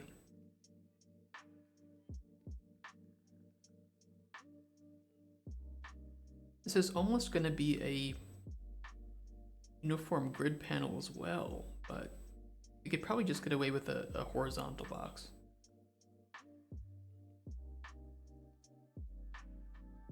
Or should I just deleted something? Oh, beesh.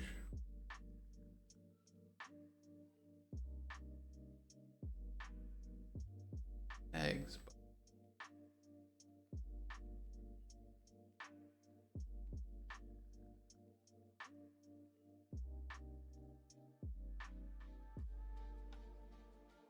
Well, see, I had experience with it with my mod.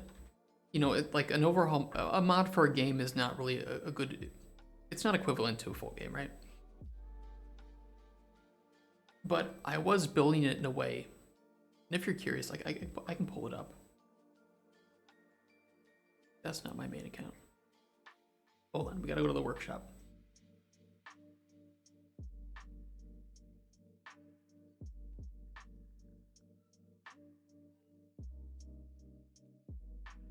You know, it's a big overhaul. It adds a lot of stuff to it. And what I just did, I was like, okay, I'm gonna treat it seriously. I'm going to hype people up with this game and this mod. I'm going to promise things. I'm gonna, you know, make updates. I'm gonna name them. I'm gonna promise things that I'm going to make. The thing is, anytime I wrote a hype post, and I can probably find it.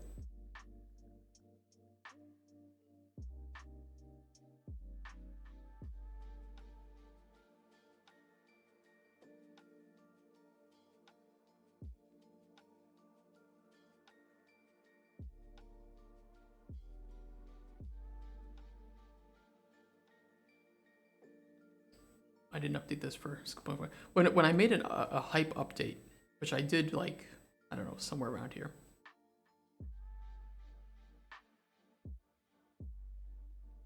The Maester Sylvia was me, by the way.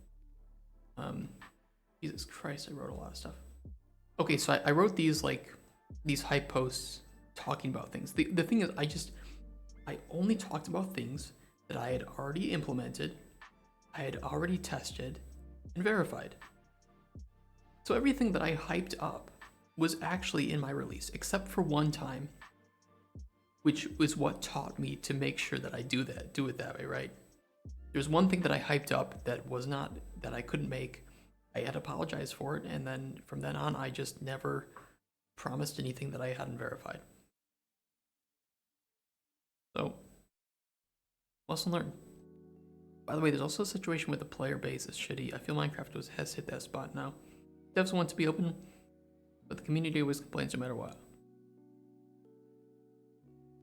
See, I haven't followed like how the devs are responding to Minecraft, but I do think that there was a point, right, where Minecraft didn't start to be played by kids. It started to be played by adults. And then when like, you hit like the main updates, the adventure update, younger generation got in. Build hype, YouTube content creators jumped on. Super hype game, great stuff. You know, that was when like Notch was still working there. Awesome stuff, great modding scene. And then it just kind of like it fizzled a bit, and the hype just kind of left. Mods stopped getting updated. A lot of the older player base who was maybe more chill kind of left, and now then it just became mainstream, and I don't know. That's just my first thought.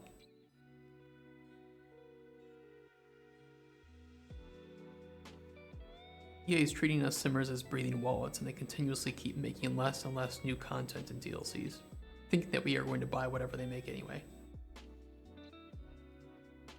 It's like Marvel movies, though. They do sell. It does make money. And they will keep doing it until it doesn't make money anymore.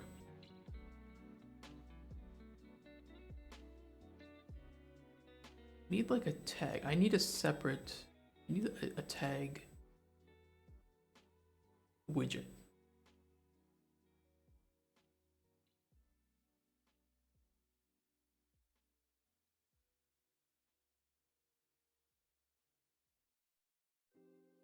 Sad reality, but a lot of the things that I don't like about the industry too, they won't change because they still keep making money for the companies. I've looked at people aging with a game but not realizing their interest doesn't align with it anymore since they're not the target player. Yeah, I mean that's probably the case too. Yeah.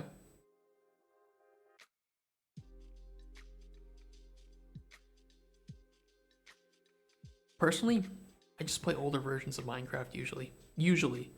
Like 1.7.10. My opinion was one of the greatest Minecraft versions ever. It's really stable.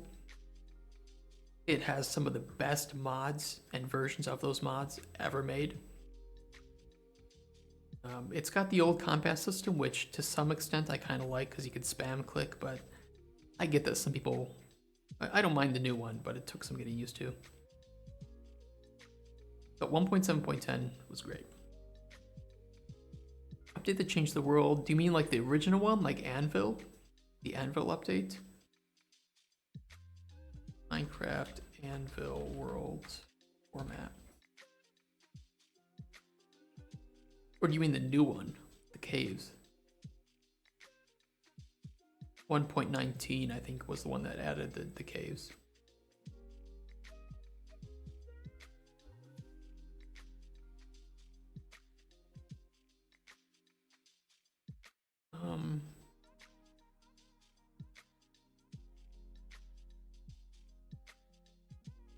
Actually draw this as a border. Draw as border.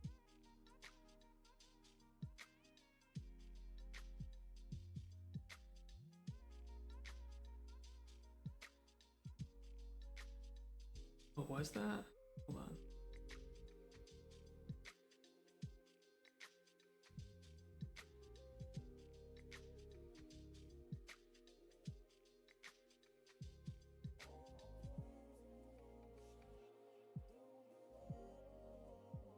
I don't remember the name. Oh, okay. Oh, the update that changed the world. Okay, I see it. I didn't know that's what it was called. No, you were right. It was 1.7.2 for some reason. Was the full update actually? Kind of weird. This was such a good update. It was so good, and you know, you have the best versions or you have really good versions of like Biomes of Plenty, you have Mechanism, you have Thermal, Foundation, you have Buildcraft, you have Ars Magica, you have magical crops, you have Mistcraft, you have Thumbcraft, Witchery. I mean, you have some of the most incredible mods ever made for that game, all in that version. And they, you know, it's so old that usually they're all compatible with each other at this point, or they have minimal bugs. Like, why would you not play that? And it also ran very well. It was a very optimized version. Some of the newer versions aren't very well optimized. So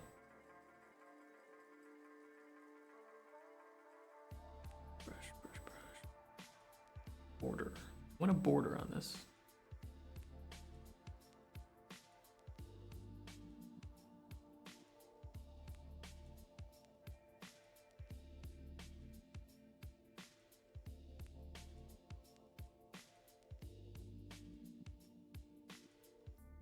I like the current version. I do like the current version still. It's true. Yeah. I actually really like the new caves. The new cave system is I think wonderful. And some of the biomes they added in that are awesome. I like a lot of the new blocks, especially for decoration, new animals. I love modern Minecraft and I still play vanilla. But at least for modding, I think modern Minecraft vanilla, great. Modern Minecraft for modding, I just don't think it's not the golden age anymore. Still good, but especially for like overhauls and some of the mod packs, but I don't know. I don't think it's the golden age anymore.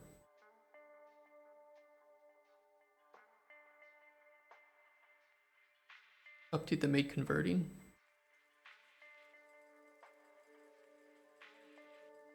Oh, I love the new Nether too. The new Nether, especially the I use the Sphax resource pack. You know, BD Craft. I don't know if you know that. Like, I'm a really old Minecraft player, and it's like this is what I've always played with. So this is what I play with. And the Nether blocks with this resource pack are great.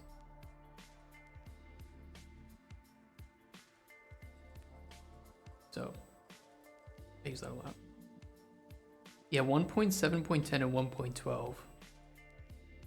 But 1.12 was really good too, and I think it had most of the exceptional mods. And if I went back, I would probably play on 1.12. But I also have a version on 1.7.10 that's just really good.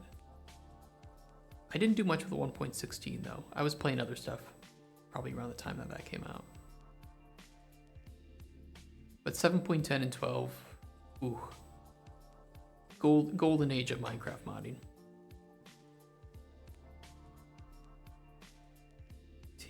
Tag name is variable. That's pretty good. I want the border though to be, well, first off, I want the padding inside to be uniform.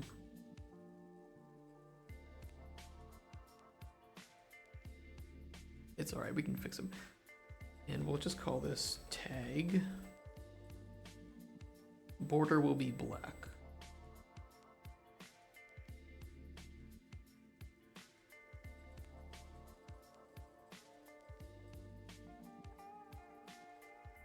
Should be good. Oh, the biome blending, yes.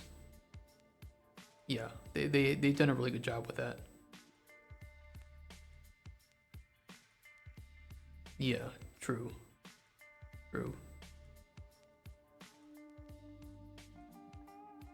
I think a lot of the more modern versions of Minecraft, the biomes are just, they're great. I love the oceans, the coral, the seaweed, the animals they've added, like the dolphins and the turtles.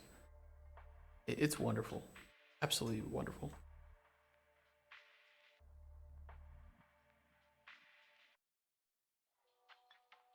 I still think villages they really need a big update for villages, so, in my opinion. I want villages to actually feel like you can build a civilization and not just you build the town for them and they do stuff. Like, I don't know, I want to see some more like life sim kind of things with that, right?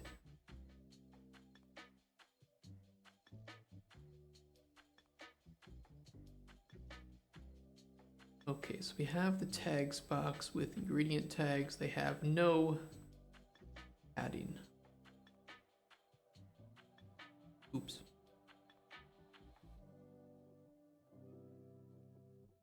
Let's put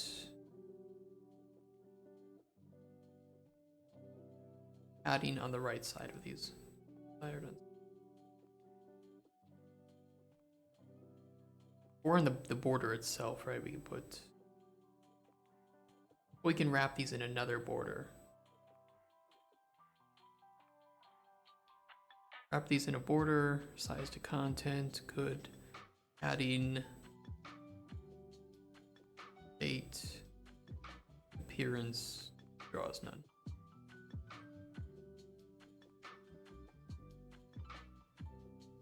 Yeah, that's good.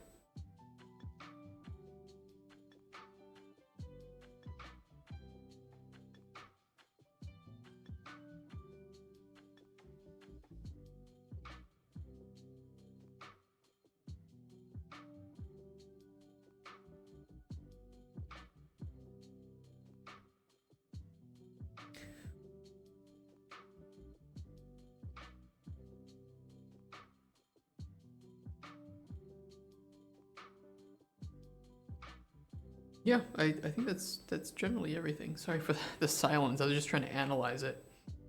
I actually think that looks pretty good.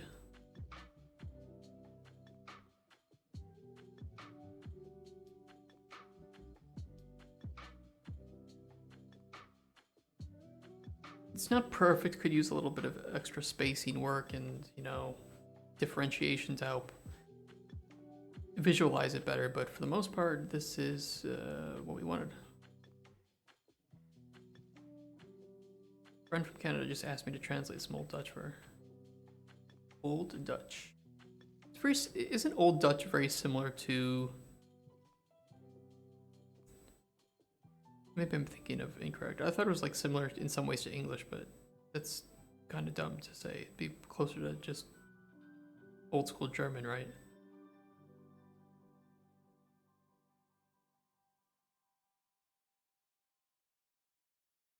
Also, yeah, we have to update our stream schedule, so make sure it's good. We'll do that later. Okay, so what I want to do now is I want to make it so that you can hover over each of these and you get a little pop-up for what it is. Not really like 50 years. Oh, 50 years old Dutch. Let's merge with street language. You have a lot of street language in US as well, and it is not very good. The average speaking quality in the US is terrible. It's so bad. People do not know how to speak properly.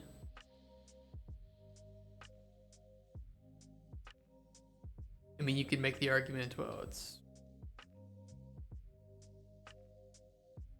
if it accomplishes the goal of communication, then it's acceptable, but really I just think it's kind of sad. We still have a line trace that's debugging. Where is that one? Oh.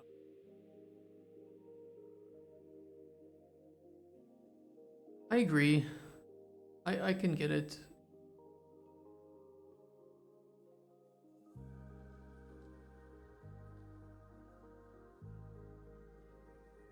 Though at the same time, I think that it loses its beauty if it evolves away from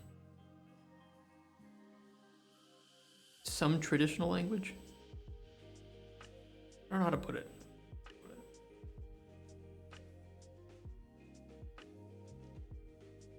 Oh. Something about that's fun.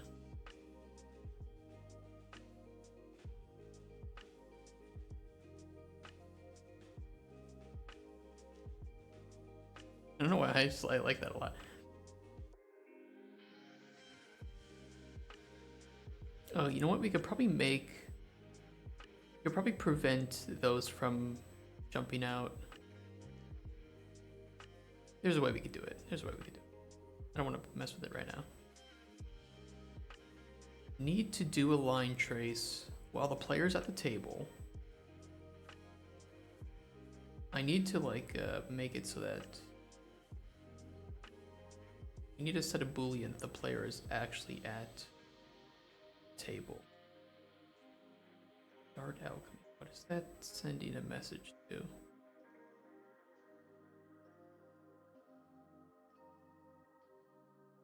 Start alchemy. Table input. You need to set a boolean. Of course, it requires it needs to stay understandable, but inheriting words, making some words more easy to write, adding words from street languages because a normal word doesn't exist.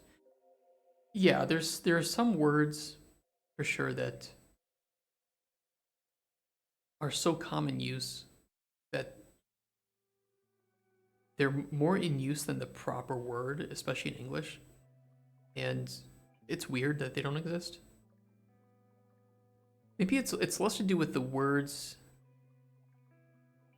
more to do with the way of speaking, sentence structure. You know, like let me put it this way: the overusage of the word "like" in English. Like, I went to there and like it was great, and like to me this is a very, I'll just say it, like an unintelligent way of speaking.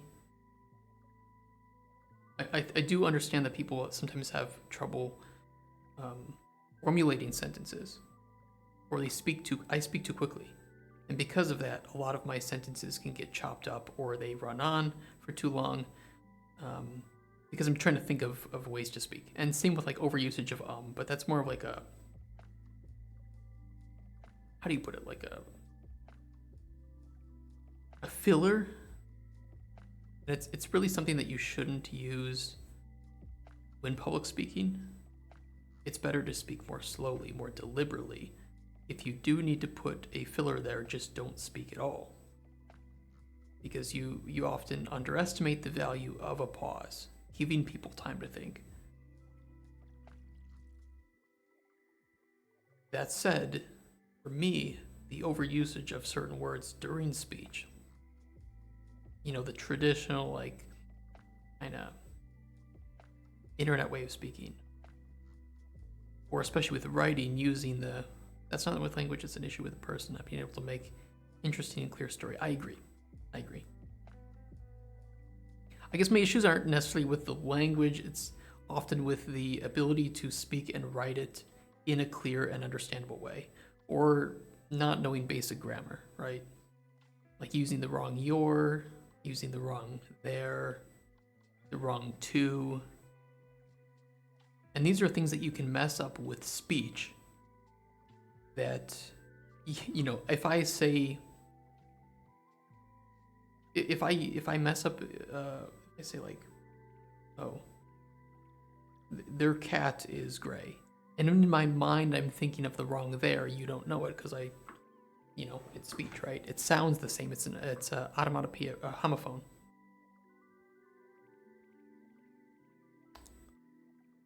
Same pronunciation. Okay. Yeah, homophone. But when writing it, you know, you need to be precise with that because it could change the way that it's And yeah, it's like even as a non-native speaker, I know because I'm watching you write, you are better than the average American writer. I know like people won't believe it, and I have got a lot of friends over here in Poland who don't believe it, but really their understanding of English is better than the average American, at least. I can't speak for any other native English country. And I think it's because you don't take learning your own language seriously that much, especially if you can use it enough to communicate with other native speakers. So you can get away with using like slang or not having proper spelling, not formulating structures that well. It's like, I don't need to learn English. I am an English speaker. Who cares? But then you get the case where foreigners are usually better speakers and writers than native ones.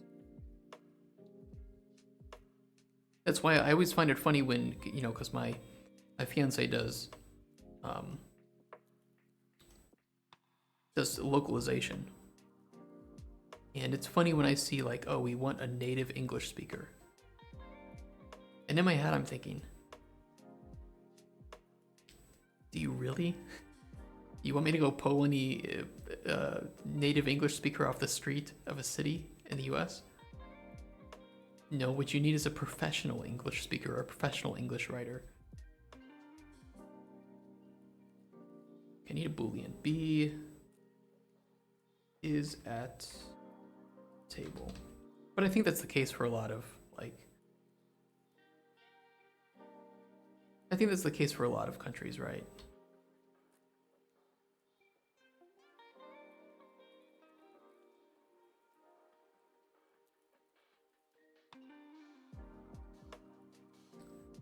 I hate this tile I have to translate. Which tile? What tile? Dutch sayings. Dutch is such a crazy language. I play a lot of old school RuneScape on German servers because I get the best ping. And there's a lot of Dutch people that play that game apparently. And I love it. I just love. You can know instantly if you've bumped into a primarily like Dutch server or something.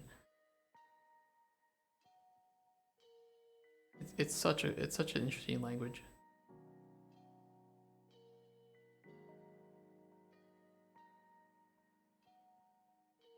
Do we want to fire this from the alchemy table? Do we want the Hold on, give me a second to think about this. Oh.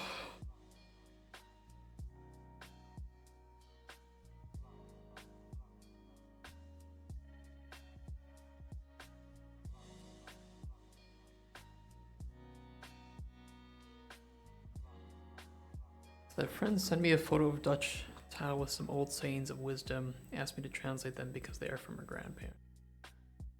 That's pretty cool. I do have BPI ingredient, no functions. Did I add that to? I did add that to ingredient. So if we do a line trace and hit something with ingredient in BP ingredient, let's add a widget.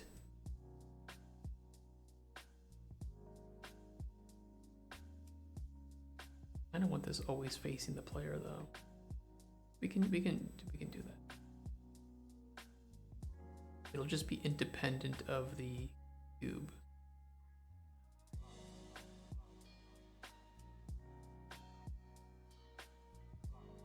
Oh, let's set up the widget first.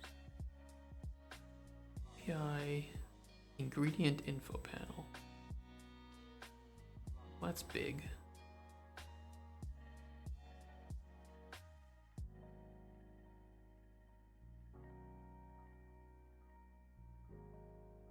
I just dragged it and it didn't like that. Did I crash Unreal?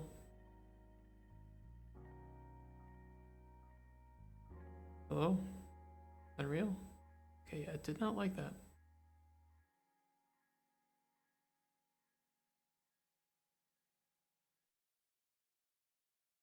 Yeah, we want it at desired size, but I want it at desired size minus the scale. Need tiny. Let me just lower it here.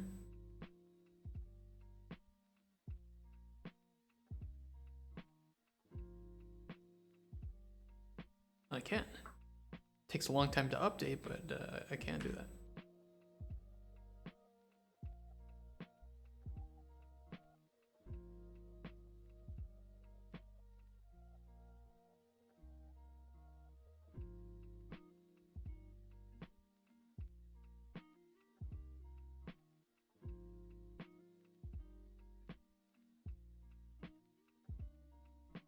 Okay, let's see, 0.1. Very curious what the size of that looks like. Ooh, that's pretty big. Really high up too.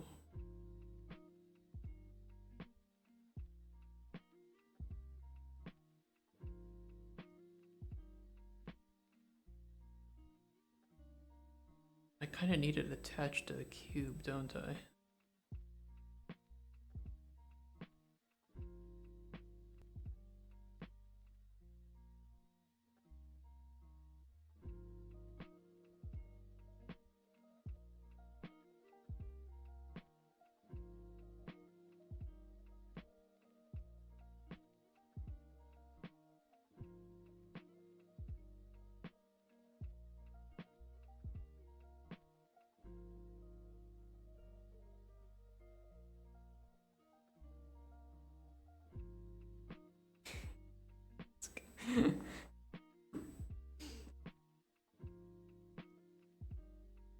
Maybe not attached to the cube, especially with it being physical.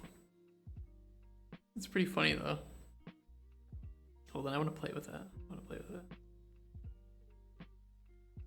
That looks kind of fun. No, I can't see them because they're angled the wrong way.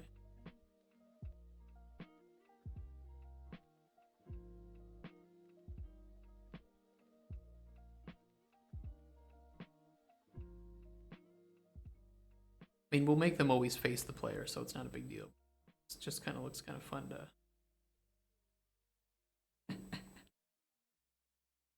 I love it. I love it so much. It looks so stupid. This is the game. This is it. This is all we need. Look.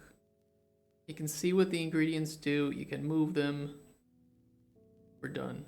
Game over. Yeah. Yeah. Perfect.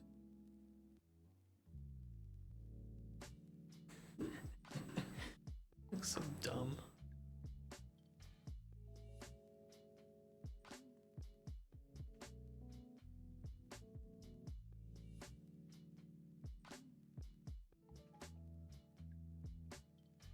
Okay, we still need to make them smaller, I think. They felt a bit big. Yeah, they're way too big.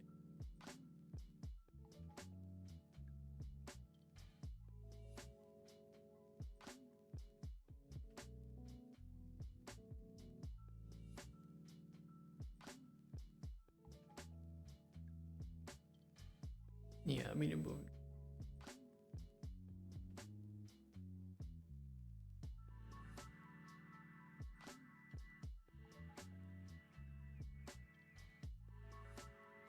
Pretty good. We just need them to face.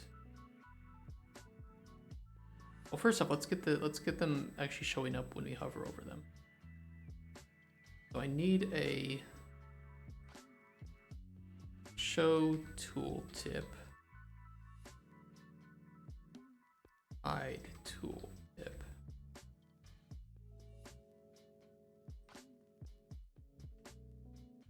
Should be very simple.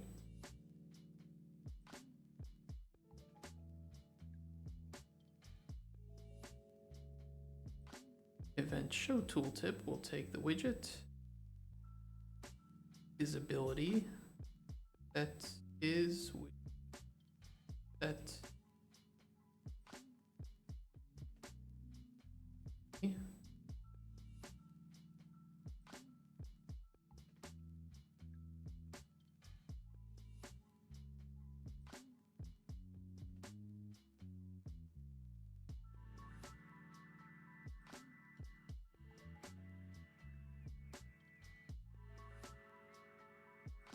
And by default, it should not be visible.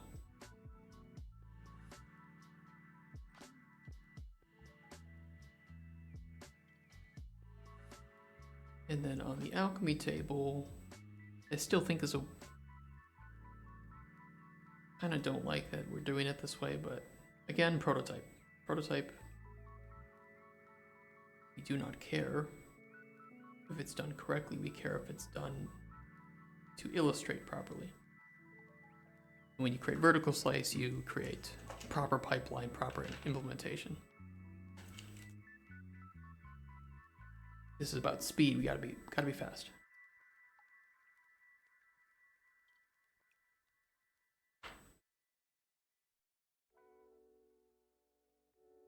We want to do a line trace from the camera. So same as this. Actually, we can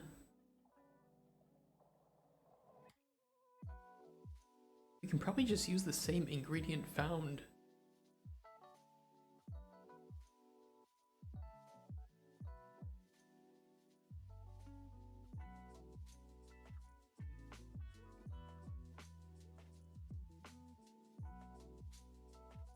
Let's try it. Let's try it because we might actually have already gotten the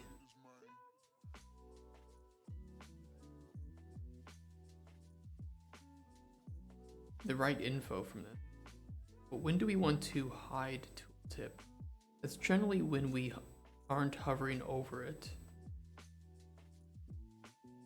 But we don't ever check that.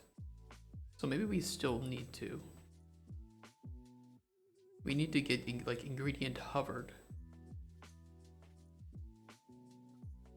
Oh, we can just copy this.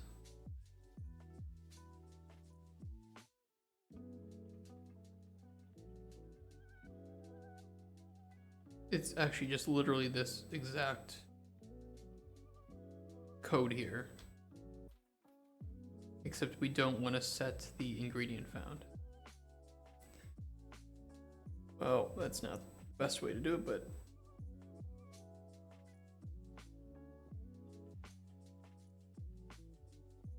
on the hovered ingredient, we want to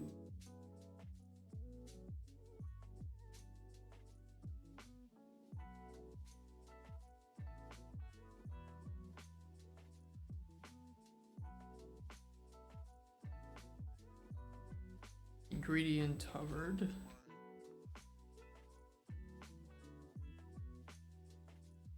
We want to save that so that we can unhover it.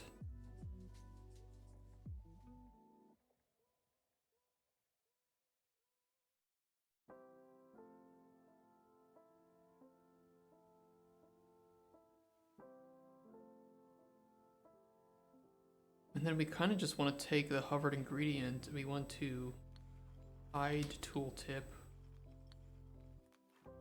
and then clear it, right? So set it equal to nothing.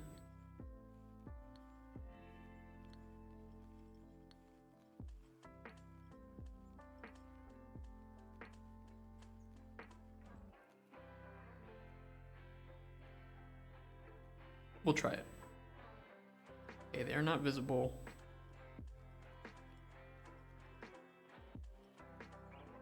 Okay, it's a little buggy. If you move from one ingredient to the other, it's working on single ingredients, but it's buggy when you're moving between ingredients. So there's something fucking up there. Because it does implement the interface, we need to check if this new ingredient being hovered, ingredient being hovered equal to hit actor.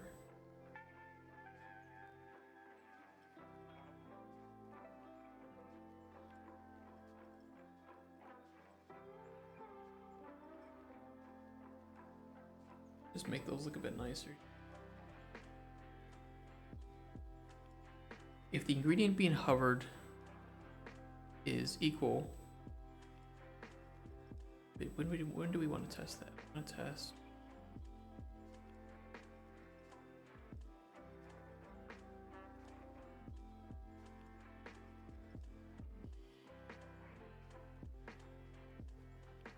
Moving between one ingredient, it's the same ingredient, so we have a new ingredient being hit, and we're not telling it to hide the tooltip. So if it's equal, great.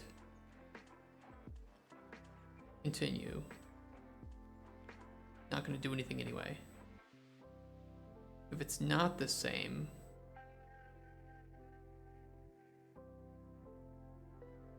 we actually just need to perform this step first.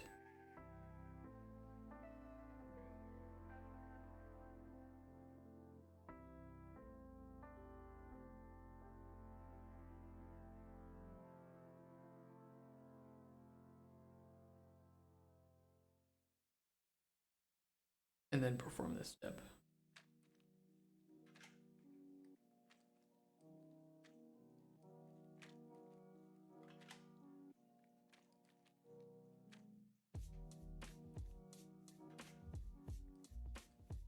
think that should solve it.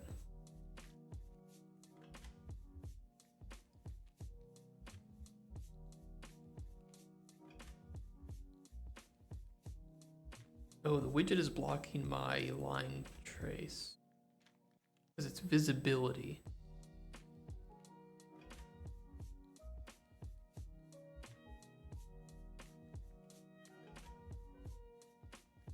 That's a problem.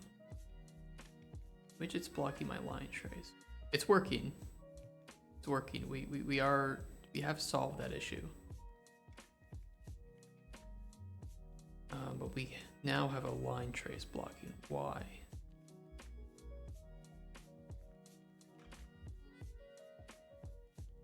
Can I tell it to ignore?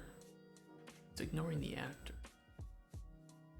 We can't tell it to ignore the actor because it's all part of the same thing. We need it to ignore.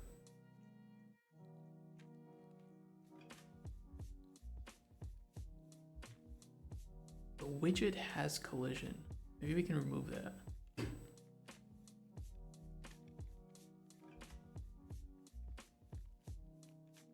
Yes, it does. Collision presets UI. That's the thing. That's the. We needed to ignore visibility trace.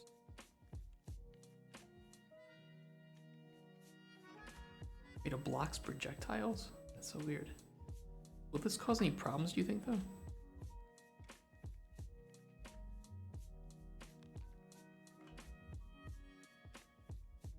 Doesn't seem to be. Seems to work.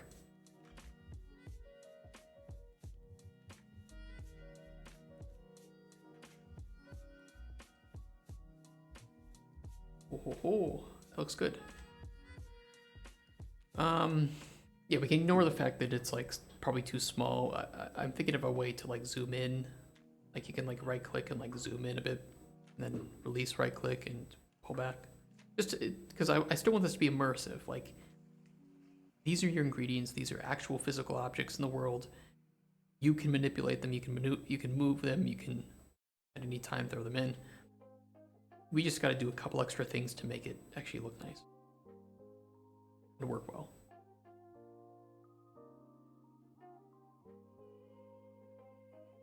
Okay, the ingredient. Where is my ingredient? I closed it. We actually do want to tick.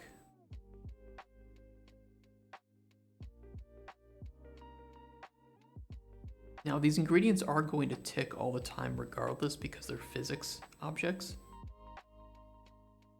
So pulling off from tick and doing something, we don't really need to worry about. We can just test if it's visible. Because we don't need to be doing shit with this widget all the time.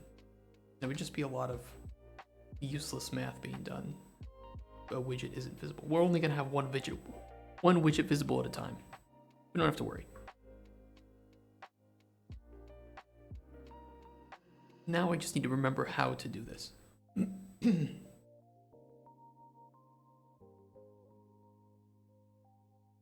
Need event begin play.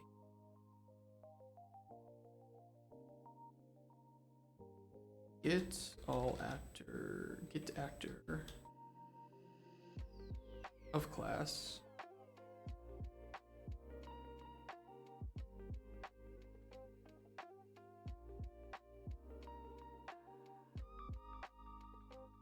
Cast to the alchemy table. Normally I would advise against using the cast, but we don't need a cast. I need to get that camera. I need that camera. And I need a reference to that.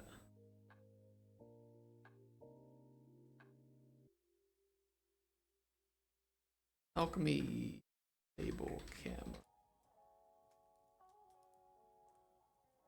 Okay, good. We have a reference to that. Now I need to do it to where the widgets, if it's visible, we will constantly set the widgets, set relative rotation.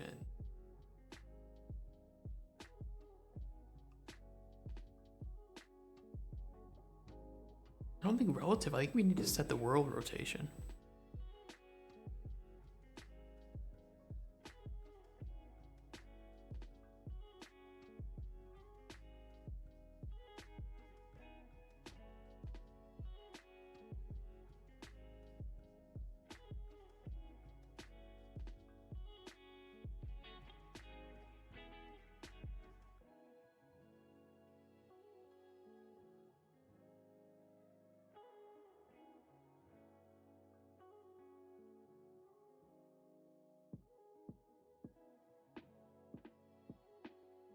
And we need to do a find look.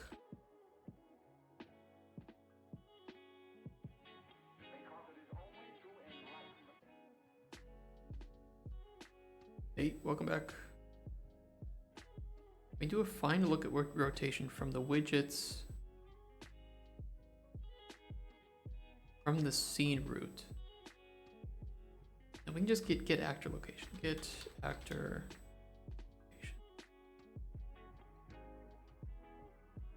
And the alchemy table camera, get actor, get location, get world location.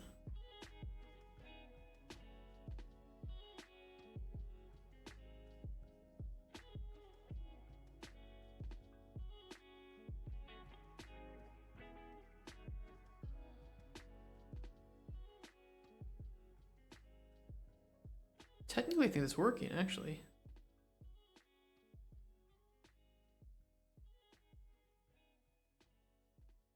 Yeah, we needed to stay at a certain...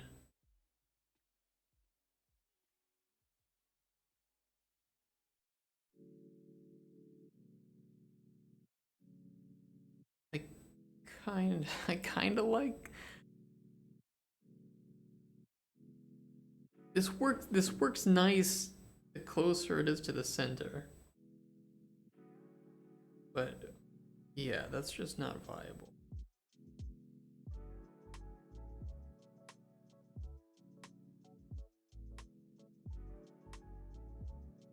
Ooh.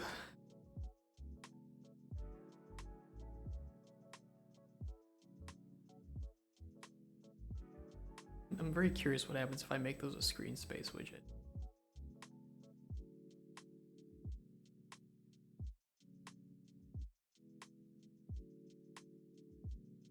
Look, I can move the bar, move the slider. Kind of funny. It's technically interactable. It's far you can't really inspect it. I mean, my only problem with it is that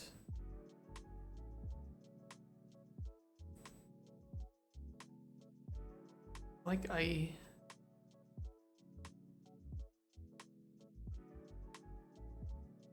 like the effect.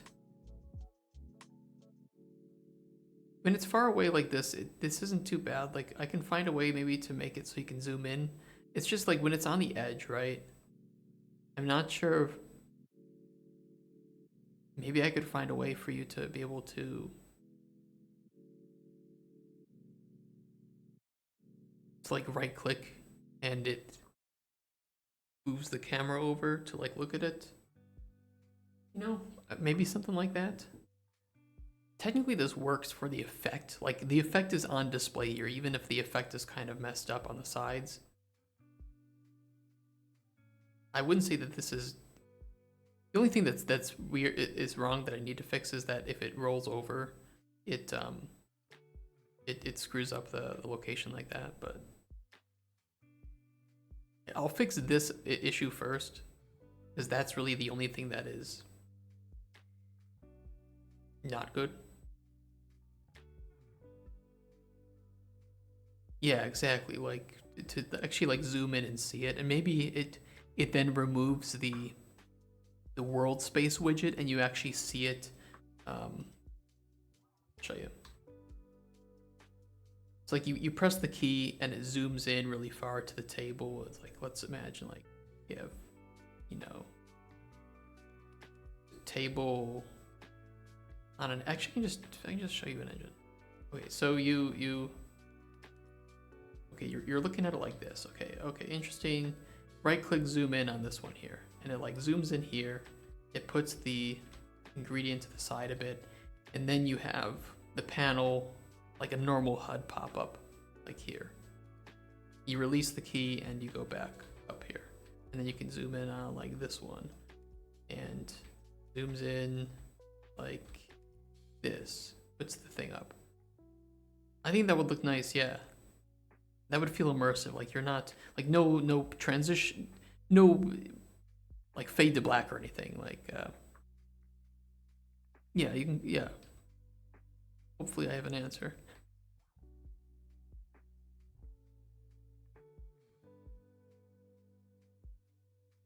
Camera on the table, a separate one. Yes. Yes, this is detached from the player. When we interact, because I set up an interaction system, and I'm using that same system here to switch the camera and change the input context. And then when the player presses this X, it is putting them back in the pawn's body. So it's like a universal interaction system. Anything with that that is inheriting from that parent class can have that. Yeah, technically I can show you. I'll play in the selected viewport because then I can just eject. So you can see my character is still here, and the camera is still there too. If you can see the first person camera, it's invisible. I think I can make it visible. How do I do that? Where is it?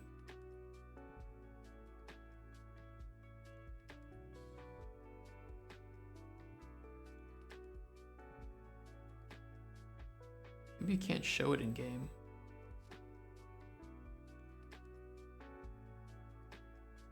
But it's still there. It is still there. It's just not visible to the player.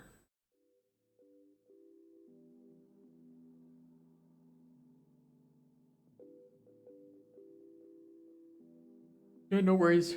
No worries. That was the first time I had made something like that, but it worked surprisingly easy. So I'm pretty happy.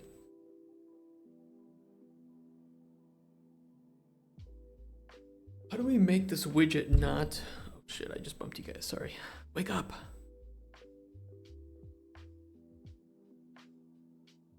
I feel like this thing is just looming over me. Ooh. Oh, cool. So we can kind of like learn from each other here and figure it out. If you figure out something that I don't.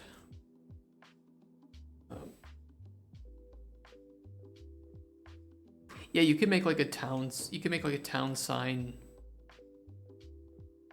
actor class or class, and then just have either multiple separate cameras or even one camera maybe that with some hotkeys to like move between different.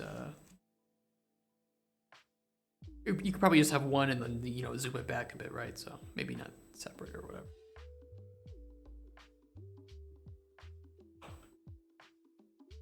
Maybe overcomplicating it.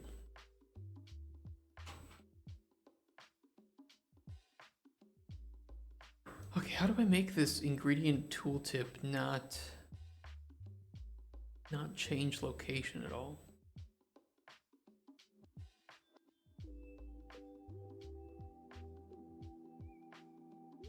If I attach it to the root, will that cause any problem?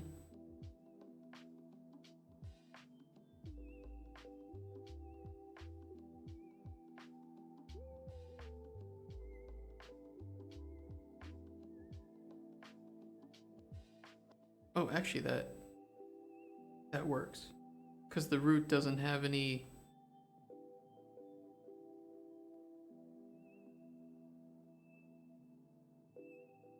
I think that worked. a little wonky because I know why, and that's because this fixes it but doesn't really fix it.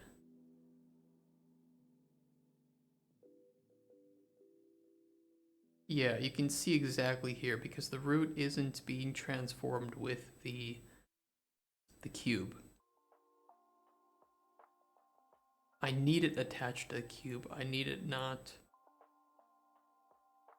doing other shit. So that doesn't fix it. It would fix it if they weren't physics objects. It's more concepts, not actual implementation because different engines. Yeah, no worries. I have too many concepts. I brought over my bartering for one of my old protos.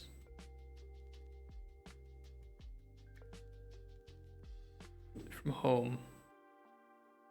Because it's a system where I made it so that you could drag items from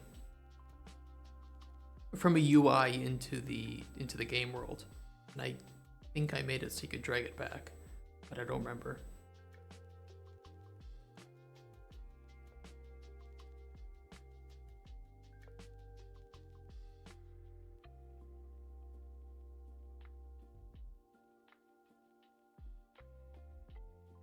Oh, I have to just casually compile 6,000 shaders. Well, back to this while we wait for an hour. Although that is the nice thing about having a dedicated stream computer, because this is probably using up a lot of my CPU. Yeah, it is. And that would totally ruin the stream. Yeah. Compiling shaders. Annoying. Should go pretty fast, but it only has to do that once. You know, once it's built the shaders, it has it, but or it's got the shader cache. So let's figure out how to fix this.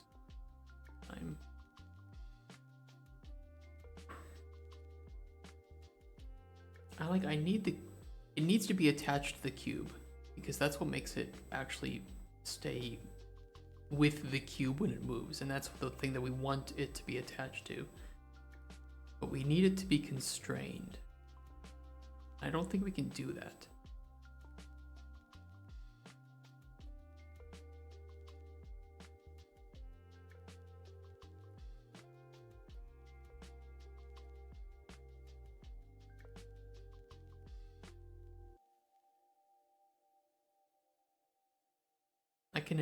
I can set physics on my UI. Pretty funny. My widget.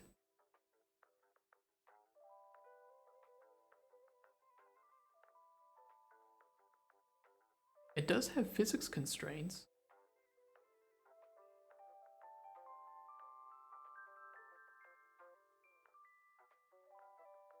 I've never worked with this though, with a custom plane, but it's like we only want it movable along the X and Y, right?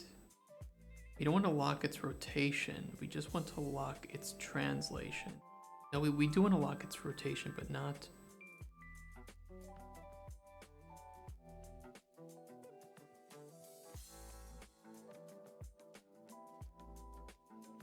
Oh man, I don't know. It's only added gravity on everything except the player. You know, there's a game idea. There's something to that. There's something to that. You know, it's what made Goat Simulator so great. It's just embrace the wonkiness, embrace the craziness, and you actually can have a great game. I'm gonna have another call out on an ex-boss, but I won't name who I was explaining this to. But I worked on a simulator game, like a casual simulator, right? And I had to explain to him why Goat Simulator was an amazing game, especially from a business standpoint. Because he's looking, he's like, it's, you know, it's silly. It's like it's not a serious game. It's like, yeah, but that game made way more money than we ever will. on our kind of serious simulators. And it's simply because it's fun. That's it. That's really the you can market a bad game, sure. But it's so much easier if you just start with the one thing that every game should be. Fun. You can do anything with a fun game. You just have to have it, ensure that it's fun. It's much easier to market, to sell, to be honest about, to work with a game that is at its core fun. And players will want to play it.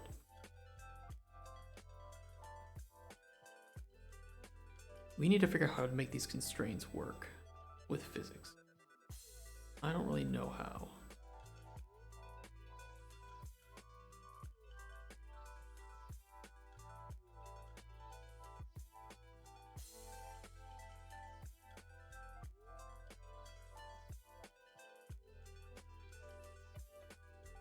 Well, it's keeping it up. It's just not locking it.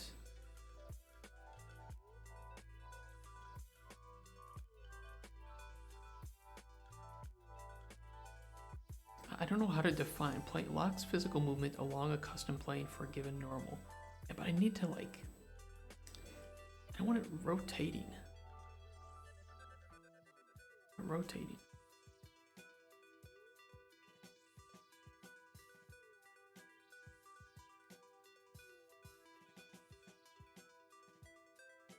Oh my god, how do I do this?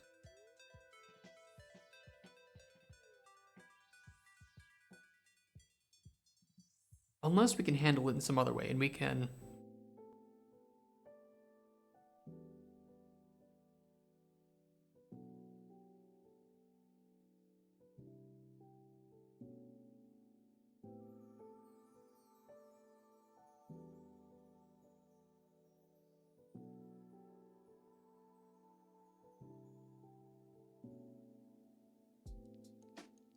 I don't know, this one's stumping me a little bit. I need some of my my programmer friends to be in here.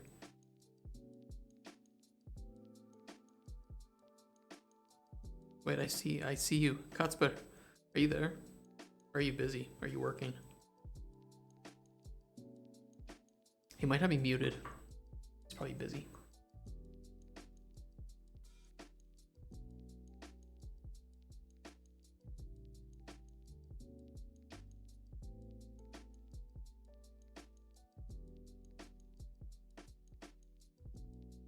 Yeah, I think he's in it just to help boost viewership, which is good. Good.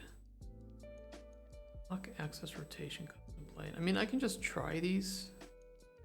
We just need to constrain along the XY plane, I think. I just don't think it's gonna work.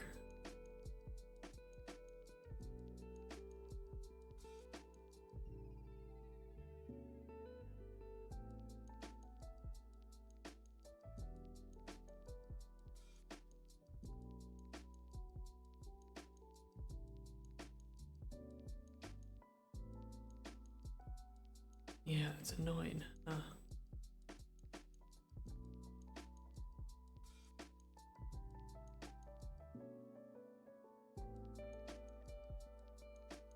But I want to make this work. I don't want to give up on it yet. I like this idea. And even if we don't show the full tooltip, right, it would be nice if we showed something. I mean, worst case, if we can't get it figured out, but we can. But if we don't, we can just show a little something on like this screen. We have the tooltip, so not the end of the world.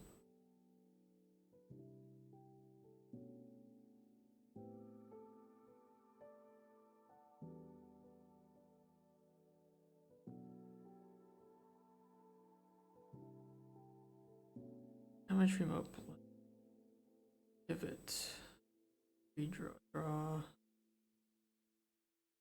pick modes. Oh.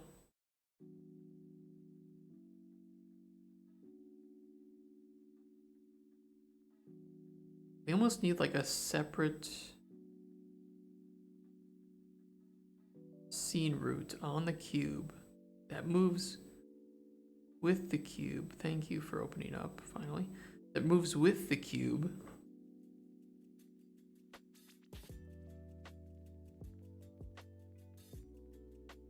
Maybe that will work.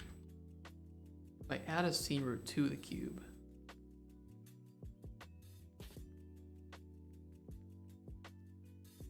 I just feel like this is the exact same thing. But then can I tell the scene root? The scene root doesn't have.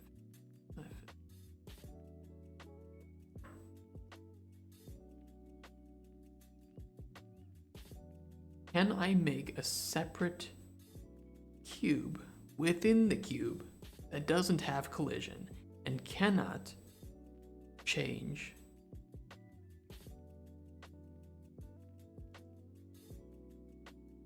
It's gonna get meta. Cube within a cube. And this cube has no collision and is not visible. Or just does not have any mesh. No mesh. No collision.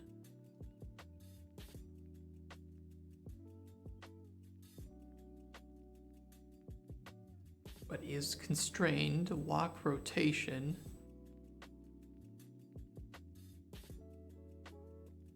On the, wait, what's the axis? We don't want it to move on the X or Y. You don't want it to rotate along the X or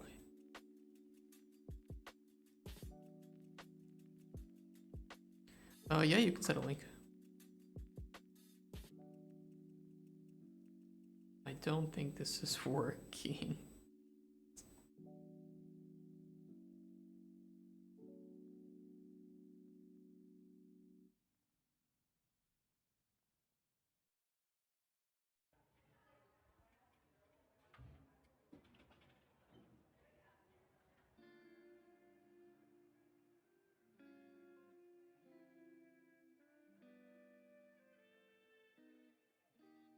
Oh no.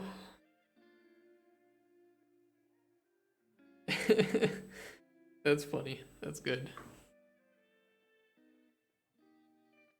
Oops. That's really funny. That's class. You know, those are the kinds of things that you have to save. That was the attempt. Those are the kinds of things, you know, we were talking about that earlier, right? About developers being scared to show stuff early in development, but it's those kinds of crazy things that I think players just really love. It's really ridiculous.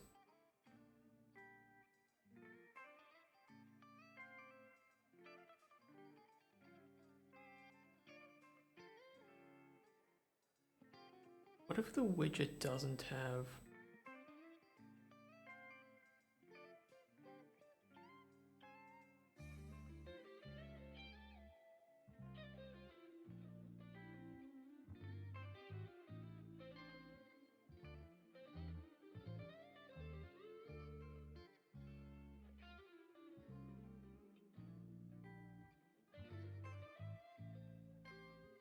Oops. What if instead of getting the actor location, we get the location of this cube that can't, well, it shouldn't be able to move.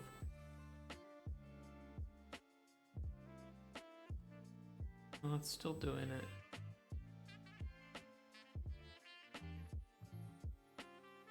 Rip. Yeah, those things are just so much fun, so funny.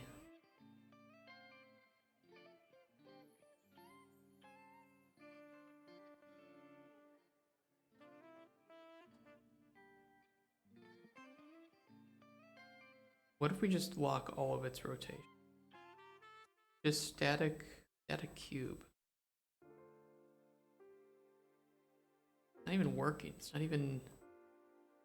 Probably because this cube is still changing, but... Okay, new plan. We move...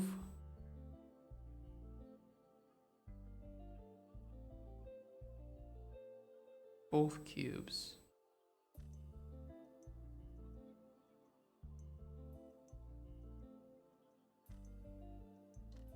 Tired, guys. We need to get cube 1. Cube 1. And we need to plug it into the exact same things here. Except we just want to plug it into world location.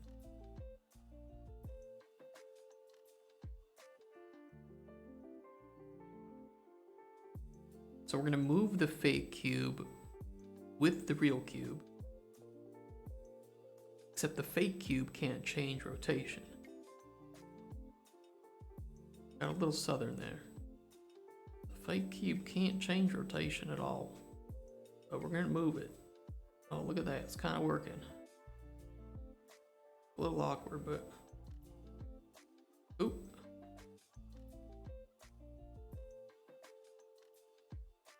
How's it over there?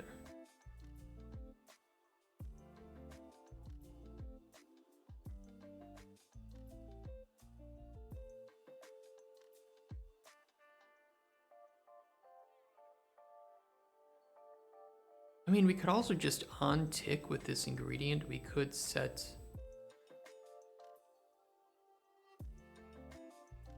We could just set the cube 1 location equal to the cube location.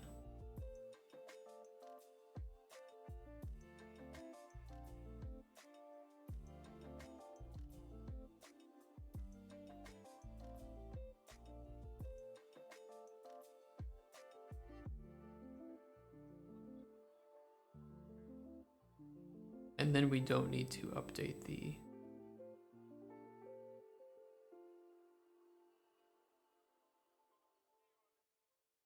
Or we should need to update the cube 1 here.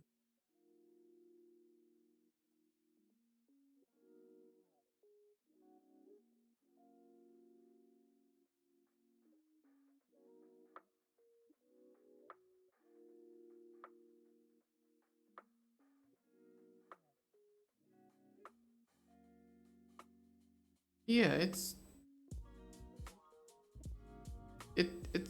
good. It's good enough.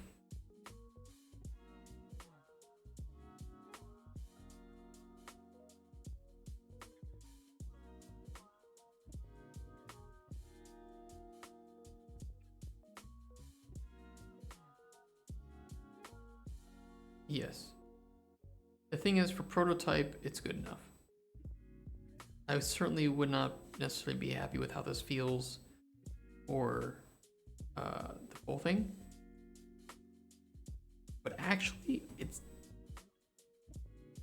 pretty decent. It's pretty decent. We still need that zoom, because that zoom is, I think that zoom is gonna really make this feel great.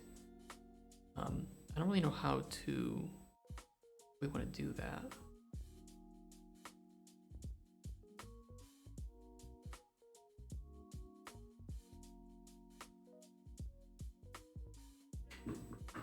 Let's add that to the to-do list though.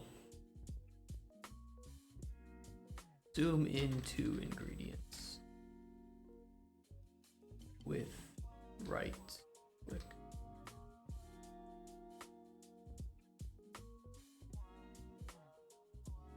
Excuse me.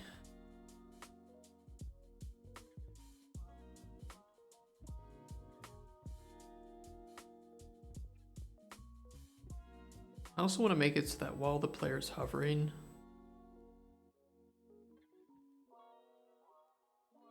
they can't see the tooltips of others. That should be a pretty easy change, I think.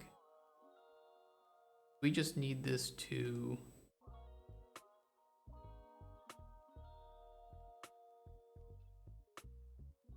We just need to update a Boolean. We just need a Boolean for like the has ingredient picked up. No worries. Thank you so much, Okapi fan. Thank you, thank you, thank you. I hope to see you again. You know, it's great working with other developers and just chatting about stuff. Seriously, have a great time. Thank you for the follow. Thank you for talking with me. It just does so much to like help the minutes pass by, or to help brainstorm issues that might be occurring. So I really hope to see you again. Thank you so much. And have a great weekend too. Let's have fun this weekend.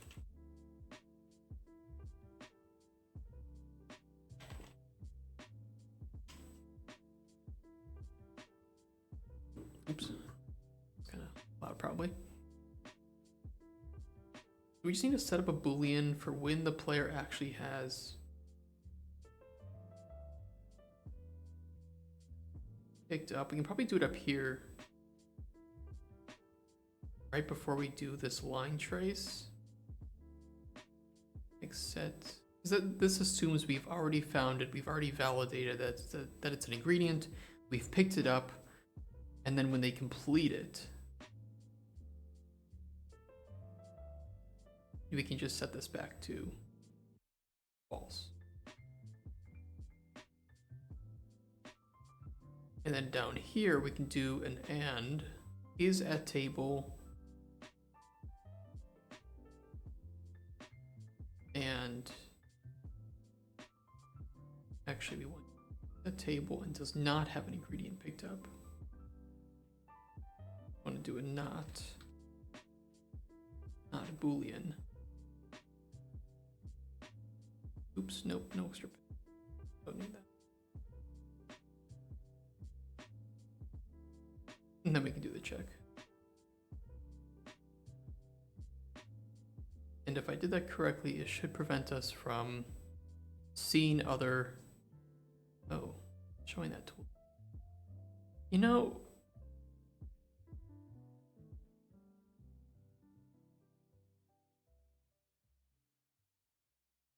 No, I kind of don't want that occurring. I think that's unwanted behavior.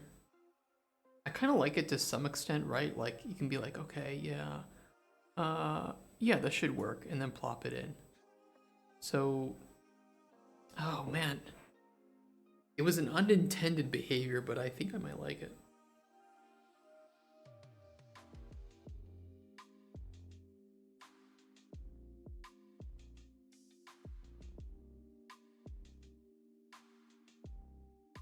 You know what I might do? I like that. I like that, but I want it to be optional. When ingredient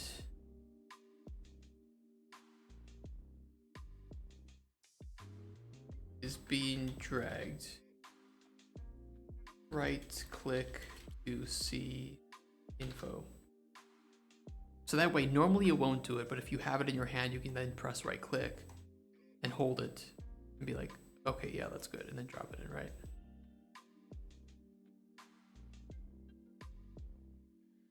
I think that's good.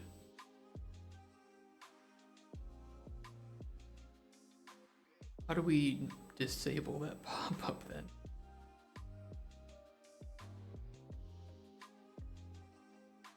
Okay, wait. Maybe then we don't need to do the check here. We just need to do that.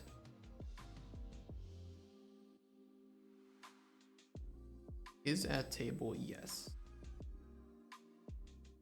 Do a line trace.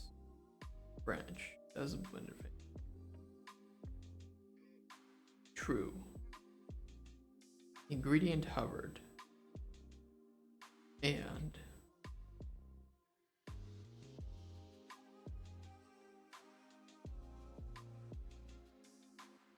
oh, this is kind of this is too much logic in one place. Kind of fucked up. There's a lot of spaghetti. Ingredient hovered true. Has ingredient picked up.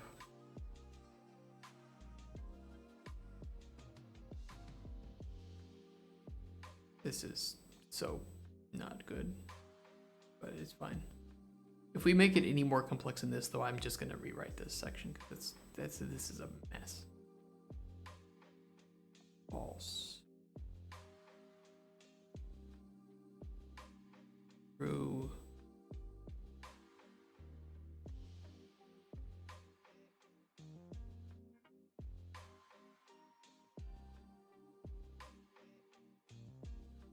Right. Should do it.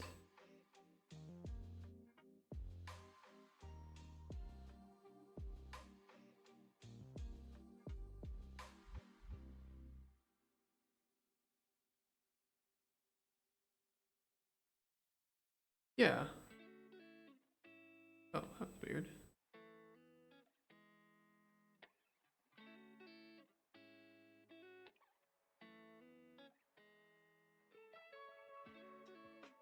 What's going on? Why is it doing that?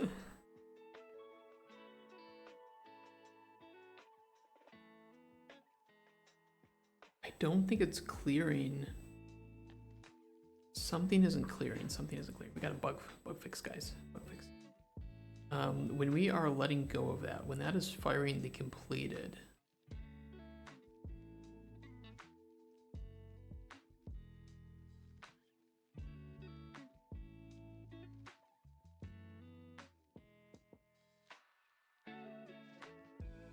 because we're updating.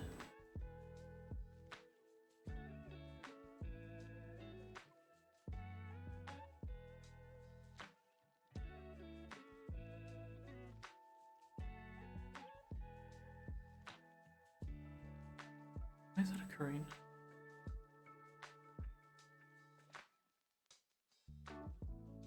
We're getting the ingredient found.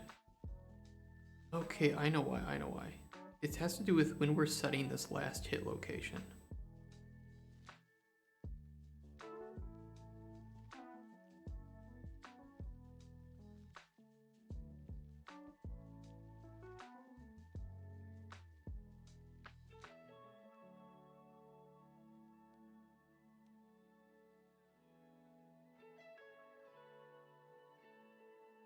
When are we setting that? Is going.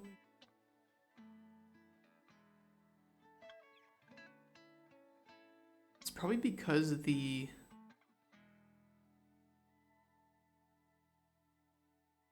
it's not a big problem. It's actually, I wouldn't say this is a bug that we need to fix, because it's really not game breaking. It's not disrupting the flow. It only occurs when the player has moved something and then like clicks. And I think it's just because it's not detecting that ongoing, the threshold hasn't been reached to detect that ongoing event. And so you just get this weird behavior of it teleporting to the other location. The thing is, it's getting blocked, I think, because of the sweep that we do.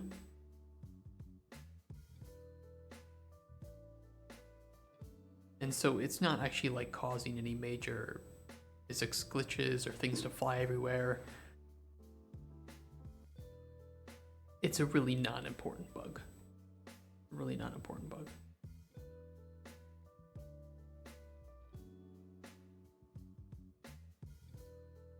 In which case, I actually think that the Make Ingredients tooltip is done. In-world UI for ingredients popping up when you hover over them is done. Sorry, I was like trying to like look for you guys, and you're in the same place as always. So I don't know why I was doing that, but I think we're pretty good. Obviously, we didn't get to as much as we wanted to today. We spent a bit too much time messing around with the alchemy table. It is what it is. In the end, we got it working, and it took us a bit of time to make the ingredient info panel, but that's not a problem. We were just interacting with people. That's a good thing. And what I think we can do is call it for today. And next time we get on, we can work on the...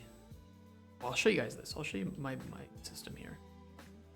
I think it worked the way that it was supposed to. So you can like drag things here and then drag things back. It's a pretty cool system.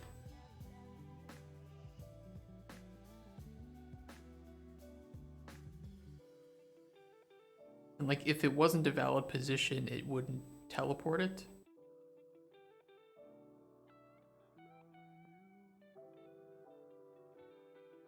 I don't think you could, yeah, I didn't make it so you can move it on the table once it was there, but you can move it back here and then put it back on the table.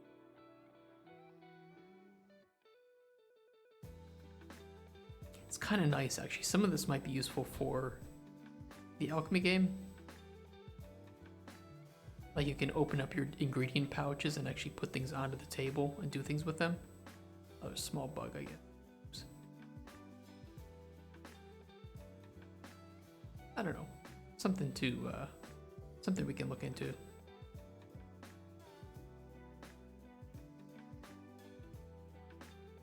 But yes, for now, I think we're pretty good.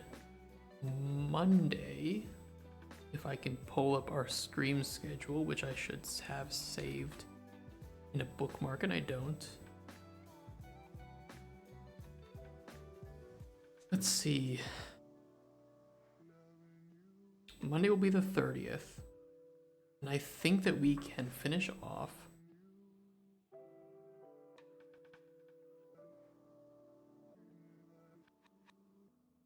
the thing that we have to do for the in-world UI for Cauldron contents is we actually have to hook up some data behind the ingredients.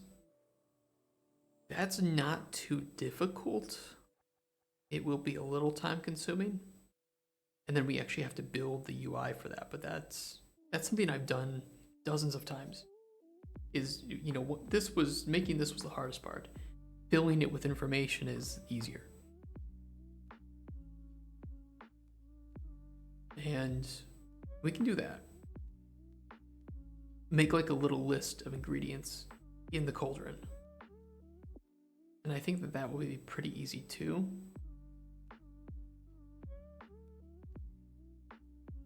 I'm not sure what we want to prioritize first. We absolutely need number 4 to make number 5. We need to have the in-world UI for Cauldron contents in order for us to have a way to remove them and put them back on the table. I do think that the zoom into ingredients and right click to see info are really important. I think that those will be really good quality of life. I almost want to work on them first. Just because it's a really cool effect that I think adds a lot of life, and it gets you closer to the ingredients, right? It gets you closer to what you're actually doing to your job, instead of it just, you know, we've already done that a bit with being able to not have just a UI minigame, right? Now we have a minigame that's actually based on you performing actions, you having to physically drag the things over here. And we can take that, you know, a few steps further. If maybe you have to chop on the table or something, whatever, right? But I think being able to zoom in and really get, really be able to see the interesting visuals of the models that we hope to have, I think that just makes it a lot more special.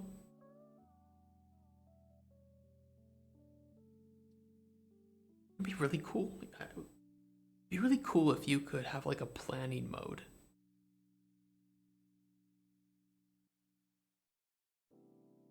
Okay, that's thinking too far ahead. I don't know how I feel about that actually. Because if your actions don't actually have consequences because you've planned them out beforehand, it's more like following a recipe. And then if you're following a recipe, you're not really experimenting in the moment. Not always true. That's not always true. That's just my first feelings on it.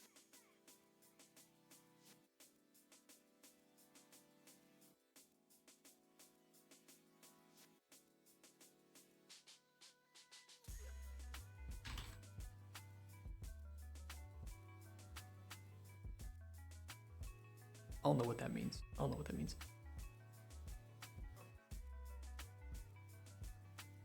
Maybe Monday, let's decide. I'll think over the weekend what I want to work on, but I think I want to do all these things. And we can figure out which one is probably the most important one to pick up next. It might be the zooming in. It might just be working on the Cauldron contents and then doing the zooming in. But for today, we have a nice little tooltip, and it does not rotate anymore, which is great. Because there's some hidden little box that I don't even know if I could find a way to see it. Actually, I could. I'll just make it visible. Just make it visible. I'm really curious about that. What it looks like. I'm glad it worked. What is visible? Is it?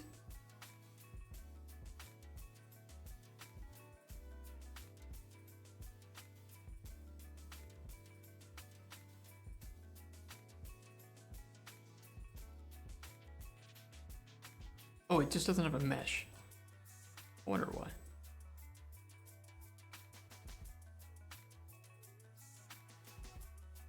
Nice over here.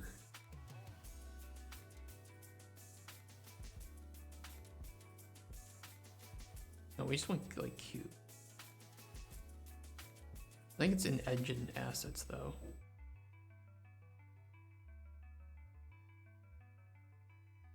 Oh, I don't know which one it is. Engine basic shapes.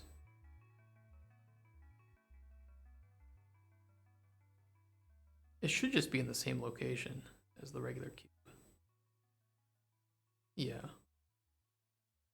But I'd really like to see what it looks like when we're moving ingredients.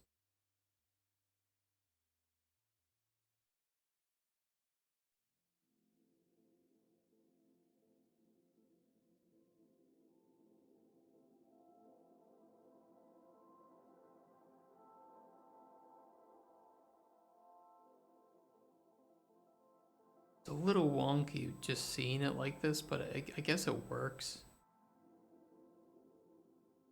It's just like, it's just weird. Oh, did I glitch it? Oh.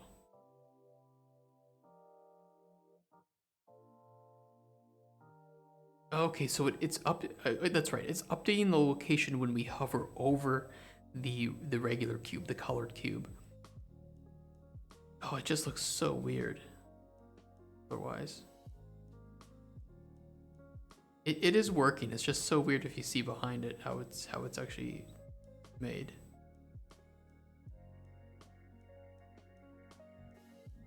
Yeah, because now it's technically in there, but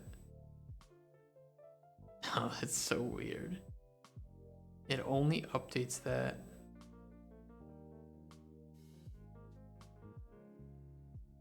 Man, I don't know if that's how it should work, but it works. It's functional. One of those weird developer hacks, I guess.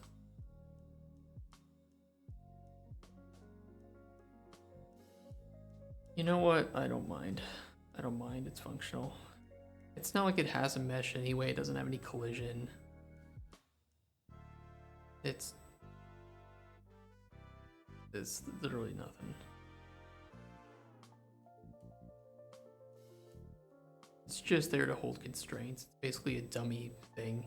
And you know, even so, when the ingredient itself, when we have like this ingredient going into the cauldron, it will destroy the actor, and so it will destroy this. It's not really like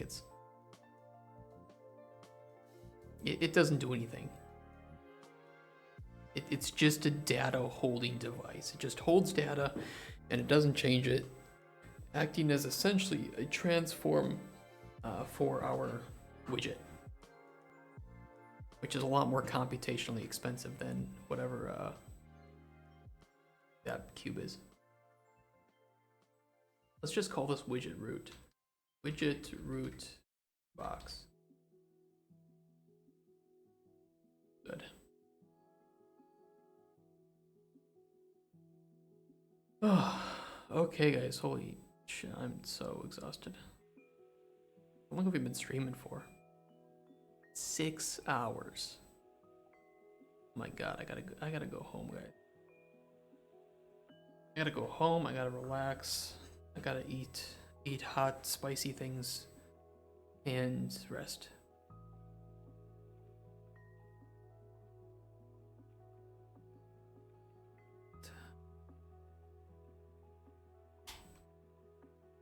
This has been a really great stream, though, you guys. It's been amazing. I'm so happy. We are over halfway towards our follower goal. That is amazing. And if you are here and you're lurking and you haven't followed yet, please consider giving us a follow, keeping up to date. we're doing this, you know, until the game's released, and then even past that, hopefully, if it goes well and people want more from the game. So it's gonna be a multi-year journey, that's for sure. With a lot of twists and turns, a lot of more visually impressive things than streams like these early ones. But hey, we gotta do the bad, we gotta do the good. Once we start building out the world and getting some assets in, I know this is gonna look really pretty. Hopefully we can use this to attract a, you know, good 3D artist who is interested in making this type of game. But I do know one thing. I'm going to, over the weekend, get some commands on Moobot for more info about the game. Obviously, you can join our Discord. We have a Cauldron Chronicles forum, like channel, that you can obtain more info from, and I'll be attaching more info to that too. You can also just talk, ask questions, share stuff, all the good stuff. So please consider joining that, and if you are watching the YouTube VOD and you actually made it this far, I think really rethink your life, because this is not something you should watch for 6 hours. It's gotta be boring. Come on, guys. Come on, man. But no, I hope you liked it, and if you liked it, please give us a subscribe. Number one, that's the thing that helps, because we actually have to reach 1,000 subs, or we can really start making our YouTube channel go burr. And I hope you liked it. So thank you so much, guys. Have a wonderful weekend, guys and gals, and I will see you guys next time on Monday for more development. We will be continuing with this and getting some much needed quality of life and stuff going on. Everybody take care. Love you all. Take care. Bye.